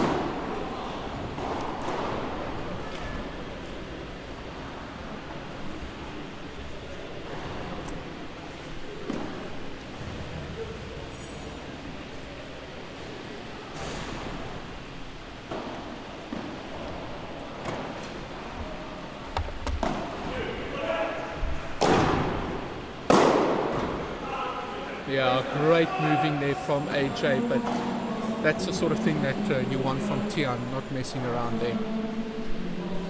Wow, this is a really entertaining game already. 2-1. AJ and Shauna break up.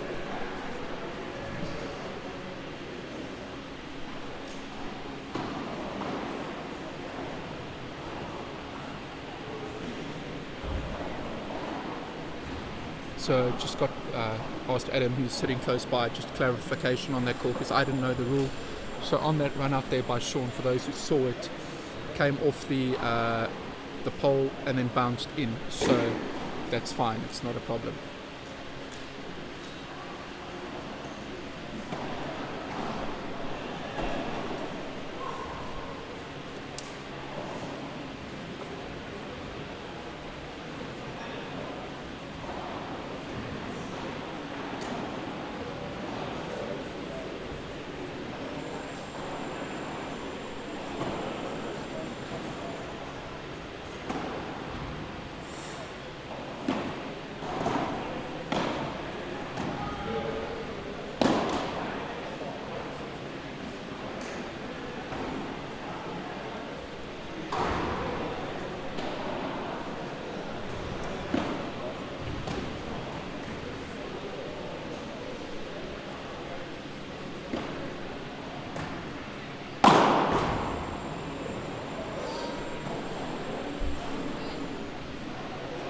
Big flat smash there from AJ, just getting enough of it to evade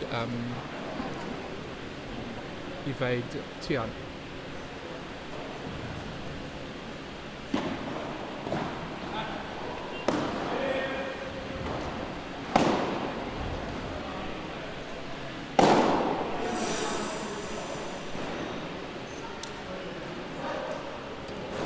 Sean making up there for AJ. This time Tian getting hit and getting hit hard.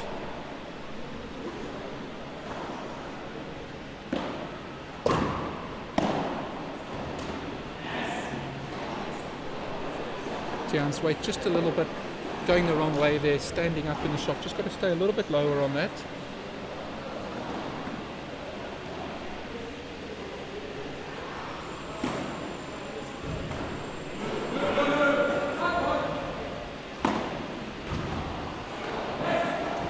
Communication is just not right between the two of these guys at the moment.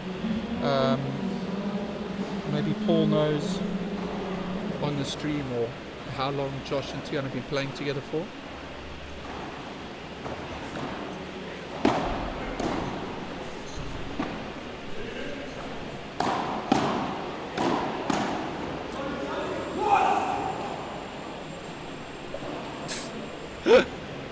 That's the second time Tian's been hit.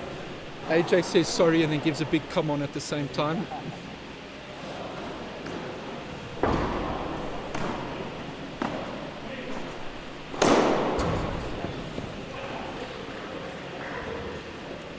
That's why I'm saying if anybody saw my build-up, Tian is the second biggest match in the country after mine.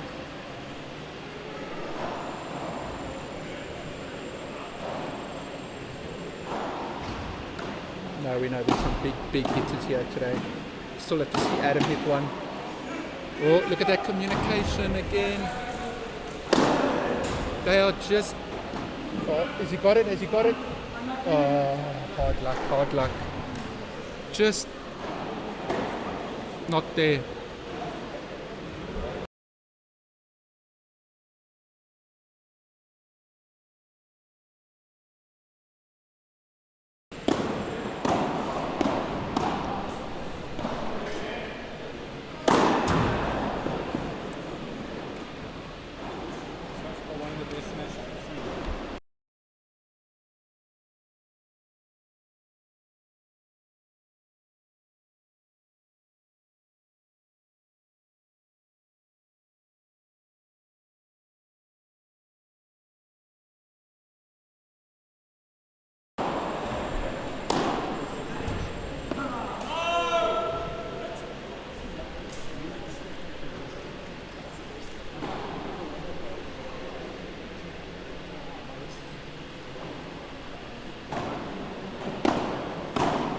Oh, it's disappointing.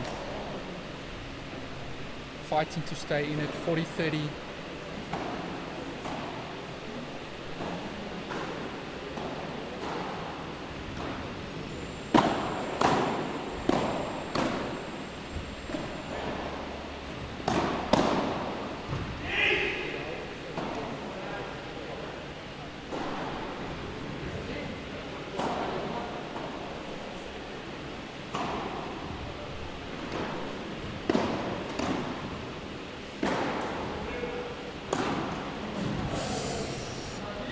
That is so unlucky. So unlucky. All right, golden point here. Big point.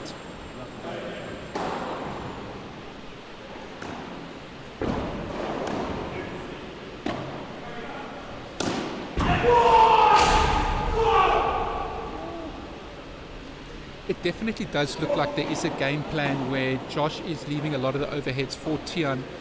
But I don't know if that was the game plan going into it before, but I do think Tian needs to allow Josh to build a point a little bit, put some pressure. Josh has the game. Let Josh put the ball in the corners, then Tian is going to get easier overheads. At the moment, Tian is moving a long way across, but because he's moving like that, I feel like he has to overcompensate on those overheads. I'm not sure if that is the game plan, but that is kind of what I'm picking up on here.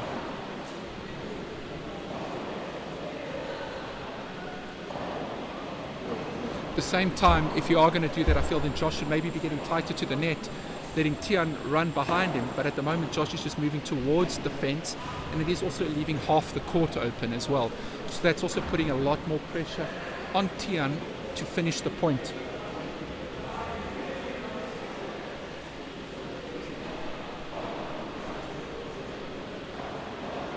Josh definitely does have the overhead game to build pressure.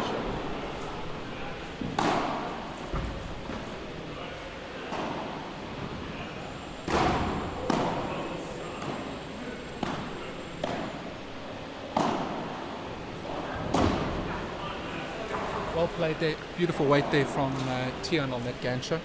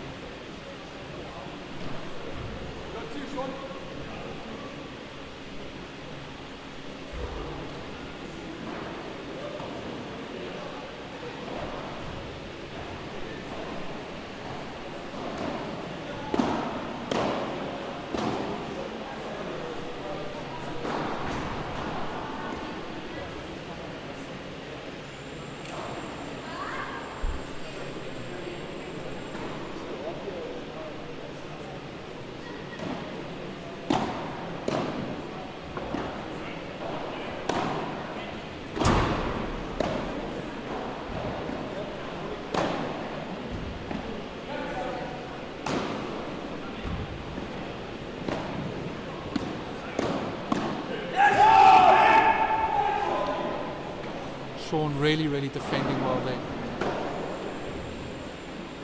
Tian's just got to show some patience.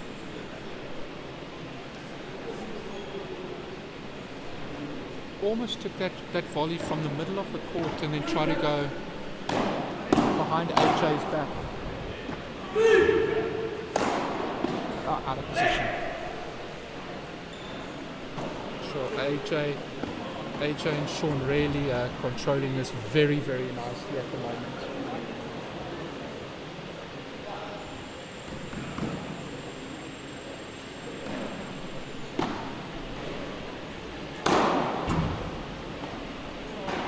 Just missing it.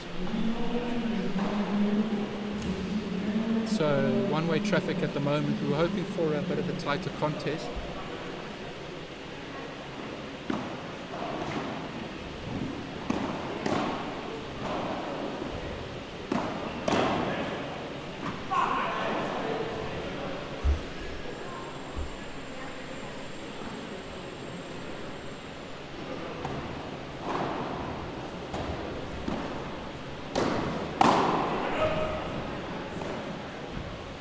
Yep. That attempted por quattro comes out of my school of overheads.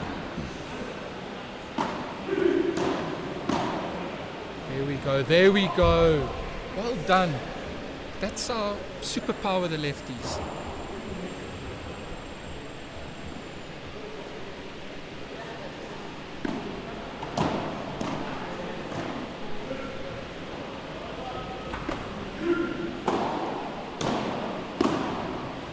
No.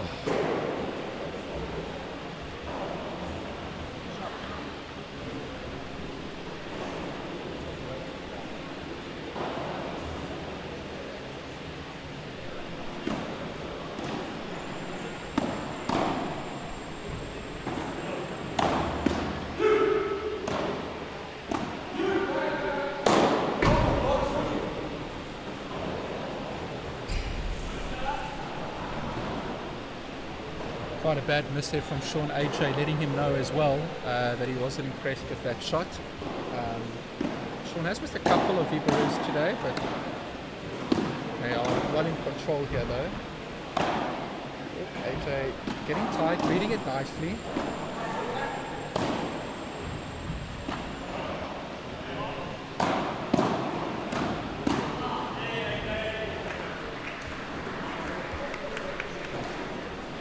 Great point there.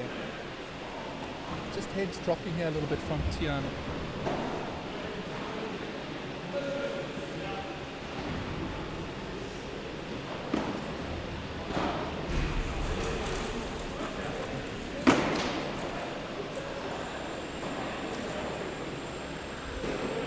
No patience being shown at the moment.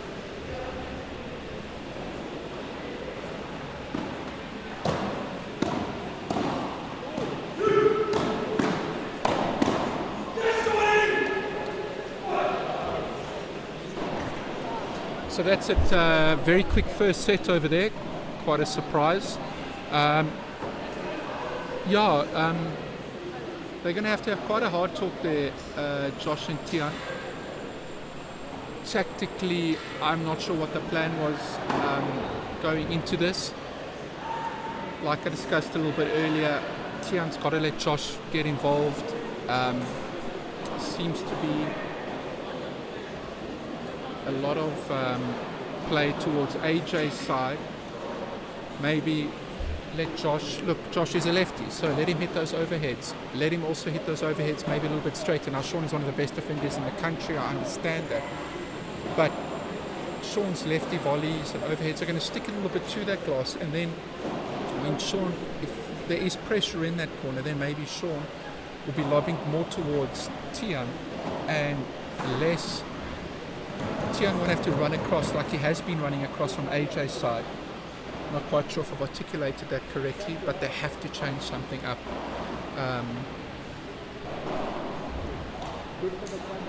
By Tian running around and behind Josh a little bit, you are taking that left-handed superpower away. Let me know if you guys agree or disagree.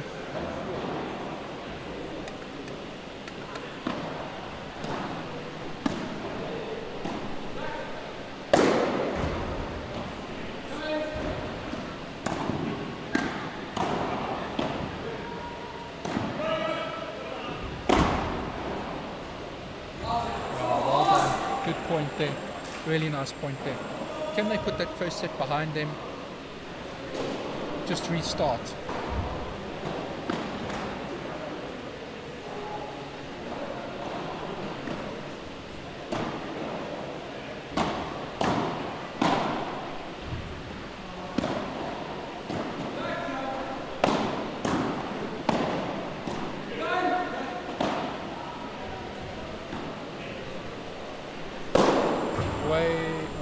Way too short. Yeah, unfortunately that lob was way too short.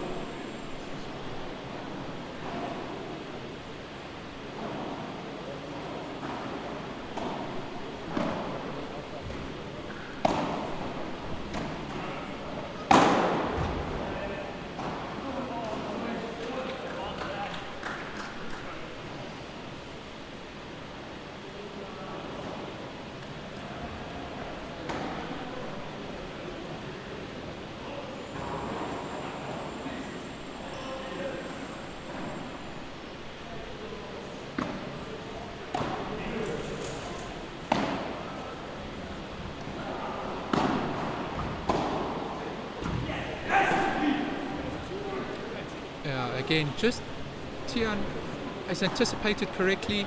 Just again, it's just that backswing off the back glass. Shorten it up a little bit. Focus more on the follow through than the backswing. Great return. That's really a good return.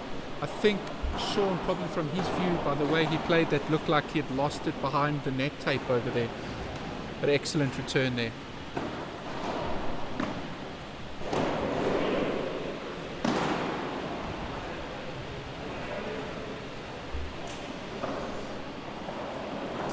Unlucky, maybe a bad bounce there.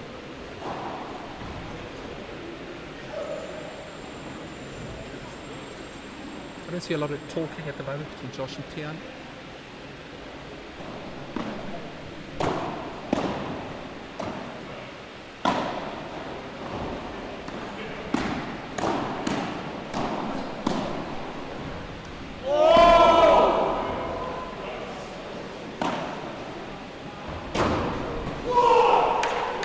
So well done there from Josh. But I think we need to see more of that. Josh turns defense into counter-attack so fast, and then he gets pushed back, picks it up again. But Sean stayed very, very relaxed during that whole exchange there. Really well played. Yes, what a shot.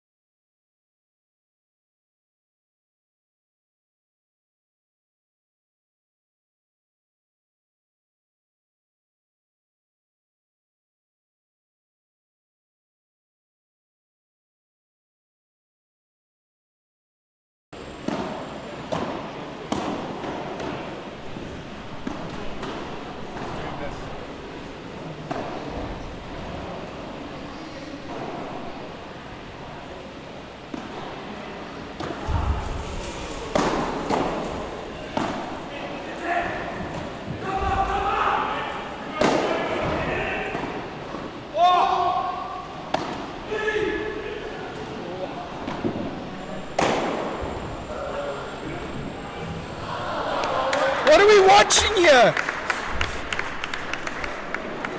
That was amazing. Oh, did he?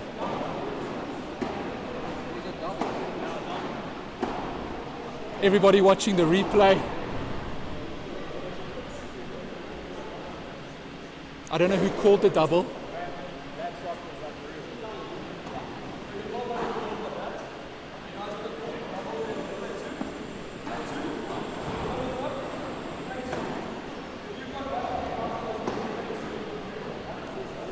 Looks like they're taking two there.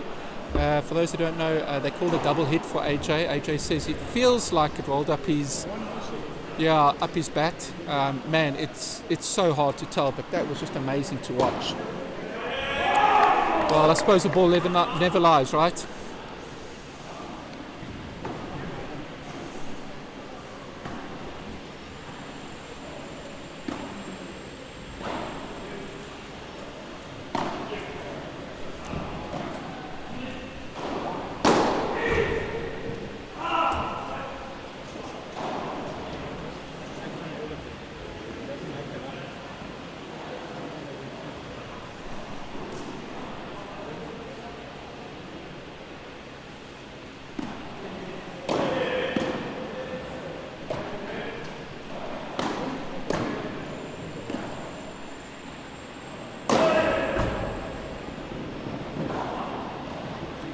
Really nicely done there by Sean, controlled that point so well, and Sean just showing he's also got that ability to put it away.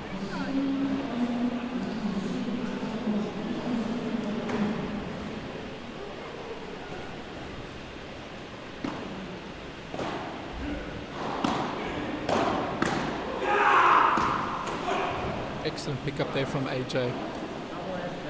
Yeah, double-handed. Tennis players next to me appreciated the double-handed backhand over there. Josh's decision was right, I felt, moving forward to pick up the volley. And an early break.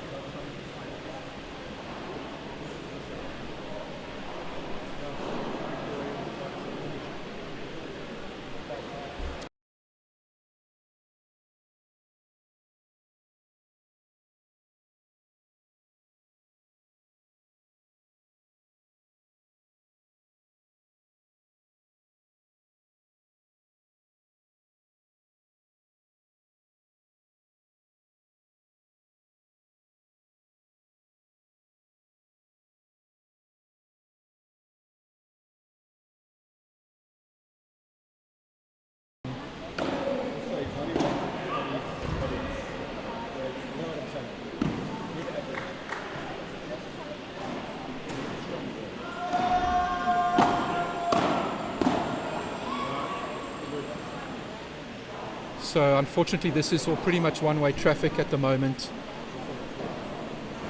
Tian and Josh really just have to slow their thinking down a little bit here.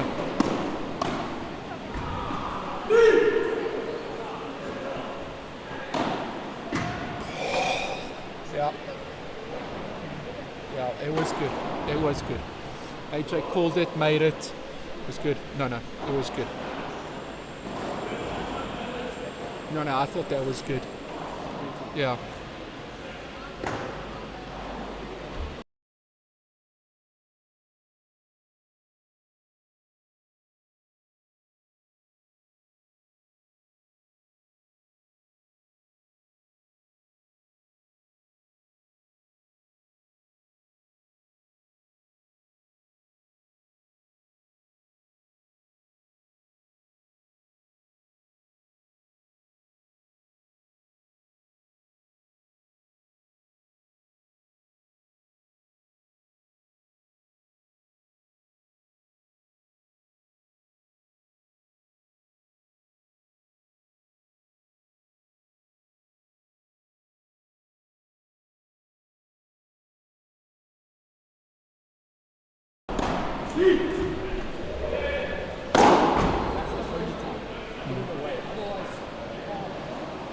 I don't know if, but now, so like I said, I love watching Josh play as a lefty. I just can't remember a lot of times watching Josh where he does attack down the line. Maybe a bit later I'll catch up with him and see. It's so good. We really are. We got a front row seat here to some even though the game is pretty one-sided, some incredible athletic ability here. These guys are almost as athletic as I am. Oh, look at those hands there from Sean.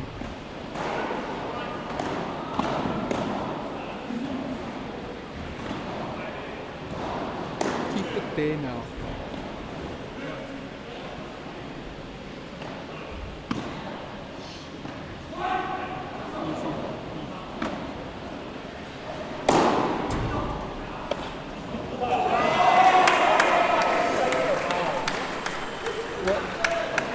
No, I think he hit the, no, I think he said he hit the net or touched the net. Sean said he touched the net. Yeah, Sean called he touched the net there, so that does look amazing. None of us saw it. But again, it's incredible. It really is incredible. I hope you guys are enjoying this. Sean being super honest there.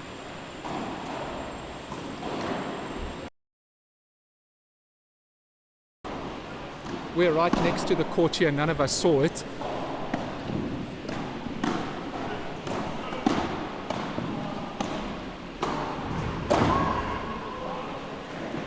Out there. Yeah.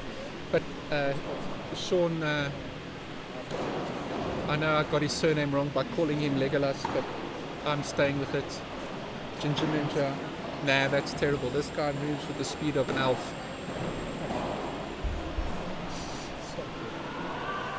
And live.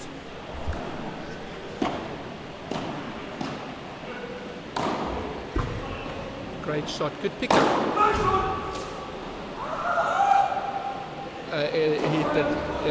Sean touched the net there as well. But again, there's an example. The overhead was left for Josh. Josh played the Vibera. Aja had no option other than hitting the lob. And Tian didn't have to move out of position to play the shot. Excellent shot there from Tian. Look, it's obviously something he's been working on, the running, jumping, kick, smash. I mean, Adam plays that shot so well.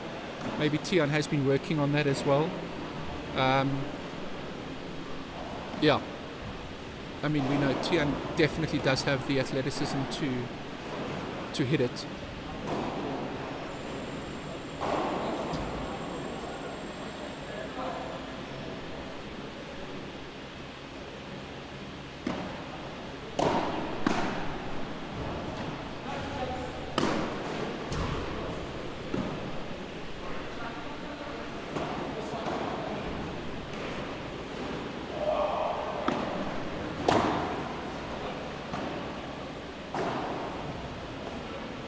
It's just so soft. Fighting to stay in the match, missing a return of serve.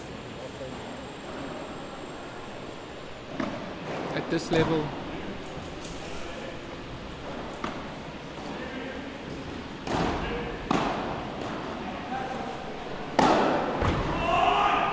Yeah, Sean going for way too much over there.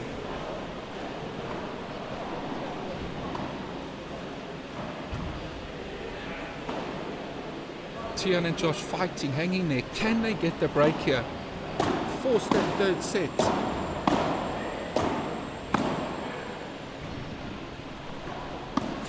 Beautiful Chiquita there from Tian. Oh, well done. Such a good Chiquita. Great way to get the net. Really nicely controlled there by Tian. And Tian has great touch.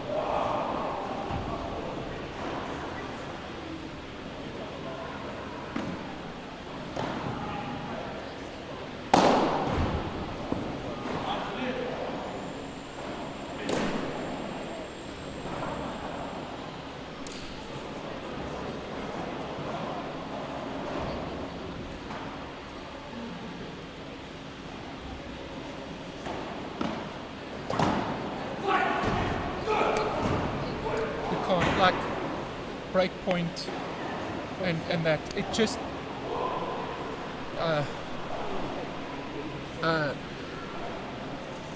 like I said today, I'm gonna root for the underdogs tonight, but like that is soft. You work so hard for the break point. And then what happens is you get frustrated with yourself and you make a soft, it's just,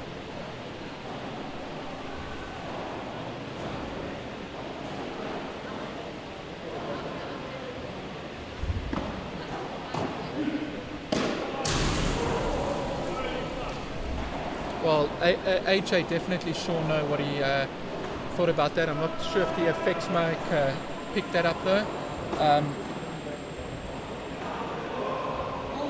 You know what, but that also just goes to show, just get the return of serve over the net. Golden point, another opportunity for a break point. Josh taking the opportunity here.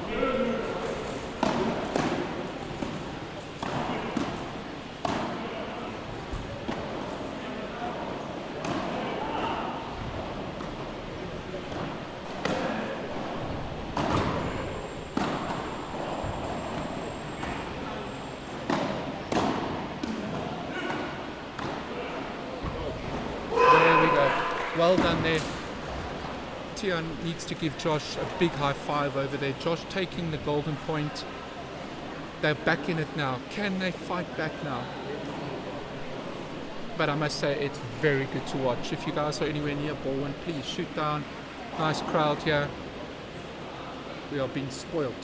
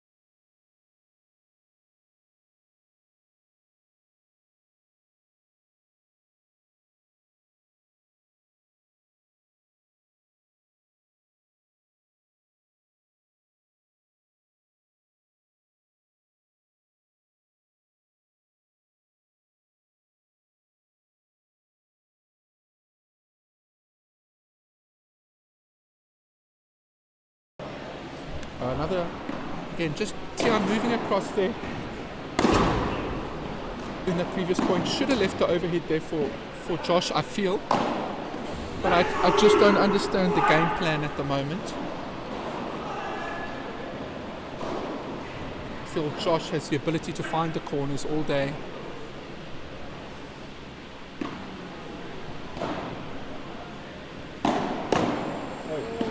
Great block there from Sean. I mean, Sean's hands are on another level. Like, I don't know if Sean gets enough credit for how quick and good his hands are. Very strong. And Sean did admit to me on the stream that his hands get him out of trouble a lot. And so I asked him, do you sometimes feel that you're out of position a lot? And he goes, yep. His hands do get him out of trouble. Well played there by Josh. Also excellent defense there from AJ. Oh my goodness, sorry, come on. That's the second sorry, come on from AJ. And then there's a break. Maybe Josh going for the kick out of frustration over there. Just to show that he does have it. This is the longest I've seen Josh and Tian talk to each other.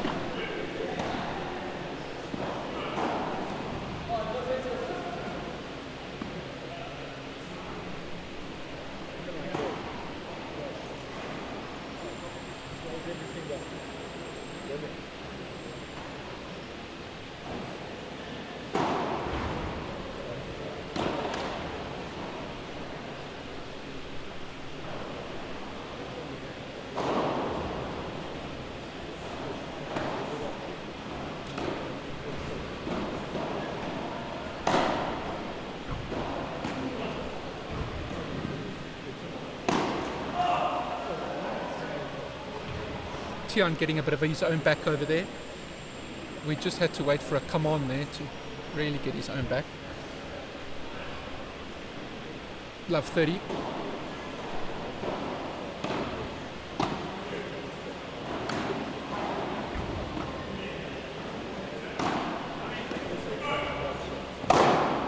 Go Tian. Well played, well played.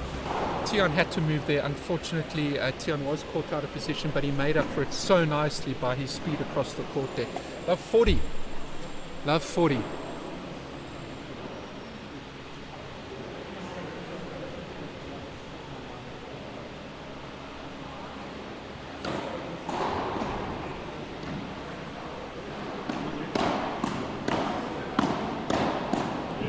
Quick hands there. Tiki-taka. There we go.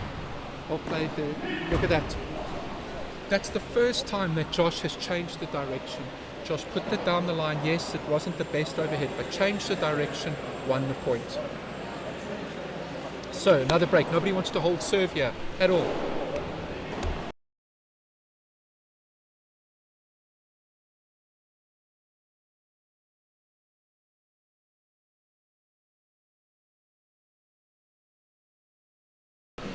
So I'm joined by Richard, first of all. Yeah. Joined by Richard, welcome. Well done on your win. Thank you. I know the guys that you played way beneath you, right? No, I can't say that. Future clients of mine. Tough competition, two very good tennis players. And I think for them it was a bit of a big step for them to playing at a high level tournament like this. And I think myself and Iggy played very well. So. I'm going to ask you some advice about something. So I like to enter tournaments like this, and that's something we come up against guys like you, and you know, what is the best thing for us to just try to keep the point going? I mean, you know what I mean? What? I'm not to beat you or anything like it, because we never can. But what do we need to try and get out of a game like it? 6 back, 7 back, or you know? I think like the first step is like not be upset if you lose the match at the end of the day. Yeah. Right, and then like the next thing is like you're out there to learn. See what the level's like, and then just try like stay in there for a few points, because obviously the first few games it's going to be very quick, I believe. Yeah. And after that, you obviously will get into sort of a rhythm. You'll eventually get into your toes, and you'll figure out what to do. And from there, like you just work on the small things, like you focus on hitting good lobs and reading how the glass works properly when someone hits a good ball. Your technique maybe a little bit as well. No, I wouldn't say technique in a match, because because you can't think about it. Exactly, you can't, and then you'll be overthinking too Yeah. much. But definitely sort of just like gameplay wise, Yeah. hitting a better lob, or maybe like trying to hit a chiquita moving forward, where you're normally hitting chiquita staying back, and you're probably losing the point on the next shot. Yeah. So it's a small thing, and I think like you can't like don't ever look at it as like I hate the game and these guys are way too good. Yeah. Listen, the more you play, the better you get. Yeah. I'm going to have fun. It's a great picture.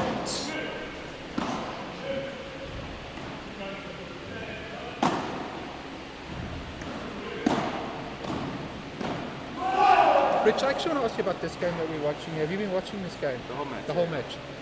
Tian, I've watched Josh play a lot because of the Diamond League now, and I've always felt that he has a solid overhead. Not like I'm not talking kick like from the left, that Vibora. Fantastic left-handed Vibora. Fantastic. The tactic of Tian running behind him, I know maybe I'm oversimplifying it though, it just doesn't seem to be working out here. Do you think it's a planned tactic from the two of them, or something they discussed and they're working on? Are they a new pairing? No, they're not a new pairing at all. They've travelled, I think they've played 3 fifths together around the world. It just doesn't look like it's... No, you're right. I'm not going to give advice during the match, but I mean, I played against him yesterday. Tian didn't play like this, the way he's moving over. But I think what happens in a tournament is that you get overwhelmed and there's so much pressure. Yes. You become frantic, and I think Tian is in that mindset now where like every time it goes up, he wants to hit it, whether or not he's making it or not. Yeah. He's not allowing Josh to get into the rhythm, and I think, like you were saying, Josh's left-handed Vibora, which we saw in the Diamond League, and he's proven it in many matches, it's very, very effective. It's not huge, but it's very tough to defend, and it keeps you at the net, unless you're obviously they manage to have a good lob. Yeah. But, I was their coach. If I was sitting sideline there, I would definitely just say, listen, okay, we lost the first set. Let's try and get Josh more involved. So good. And let's change it up because I mean, he's a very solid player, and everyone just needs to take a deep breath every now and then. It's difficult. We get into that. All of us, no matter the level, we get into that headspace. So, Richard, you went overseas now. Where did you go? I went to go train 2 months ago, I think. What about Gondwana? M3 in Madrid. I was there for 10 days. I went there by myself. Adam and Warren were there. Yasser was there. It was a fantastic experience going there by myself. You know, having to play with a different partner every day, training with very high-level paddle players from all around the world. You learn a lot. I mean, the coaches there are very knowledgeable. They want to always help you. The drills we do, and then you have to, like, what we don't do here is like incorporate into a match situation. So, yeah, I mean, you're not going to go there and turn into Tapia overnight, but you're definitely going to work on the small things. It takes a bit of time, but eventually it'll click. And I think now it has actually. To adapt at my age, to learn something new, it's tricky. But it was worthwhile. I loved every second of it. Can you? I know the lessons in that. Do a lot of the lessons apply to, like, we play at altitude, so it's such a quick. I mean, yes, you want to try slow it down. Is it easy to take what they're teaching you there and just put it into here? Absolutely, especially at Madrid's like 1,400 meters above sea level. Yeah.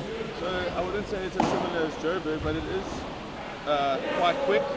And secondly, they use the bull paddle NXT balls, which are very quick. Okay. So it's actually, funny enough, you asked the question, it's very quick there. So like hitting kick smashes, I felt it was the same as Joburg actually, especially with the new balls. But yeah, the Spanish, they teach you a slow game. They want you to. It's about taking the net, hitting chiquitas, moving forward, not trying to win it from the baseline. Working the point. Working the point. And it's not just about big smashing. It's about constructing, playing a game of chess on the court. And did you go play foot at all? I didn't. No. You didn't. Okay. A 10-day holiday / training camp. Session. And any plans to go overseas at all? Not this year. I plan on playing 1 or 2 flips in January. Yeah. There's an Australian swing, just like we have in tennis. Yeah.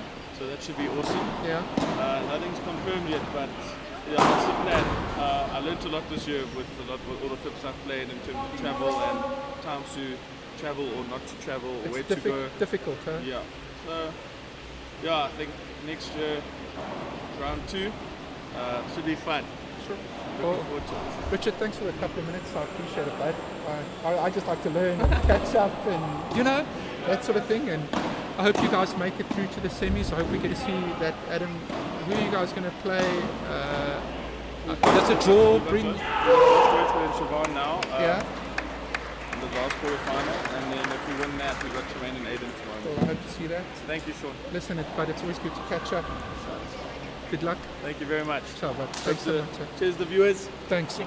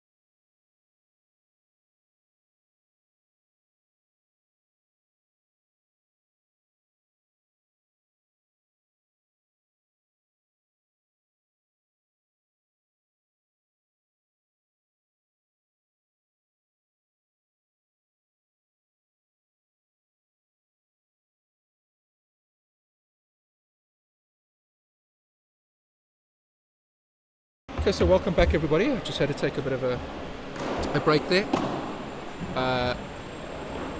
The crowd has definitely picked up here. Adam's on the court with Warren up against Zaidi and Gail's very own Riyad Mutani. Those who tuned in earlier may have heard an interview with Zaidi. We discussed game plans and tactics and that sort of thing.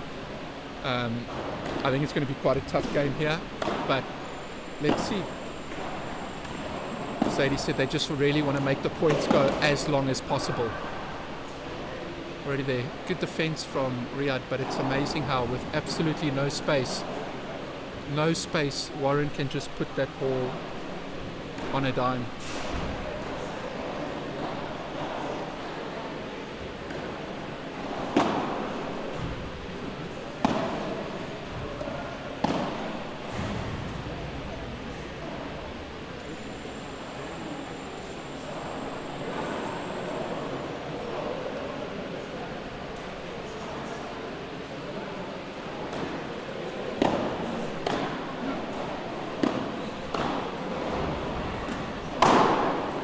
Well played, Sadie. Well read. He really read that so well.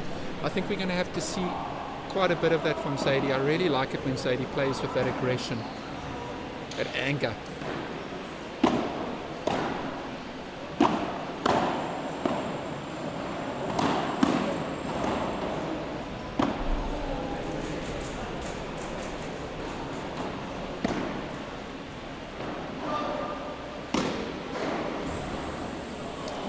So Adam kind of looking up there, maybe he lost the ball a little bit. That's a little bit uncharacteristic there.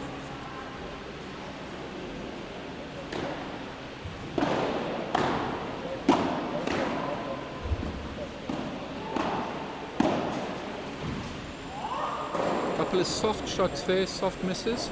Good hold there from Riyad and Zaidi. So YouTube comments are on, everybody. YouTube comments are on. I'm hoping some of people from Gale Paddle Club are watching. If you are, give us a shout out, say hello. I know Adam has lots of fans as well. It's nice to know if I'm not talking into an echo chamber.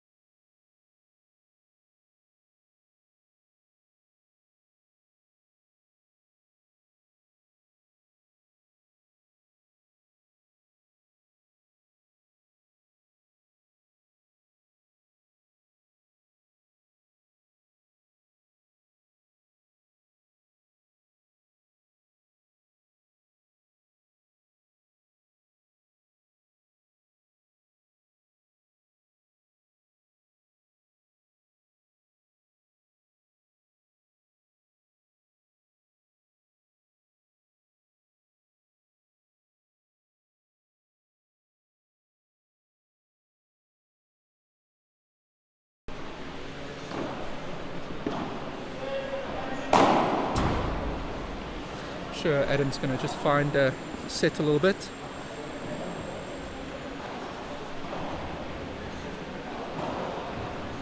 Shout out to Mr. Gutta, Azza. How are you, sir? How is your beautiful family? Thank you for joining us. I don't think Warren is injured. I do see him have the brace on. I think if it was very serious, he wouldn't be playing.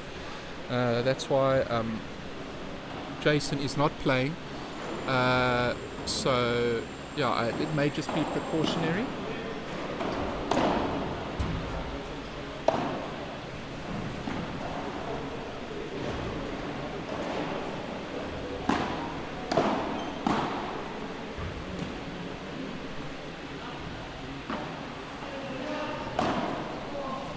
Oh, well played. That is such a good shot. I mean, we all know Adam for those huge overheads, but that fake smash almost bounced twice before the back glass. Great shot there.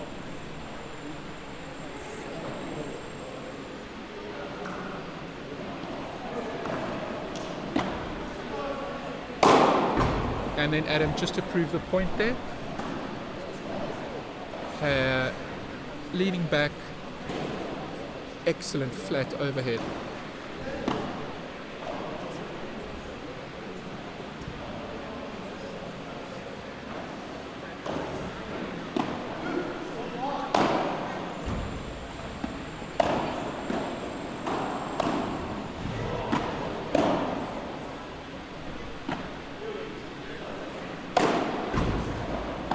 Oh, well done, Zaidi. That is so good. That is really so good to see. I mean, Zaidi showing that athleticism he has. Excellent shot there.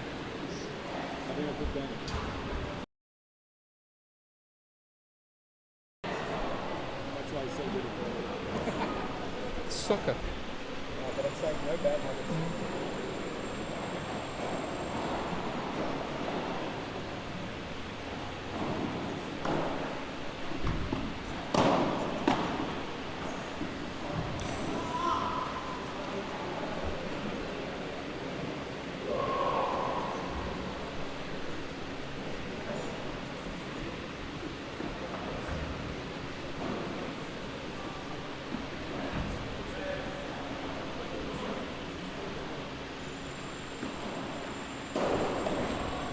Is that what I think it was?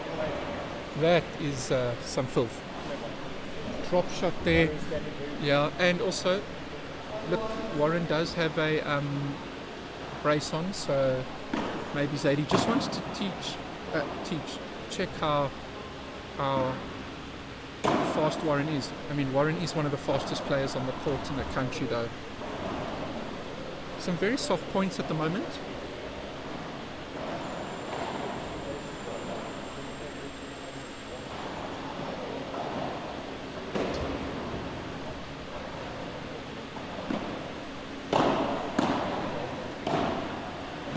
Great shot from Warren there.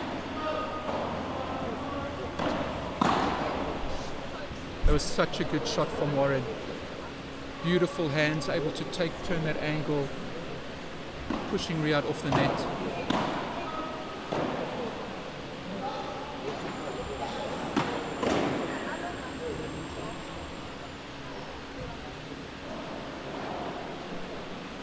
Really good start here from Riyadh and Zaidi.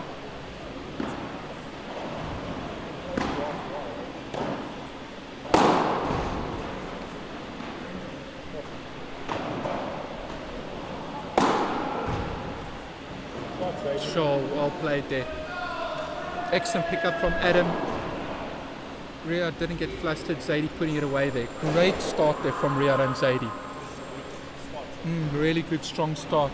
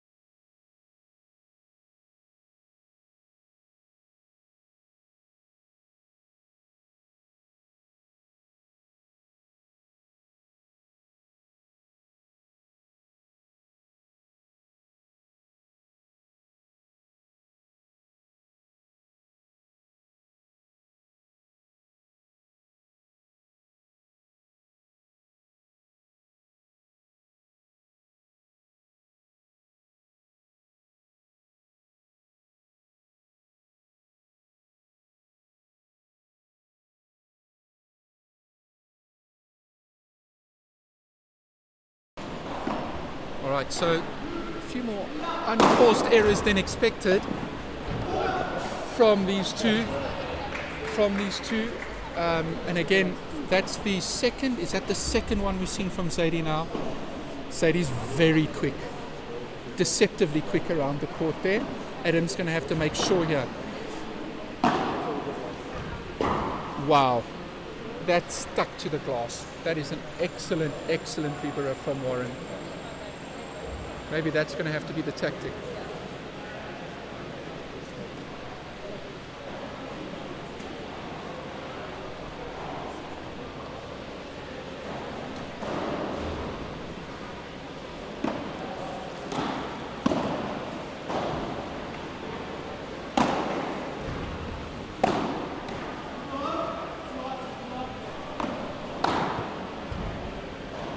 Oh, well played.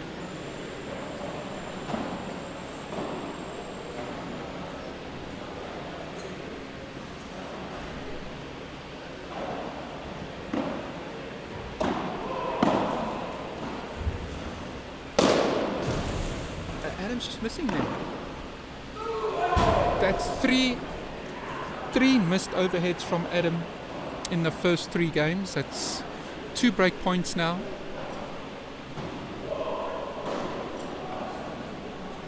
Two break points.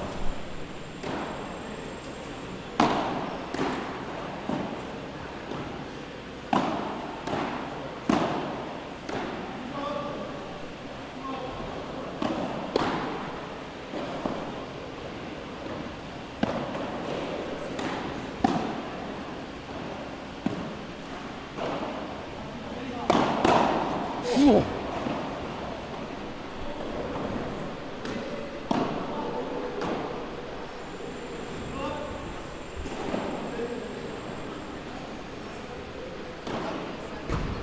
Guys, I hope you can hear that. I hope these two have come to play. They are not standing back for anybody. Wow, there's a break. Can they keep it there? They are staying so composed, putting a lot of pressure on the two of them. And Zadie did say earlier, we just want to make a lot of balls. And that's what they've been doing here. We just want to make a lot of balls.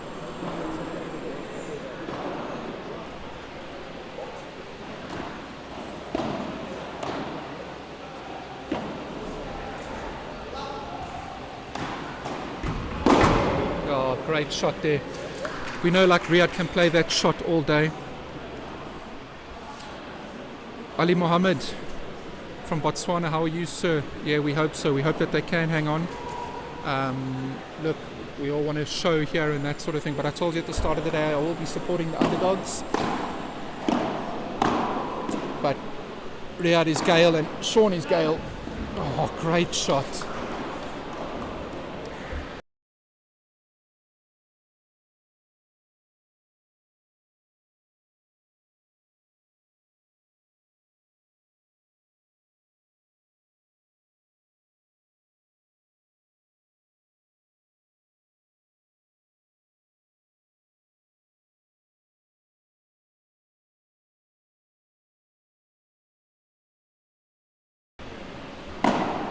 Oh, great vibra.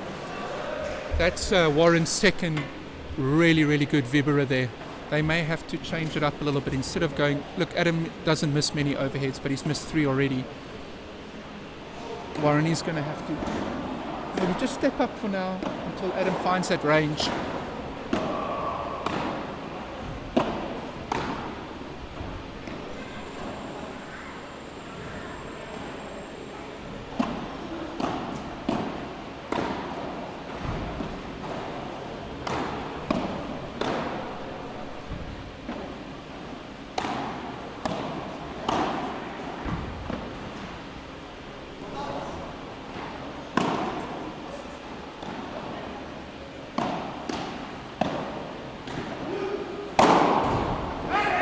Wow. It was good paddle, but I was about to say they were showing so much patience there, and Zadie actually apologizing there, sticking out the racket. The patience broke there for 1 second. It would have been picked up by Riyadh. There, but Zadie just broke that patience a little bit over there. They've just got to remember that game plan.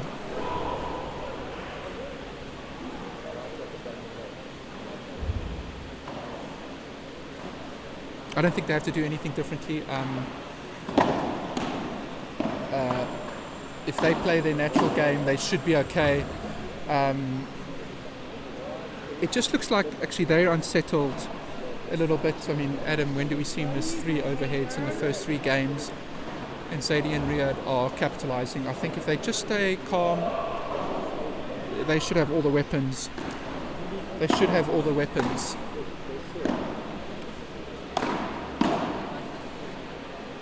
Excellent, excellent.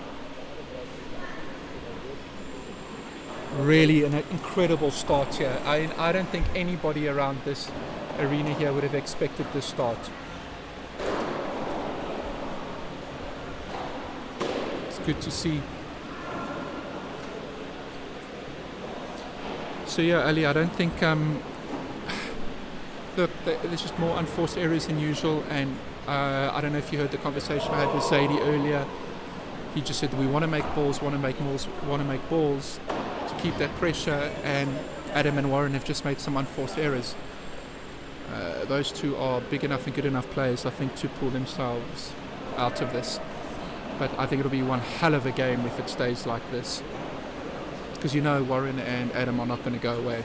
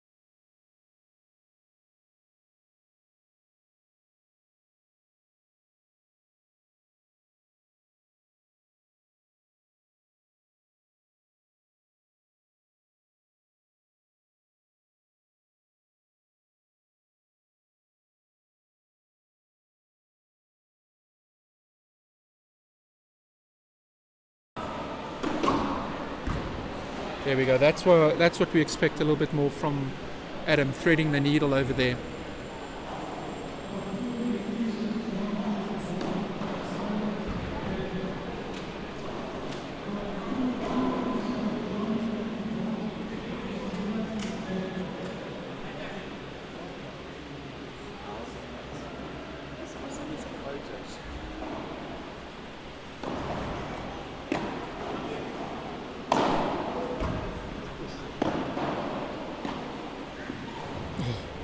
Good vibra. Warren has hit, I think, 3, now 4 excellent vibras. Pushed that very nicely, even though it was a good pickup there.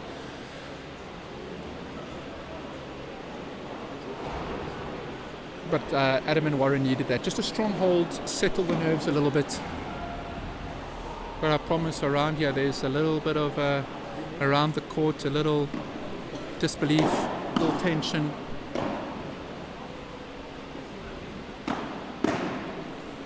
Again, it's so uncharacteristic. It just, Zadie taking the pace off, but Adam makes that 9 out of 10 times.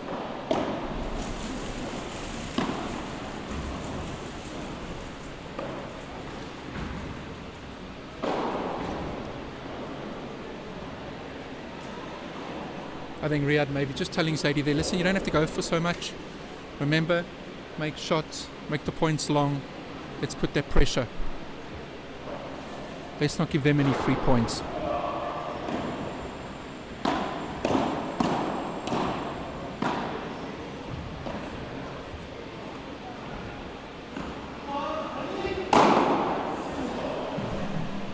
Well, that's one way to get control of the game.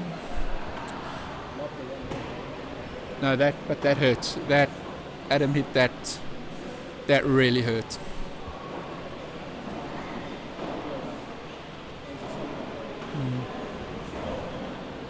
The hardest I've ever seen anybody get hit is when Yasser hit Riyad on the back at SA Grand.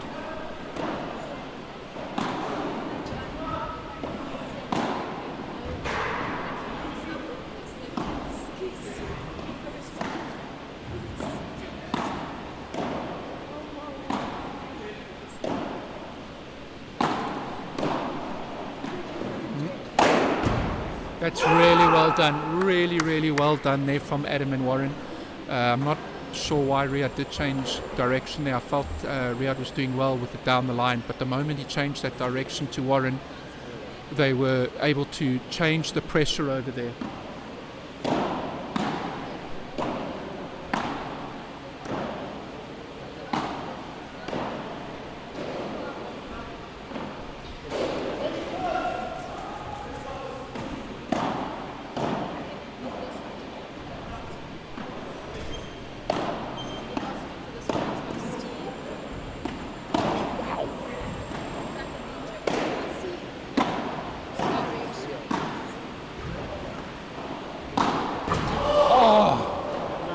Unlucky. That I don't know if that pickup was appreciated as well as it should be, because from here, and Warren read it. He wanted to pop it out, and there they get the break.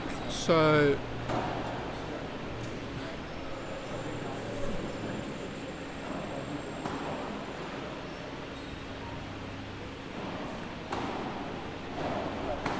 listen, this paddle is, I mean, if the ball was there for Riyad to hit there, it was on, but that.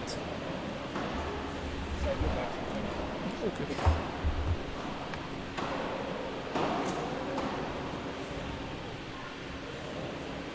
But there's some great paddle here.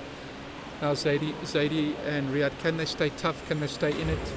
Adam and Warren are finding their range now.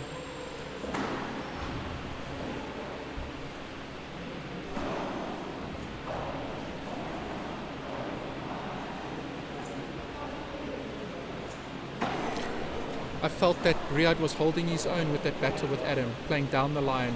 Play Adam. Riyad's holding. The moment the direction got changed to Warren, that meant Warren could start attacking Riyad from a different angle.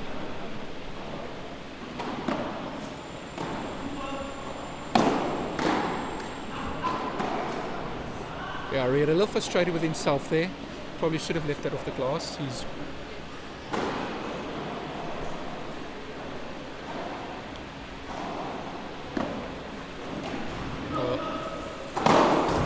they letting them in a little bit here. Unfortunately, the margin of error for Zaidi and Riyad is probably smaller than Adam and Warren.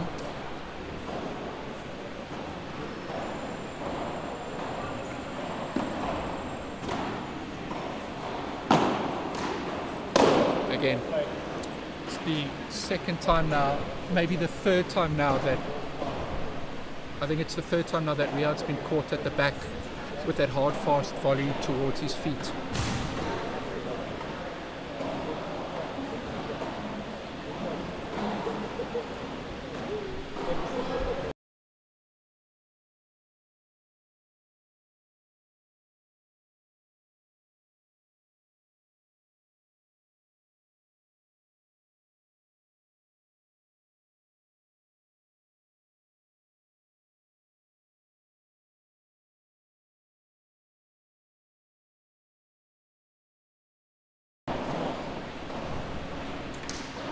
So yeah, just confirmed that it's definitely something. We see a little bit of a change of game plan here from Adam and Warren, and we're going to have to see now how quickly Zaidi and Warren can adapt. And yeah, they've definitely rattled Riyad a little bit. What they've done is a lot of hard volleys right at his feet at the back of the court and rushing the net.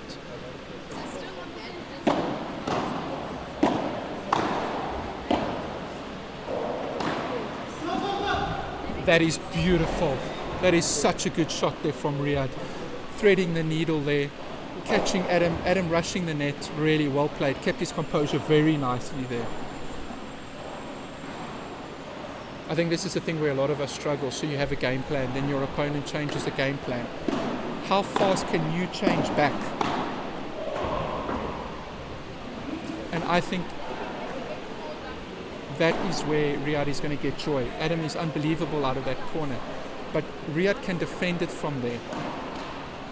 If Warren is putting Riyad under pressure with a diagonal, I think with a cross court, I think there Riyad is going to find some pressure.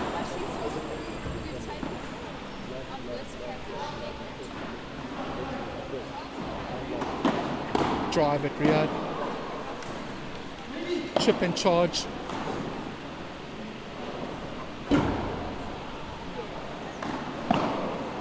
Oh, well played, well played. This is by far the best paddle we've watched today. Zadie did telegraph that a little bit there. Adam read it well though. It was telegraphed. 40-30. Oh wow. Such a good shot there by Riyadh.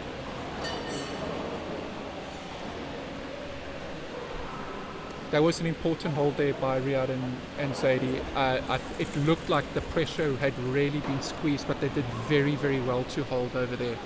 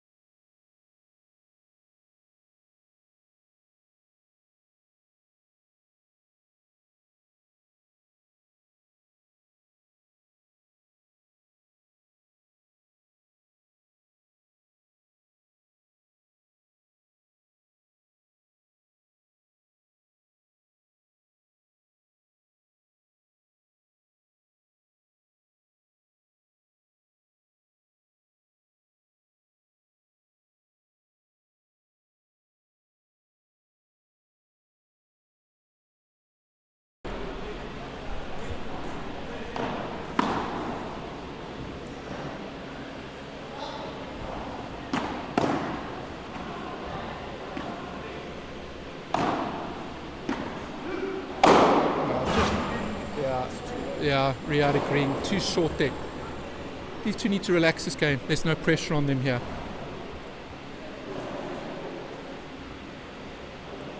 Go for your shots. Don't hold back.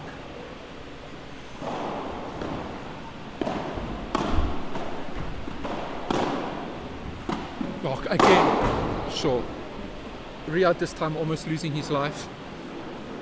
What we would think is an excellent pickup, but the speed at which Adam reads, he's played a good shot, and to get on top of that net is incredible. Oh.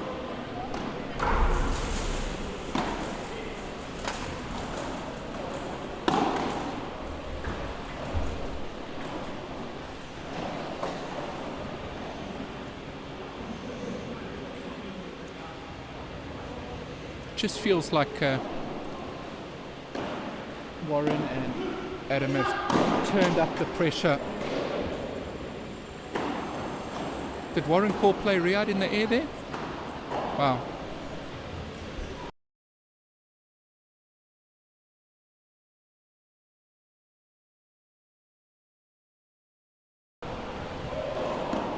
Five all.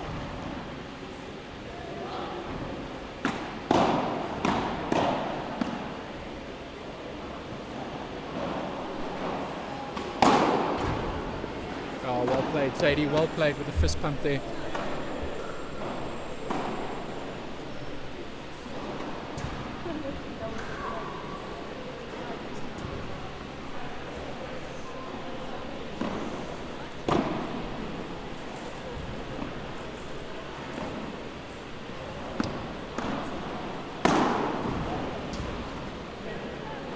Bit of a miss hit there from Zadie. Zadie apologising it, but at the moment they'll take it. 30 love.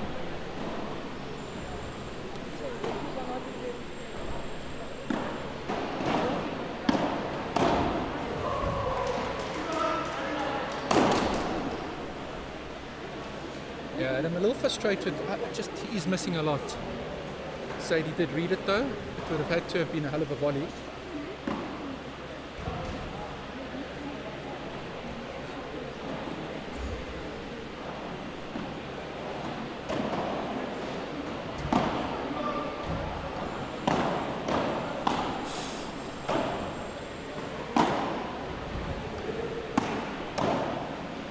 Oh, sure.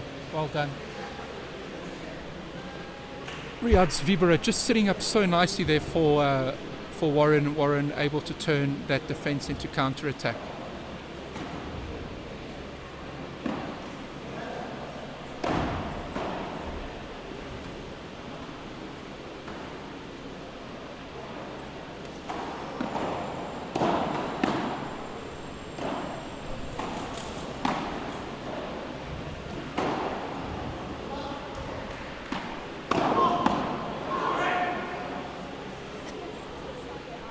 Head up there, head dropped a little there by Zadie. Excellent volley, excellent pickup. I don't know if Zadie expected it to come back. Big pointers, very big pointers.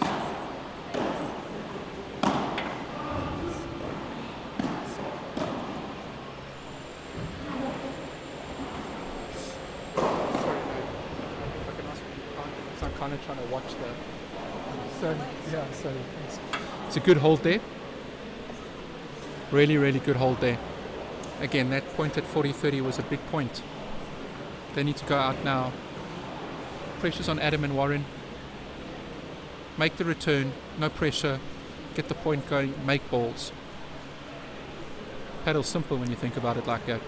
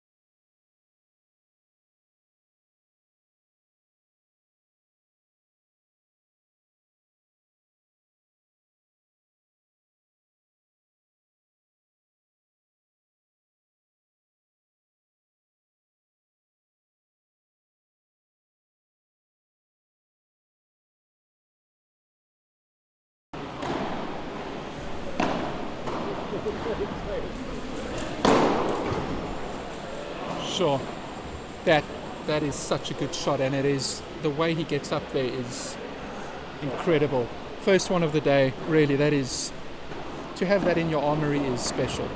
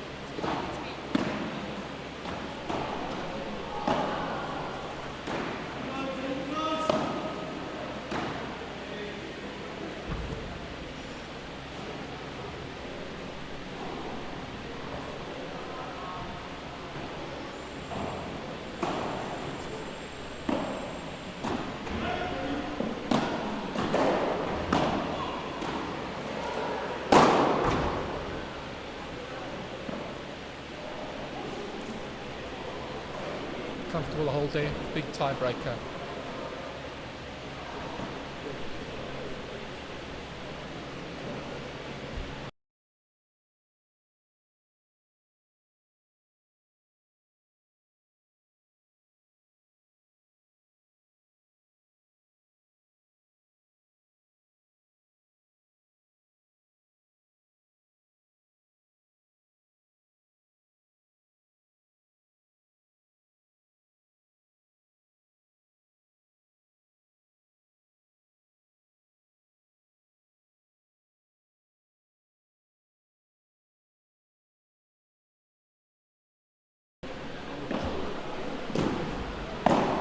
Adam definitely beginning to find some confidence now.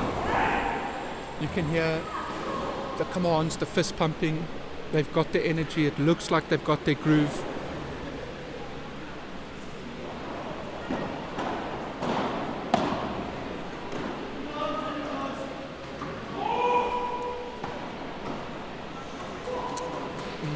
Zadie just biting his lip there, like, oh my goodness, so close. Riyad's shoulder and head's dropped a bit.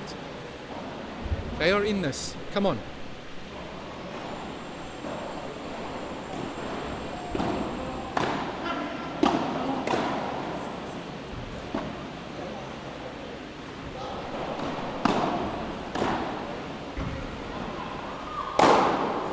Great shot there by Zadie. Great shot. Zadie just showing we're not out of this. Come on.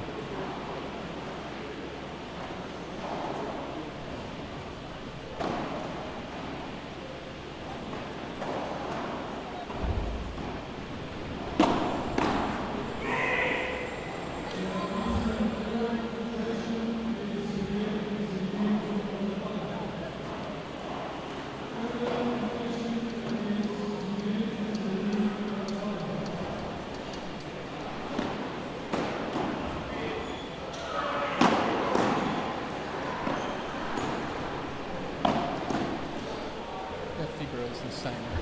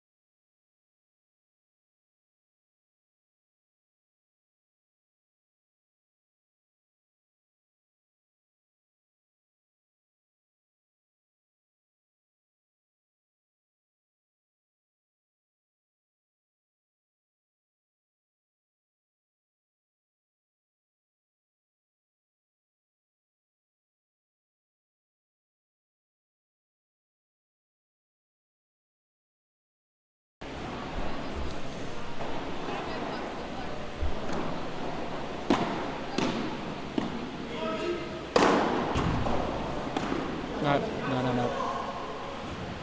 Yeah. Warren apologising to Adam there for missing the overhead, getting away with one there.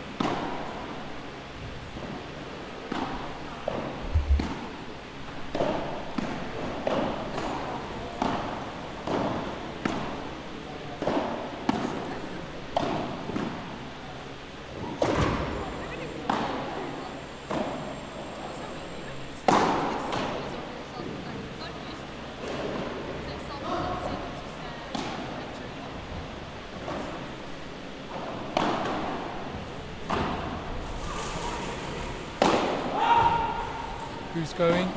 Oh my goodness. That is such a good point.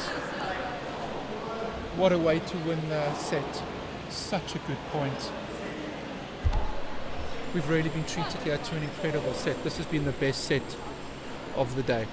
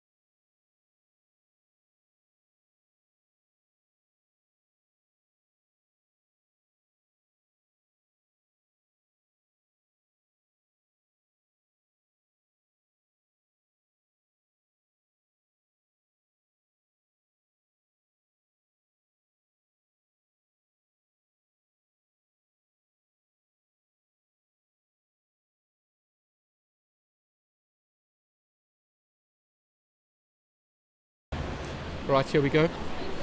That was an incredible first set. It does look like Riyadh is a little bit exhausted there. That holiday to Japan may be catching up to him.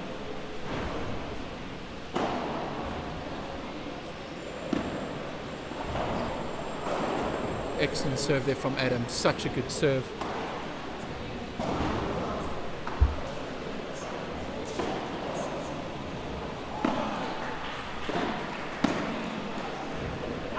Again, very tough, but Sadie got to get low.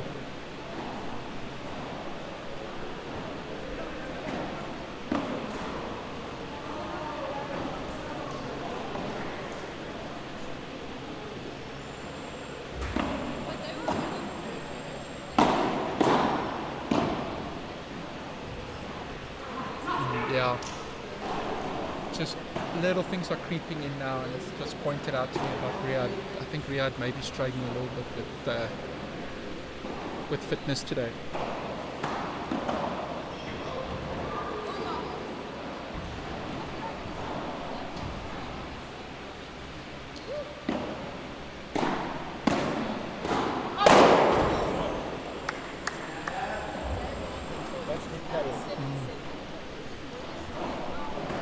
Quick game, good start there for Adam. They've definitely found their groove. They found something that they want to work on and a weakness to expose. And they are definitely working Riyadh quite hard at the back of the court now.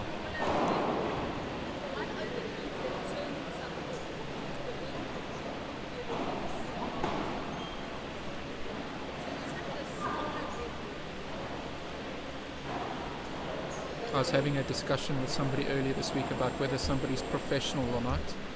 And that person argued whether they were professionals or not professionals. But you can see the energy of somebody who trains every day as opposed to somebody who has a job every day.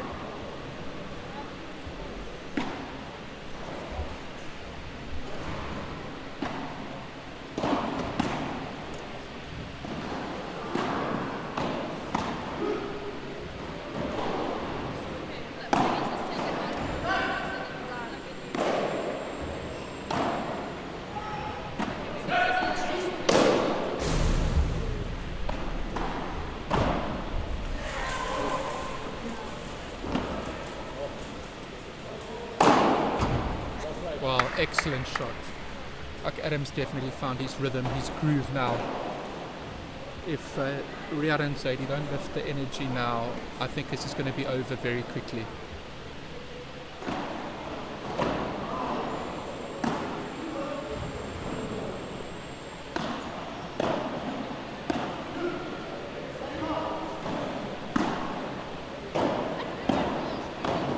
Oh, well played.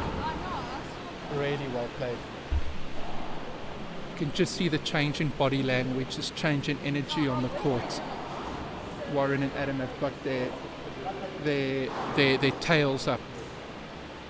Zadie had his hands and knees on the ground. They put everything into that first set. Also the game versus Kyle and Mark. The game versus Kyle and Mark wasn't easy. That's catching up to them now as well.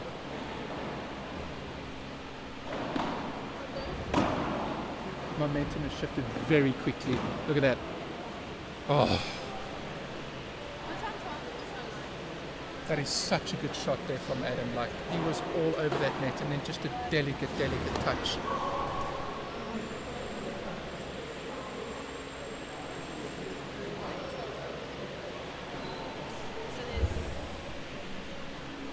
Can Riyadh and Zadie dig deep? Can they find extra energy? Warren's Vibras have been exceptional today. I actually think this is some of the best Vibras I've ever seen him hit. Caveat, I don't watch as much paddle as a lot of other people do. Look at that. The range is in. Adam's got his swagger. Warren is strutting.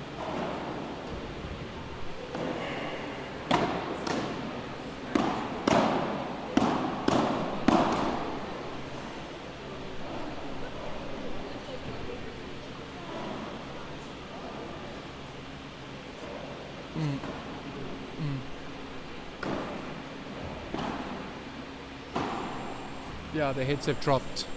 Energy's dropped. Come on, they put on such a good show the first set. Even the crowd, the supporters, they've gone a little bit flat. we wanted to see this, but I know what the problem is. The net is the problem. Got to fix that height.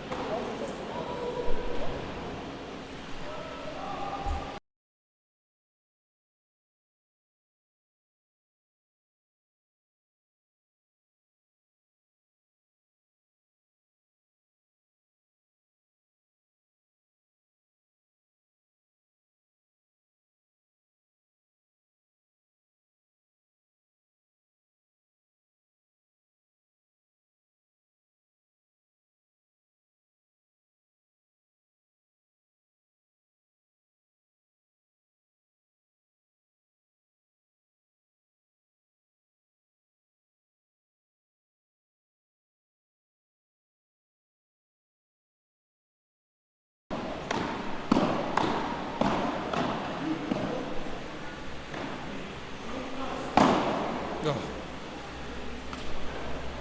This is all one-way traffic. I think it's been about 6, 7, 8, 9, 10 points in a row now. It's just...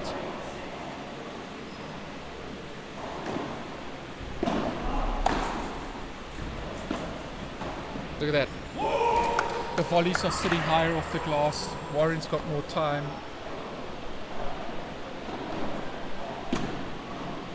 I think that's the first point in a long time for Riyad and Zaidi.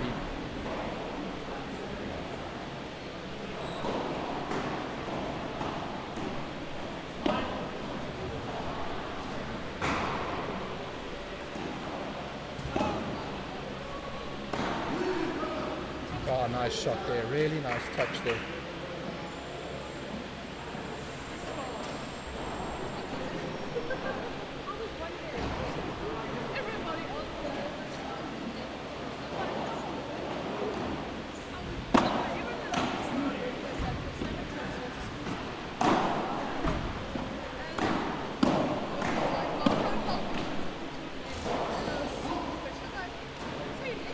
Also the ball just not dropping how it was.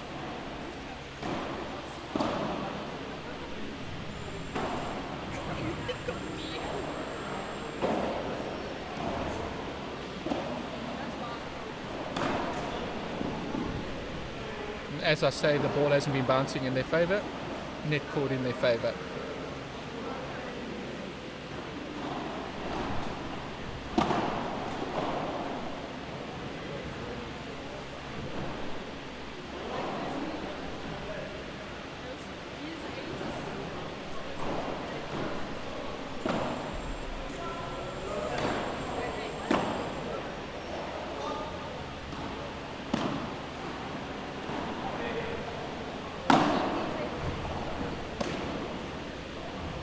Well played.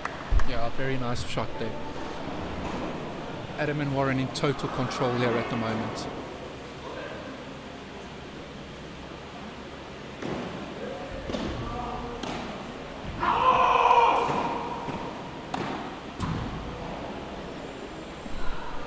Adam doing the alpha there, saying this is my court.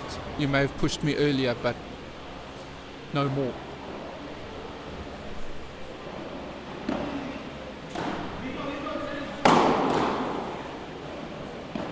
I think that was more for everybody here watching, all of his opponents.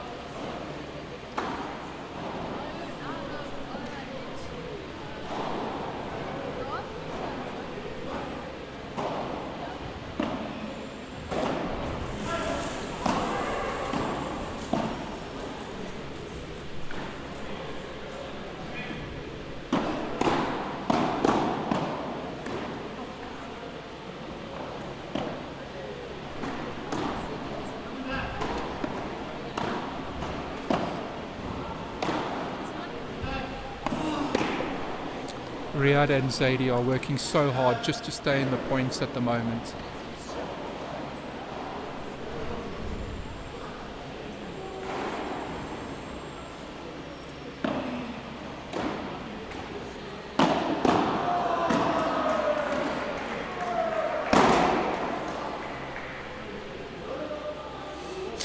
It's like Zaidi has a giant target on him today.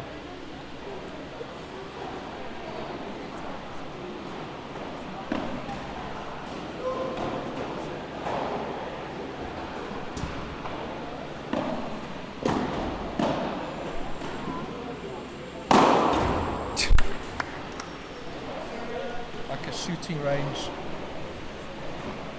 We had pinned against the back glass there.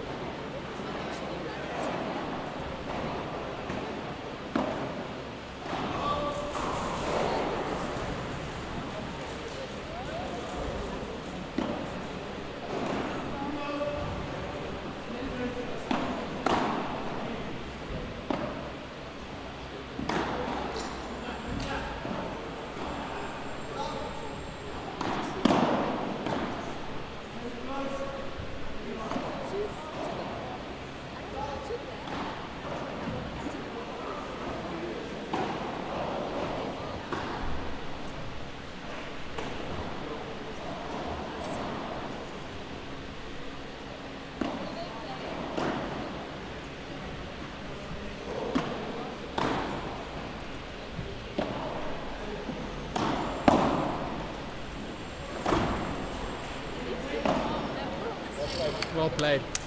Yeah, just catching me out of position there. Such a good shot.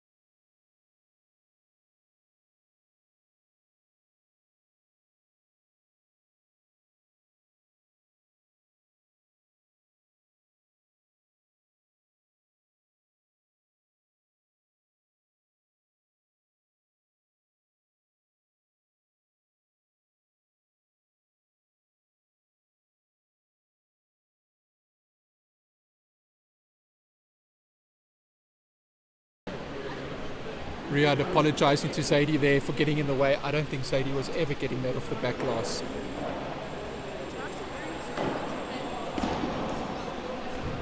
For anybody who's tuned in, this is my last match of the day. It's been almost 8 hours, believe it or not. I need to run out of this is like blood sport here all of a sudden. But anyway, I want to say thank you to everybody for tuning in, for the guys who listen. I want to thank Balwin Properties for the opportunity. I want to thank Seb for the opportunity. And every time, all the players, when you do, and if you do watch this back, it's an honour and a privilege to be able to sit so close to the court and watch you guys play. As much nonsense as I do talk, really it is a privilege to watch you guys play. So thank you so much for everybody who joined me today. The stream will still be going, but thank you so much.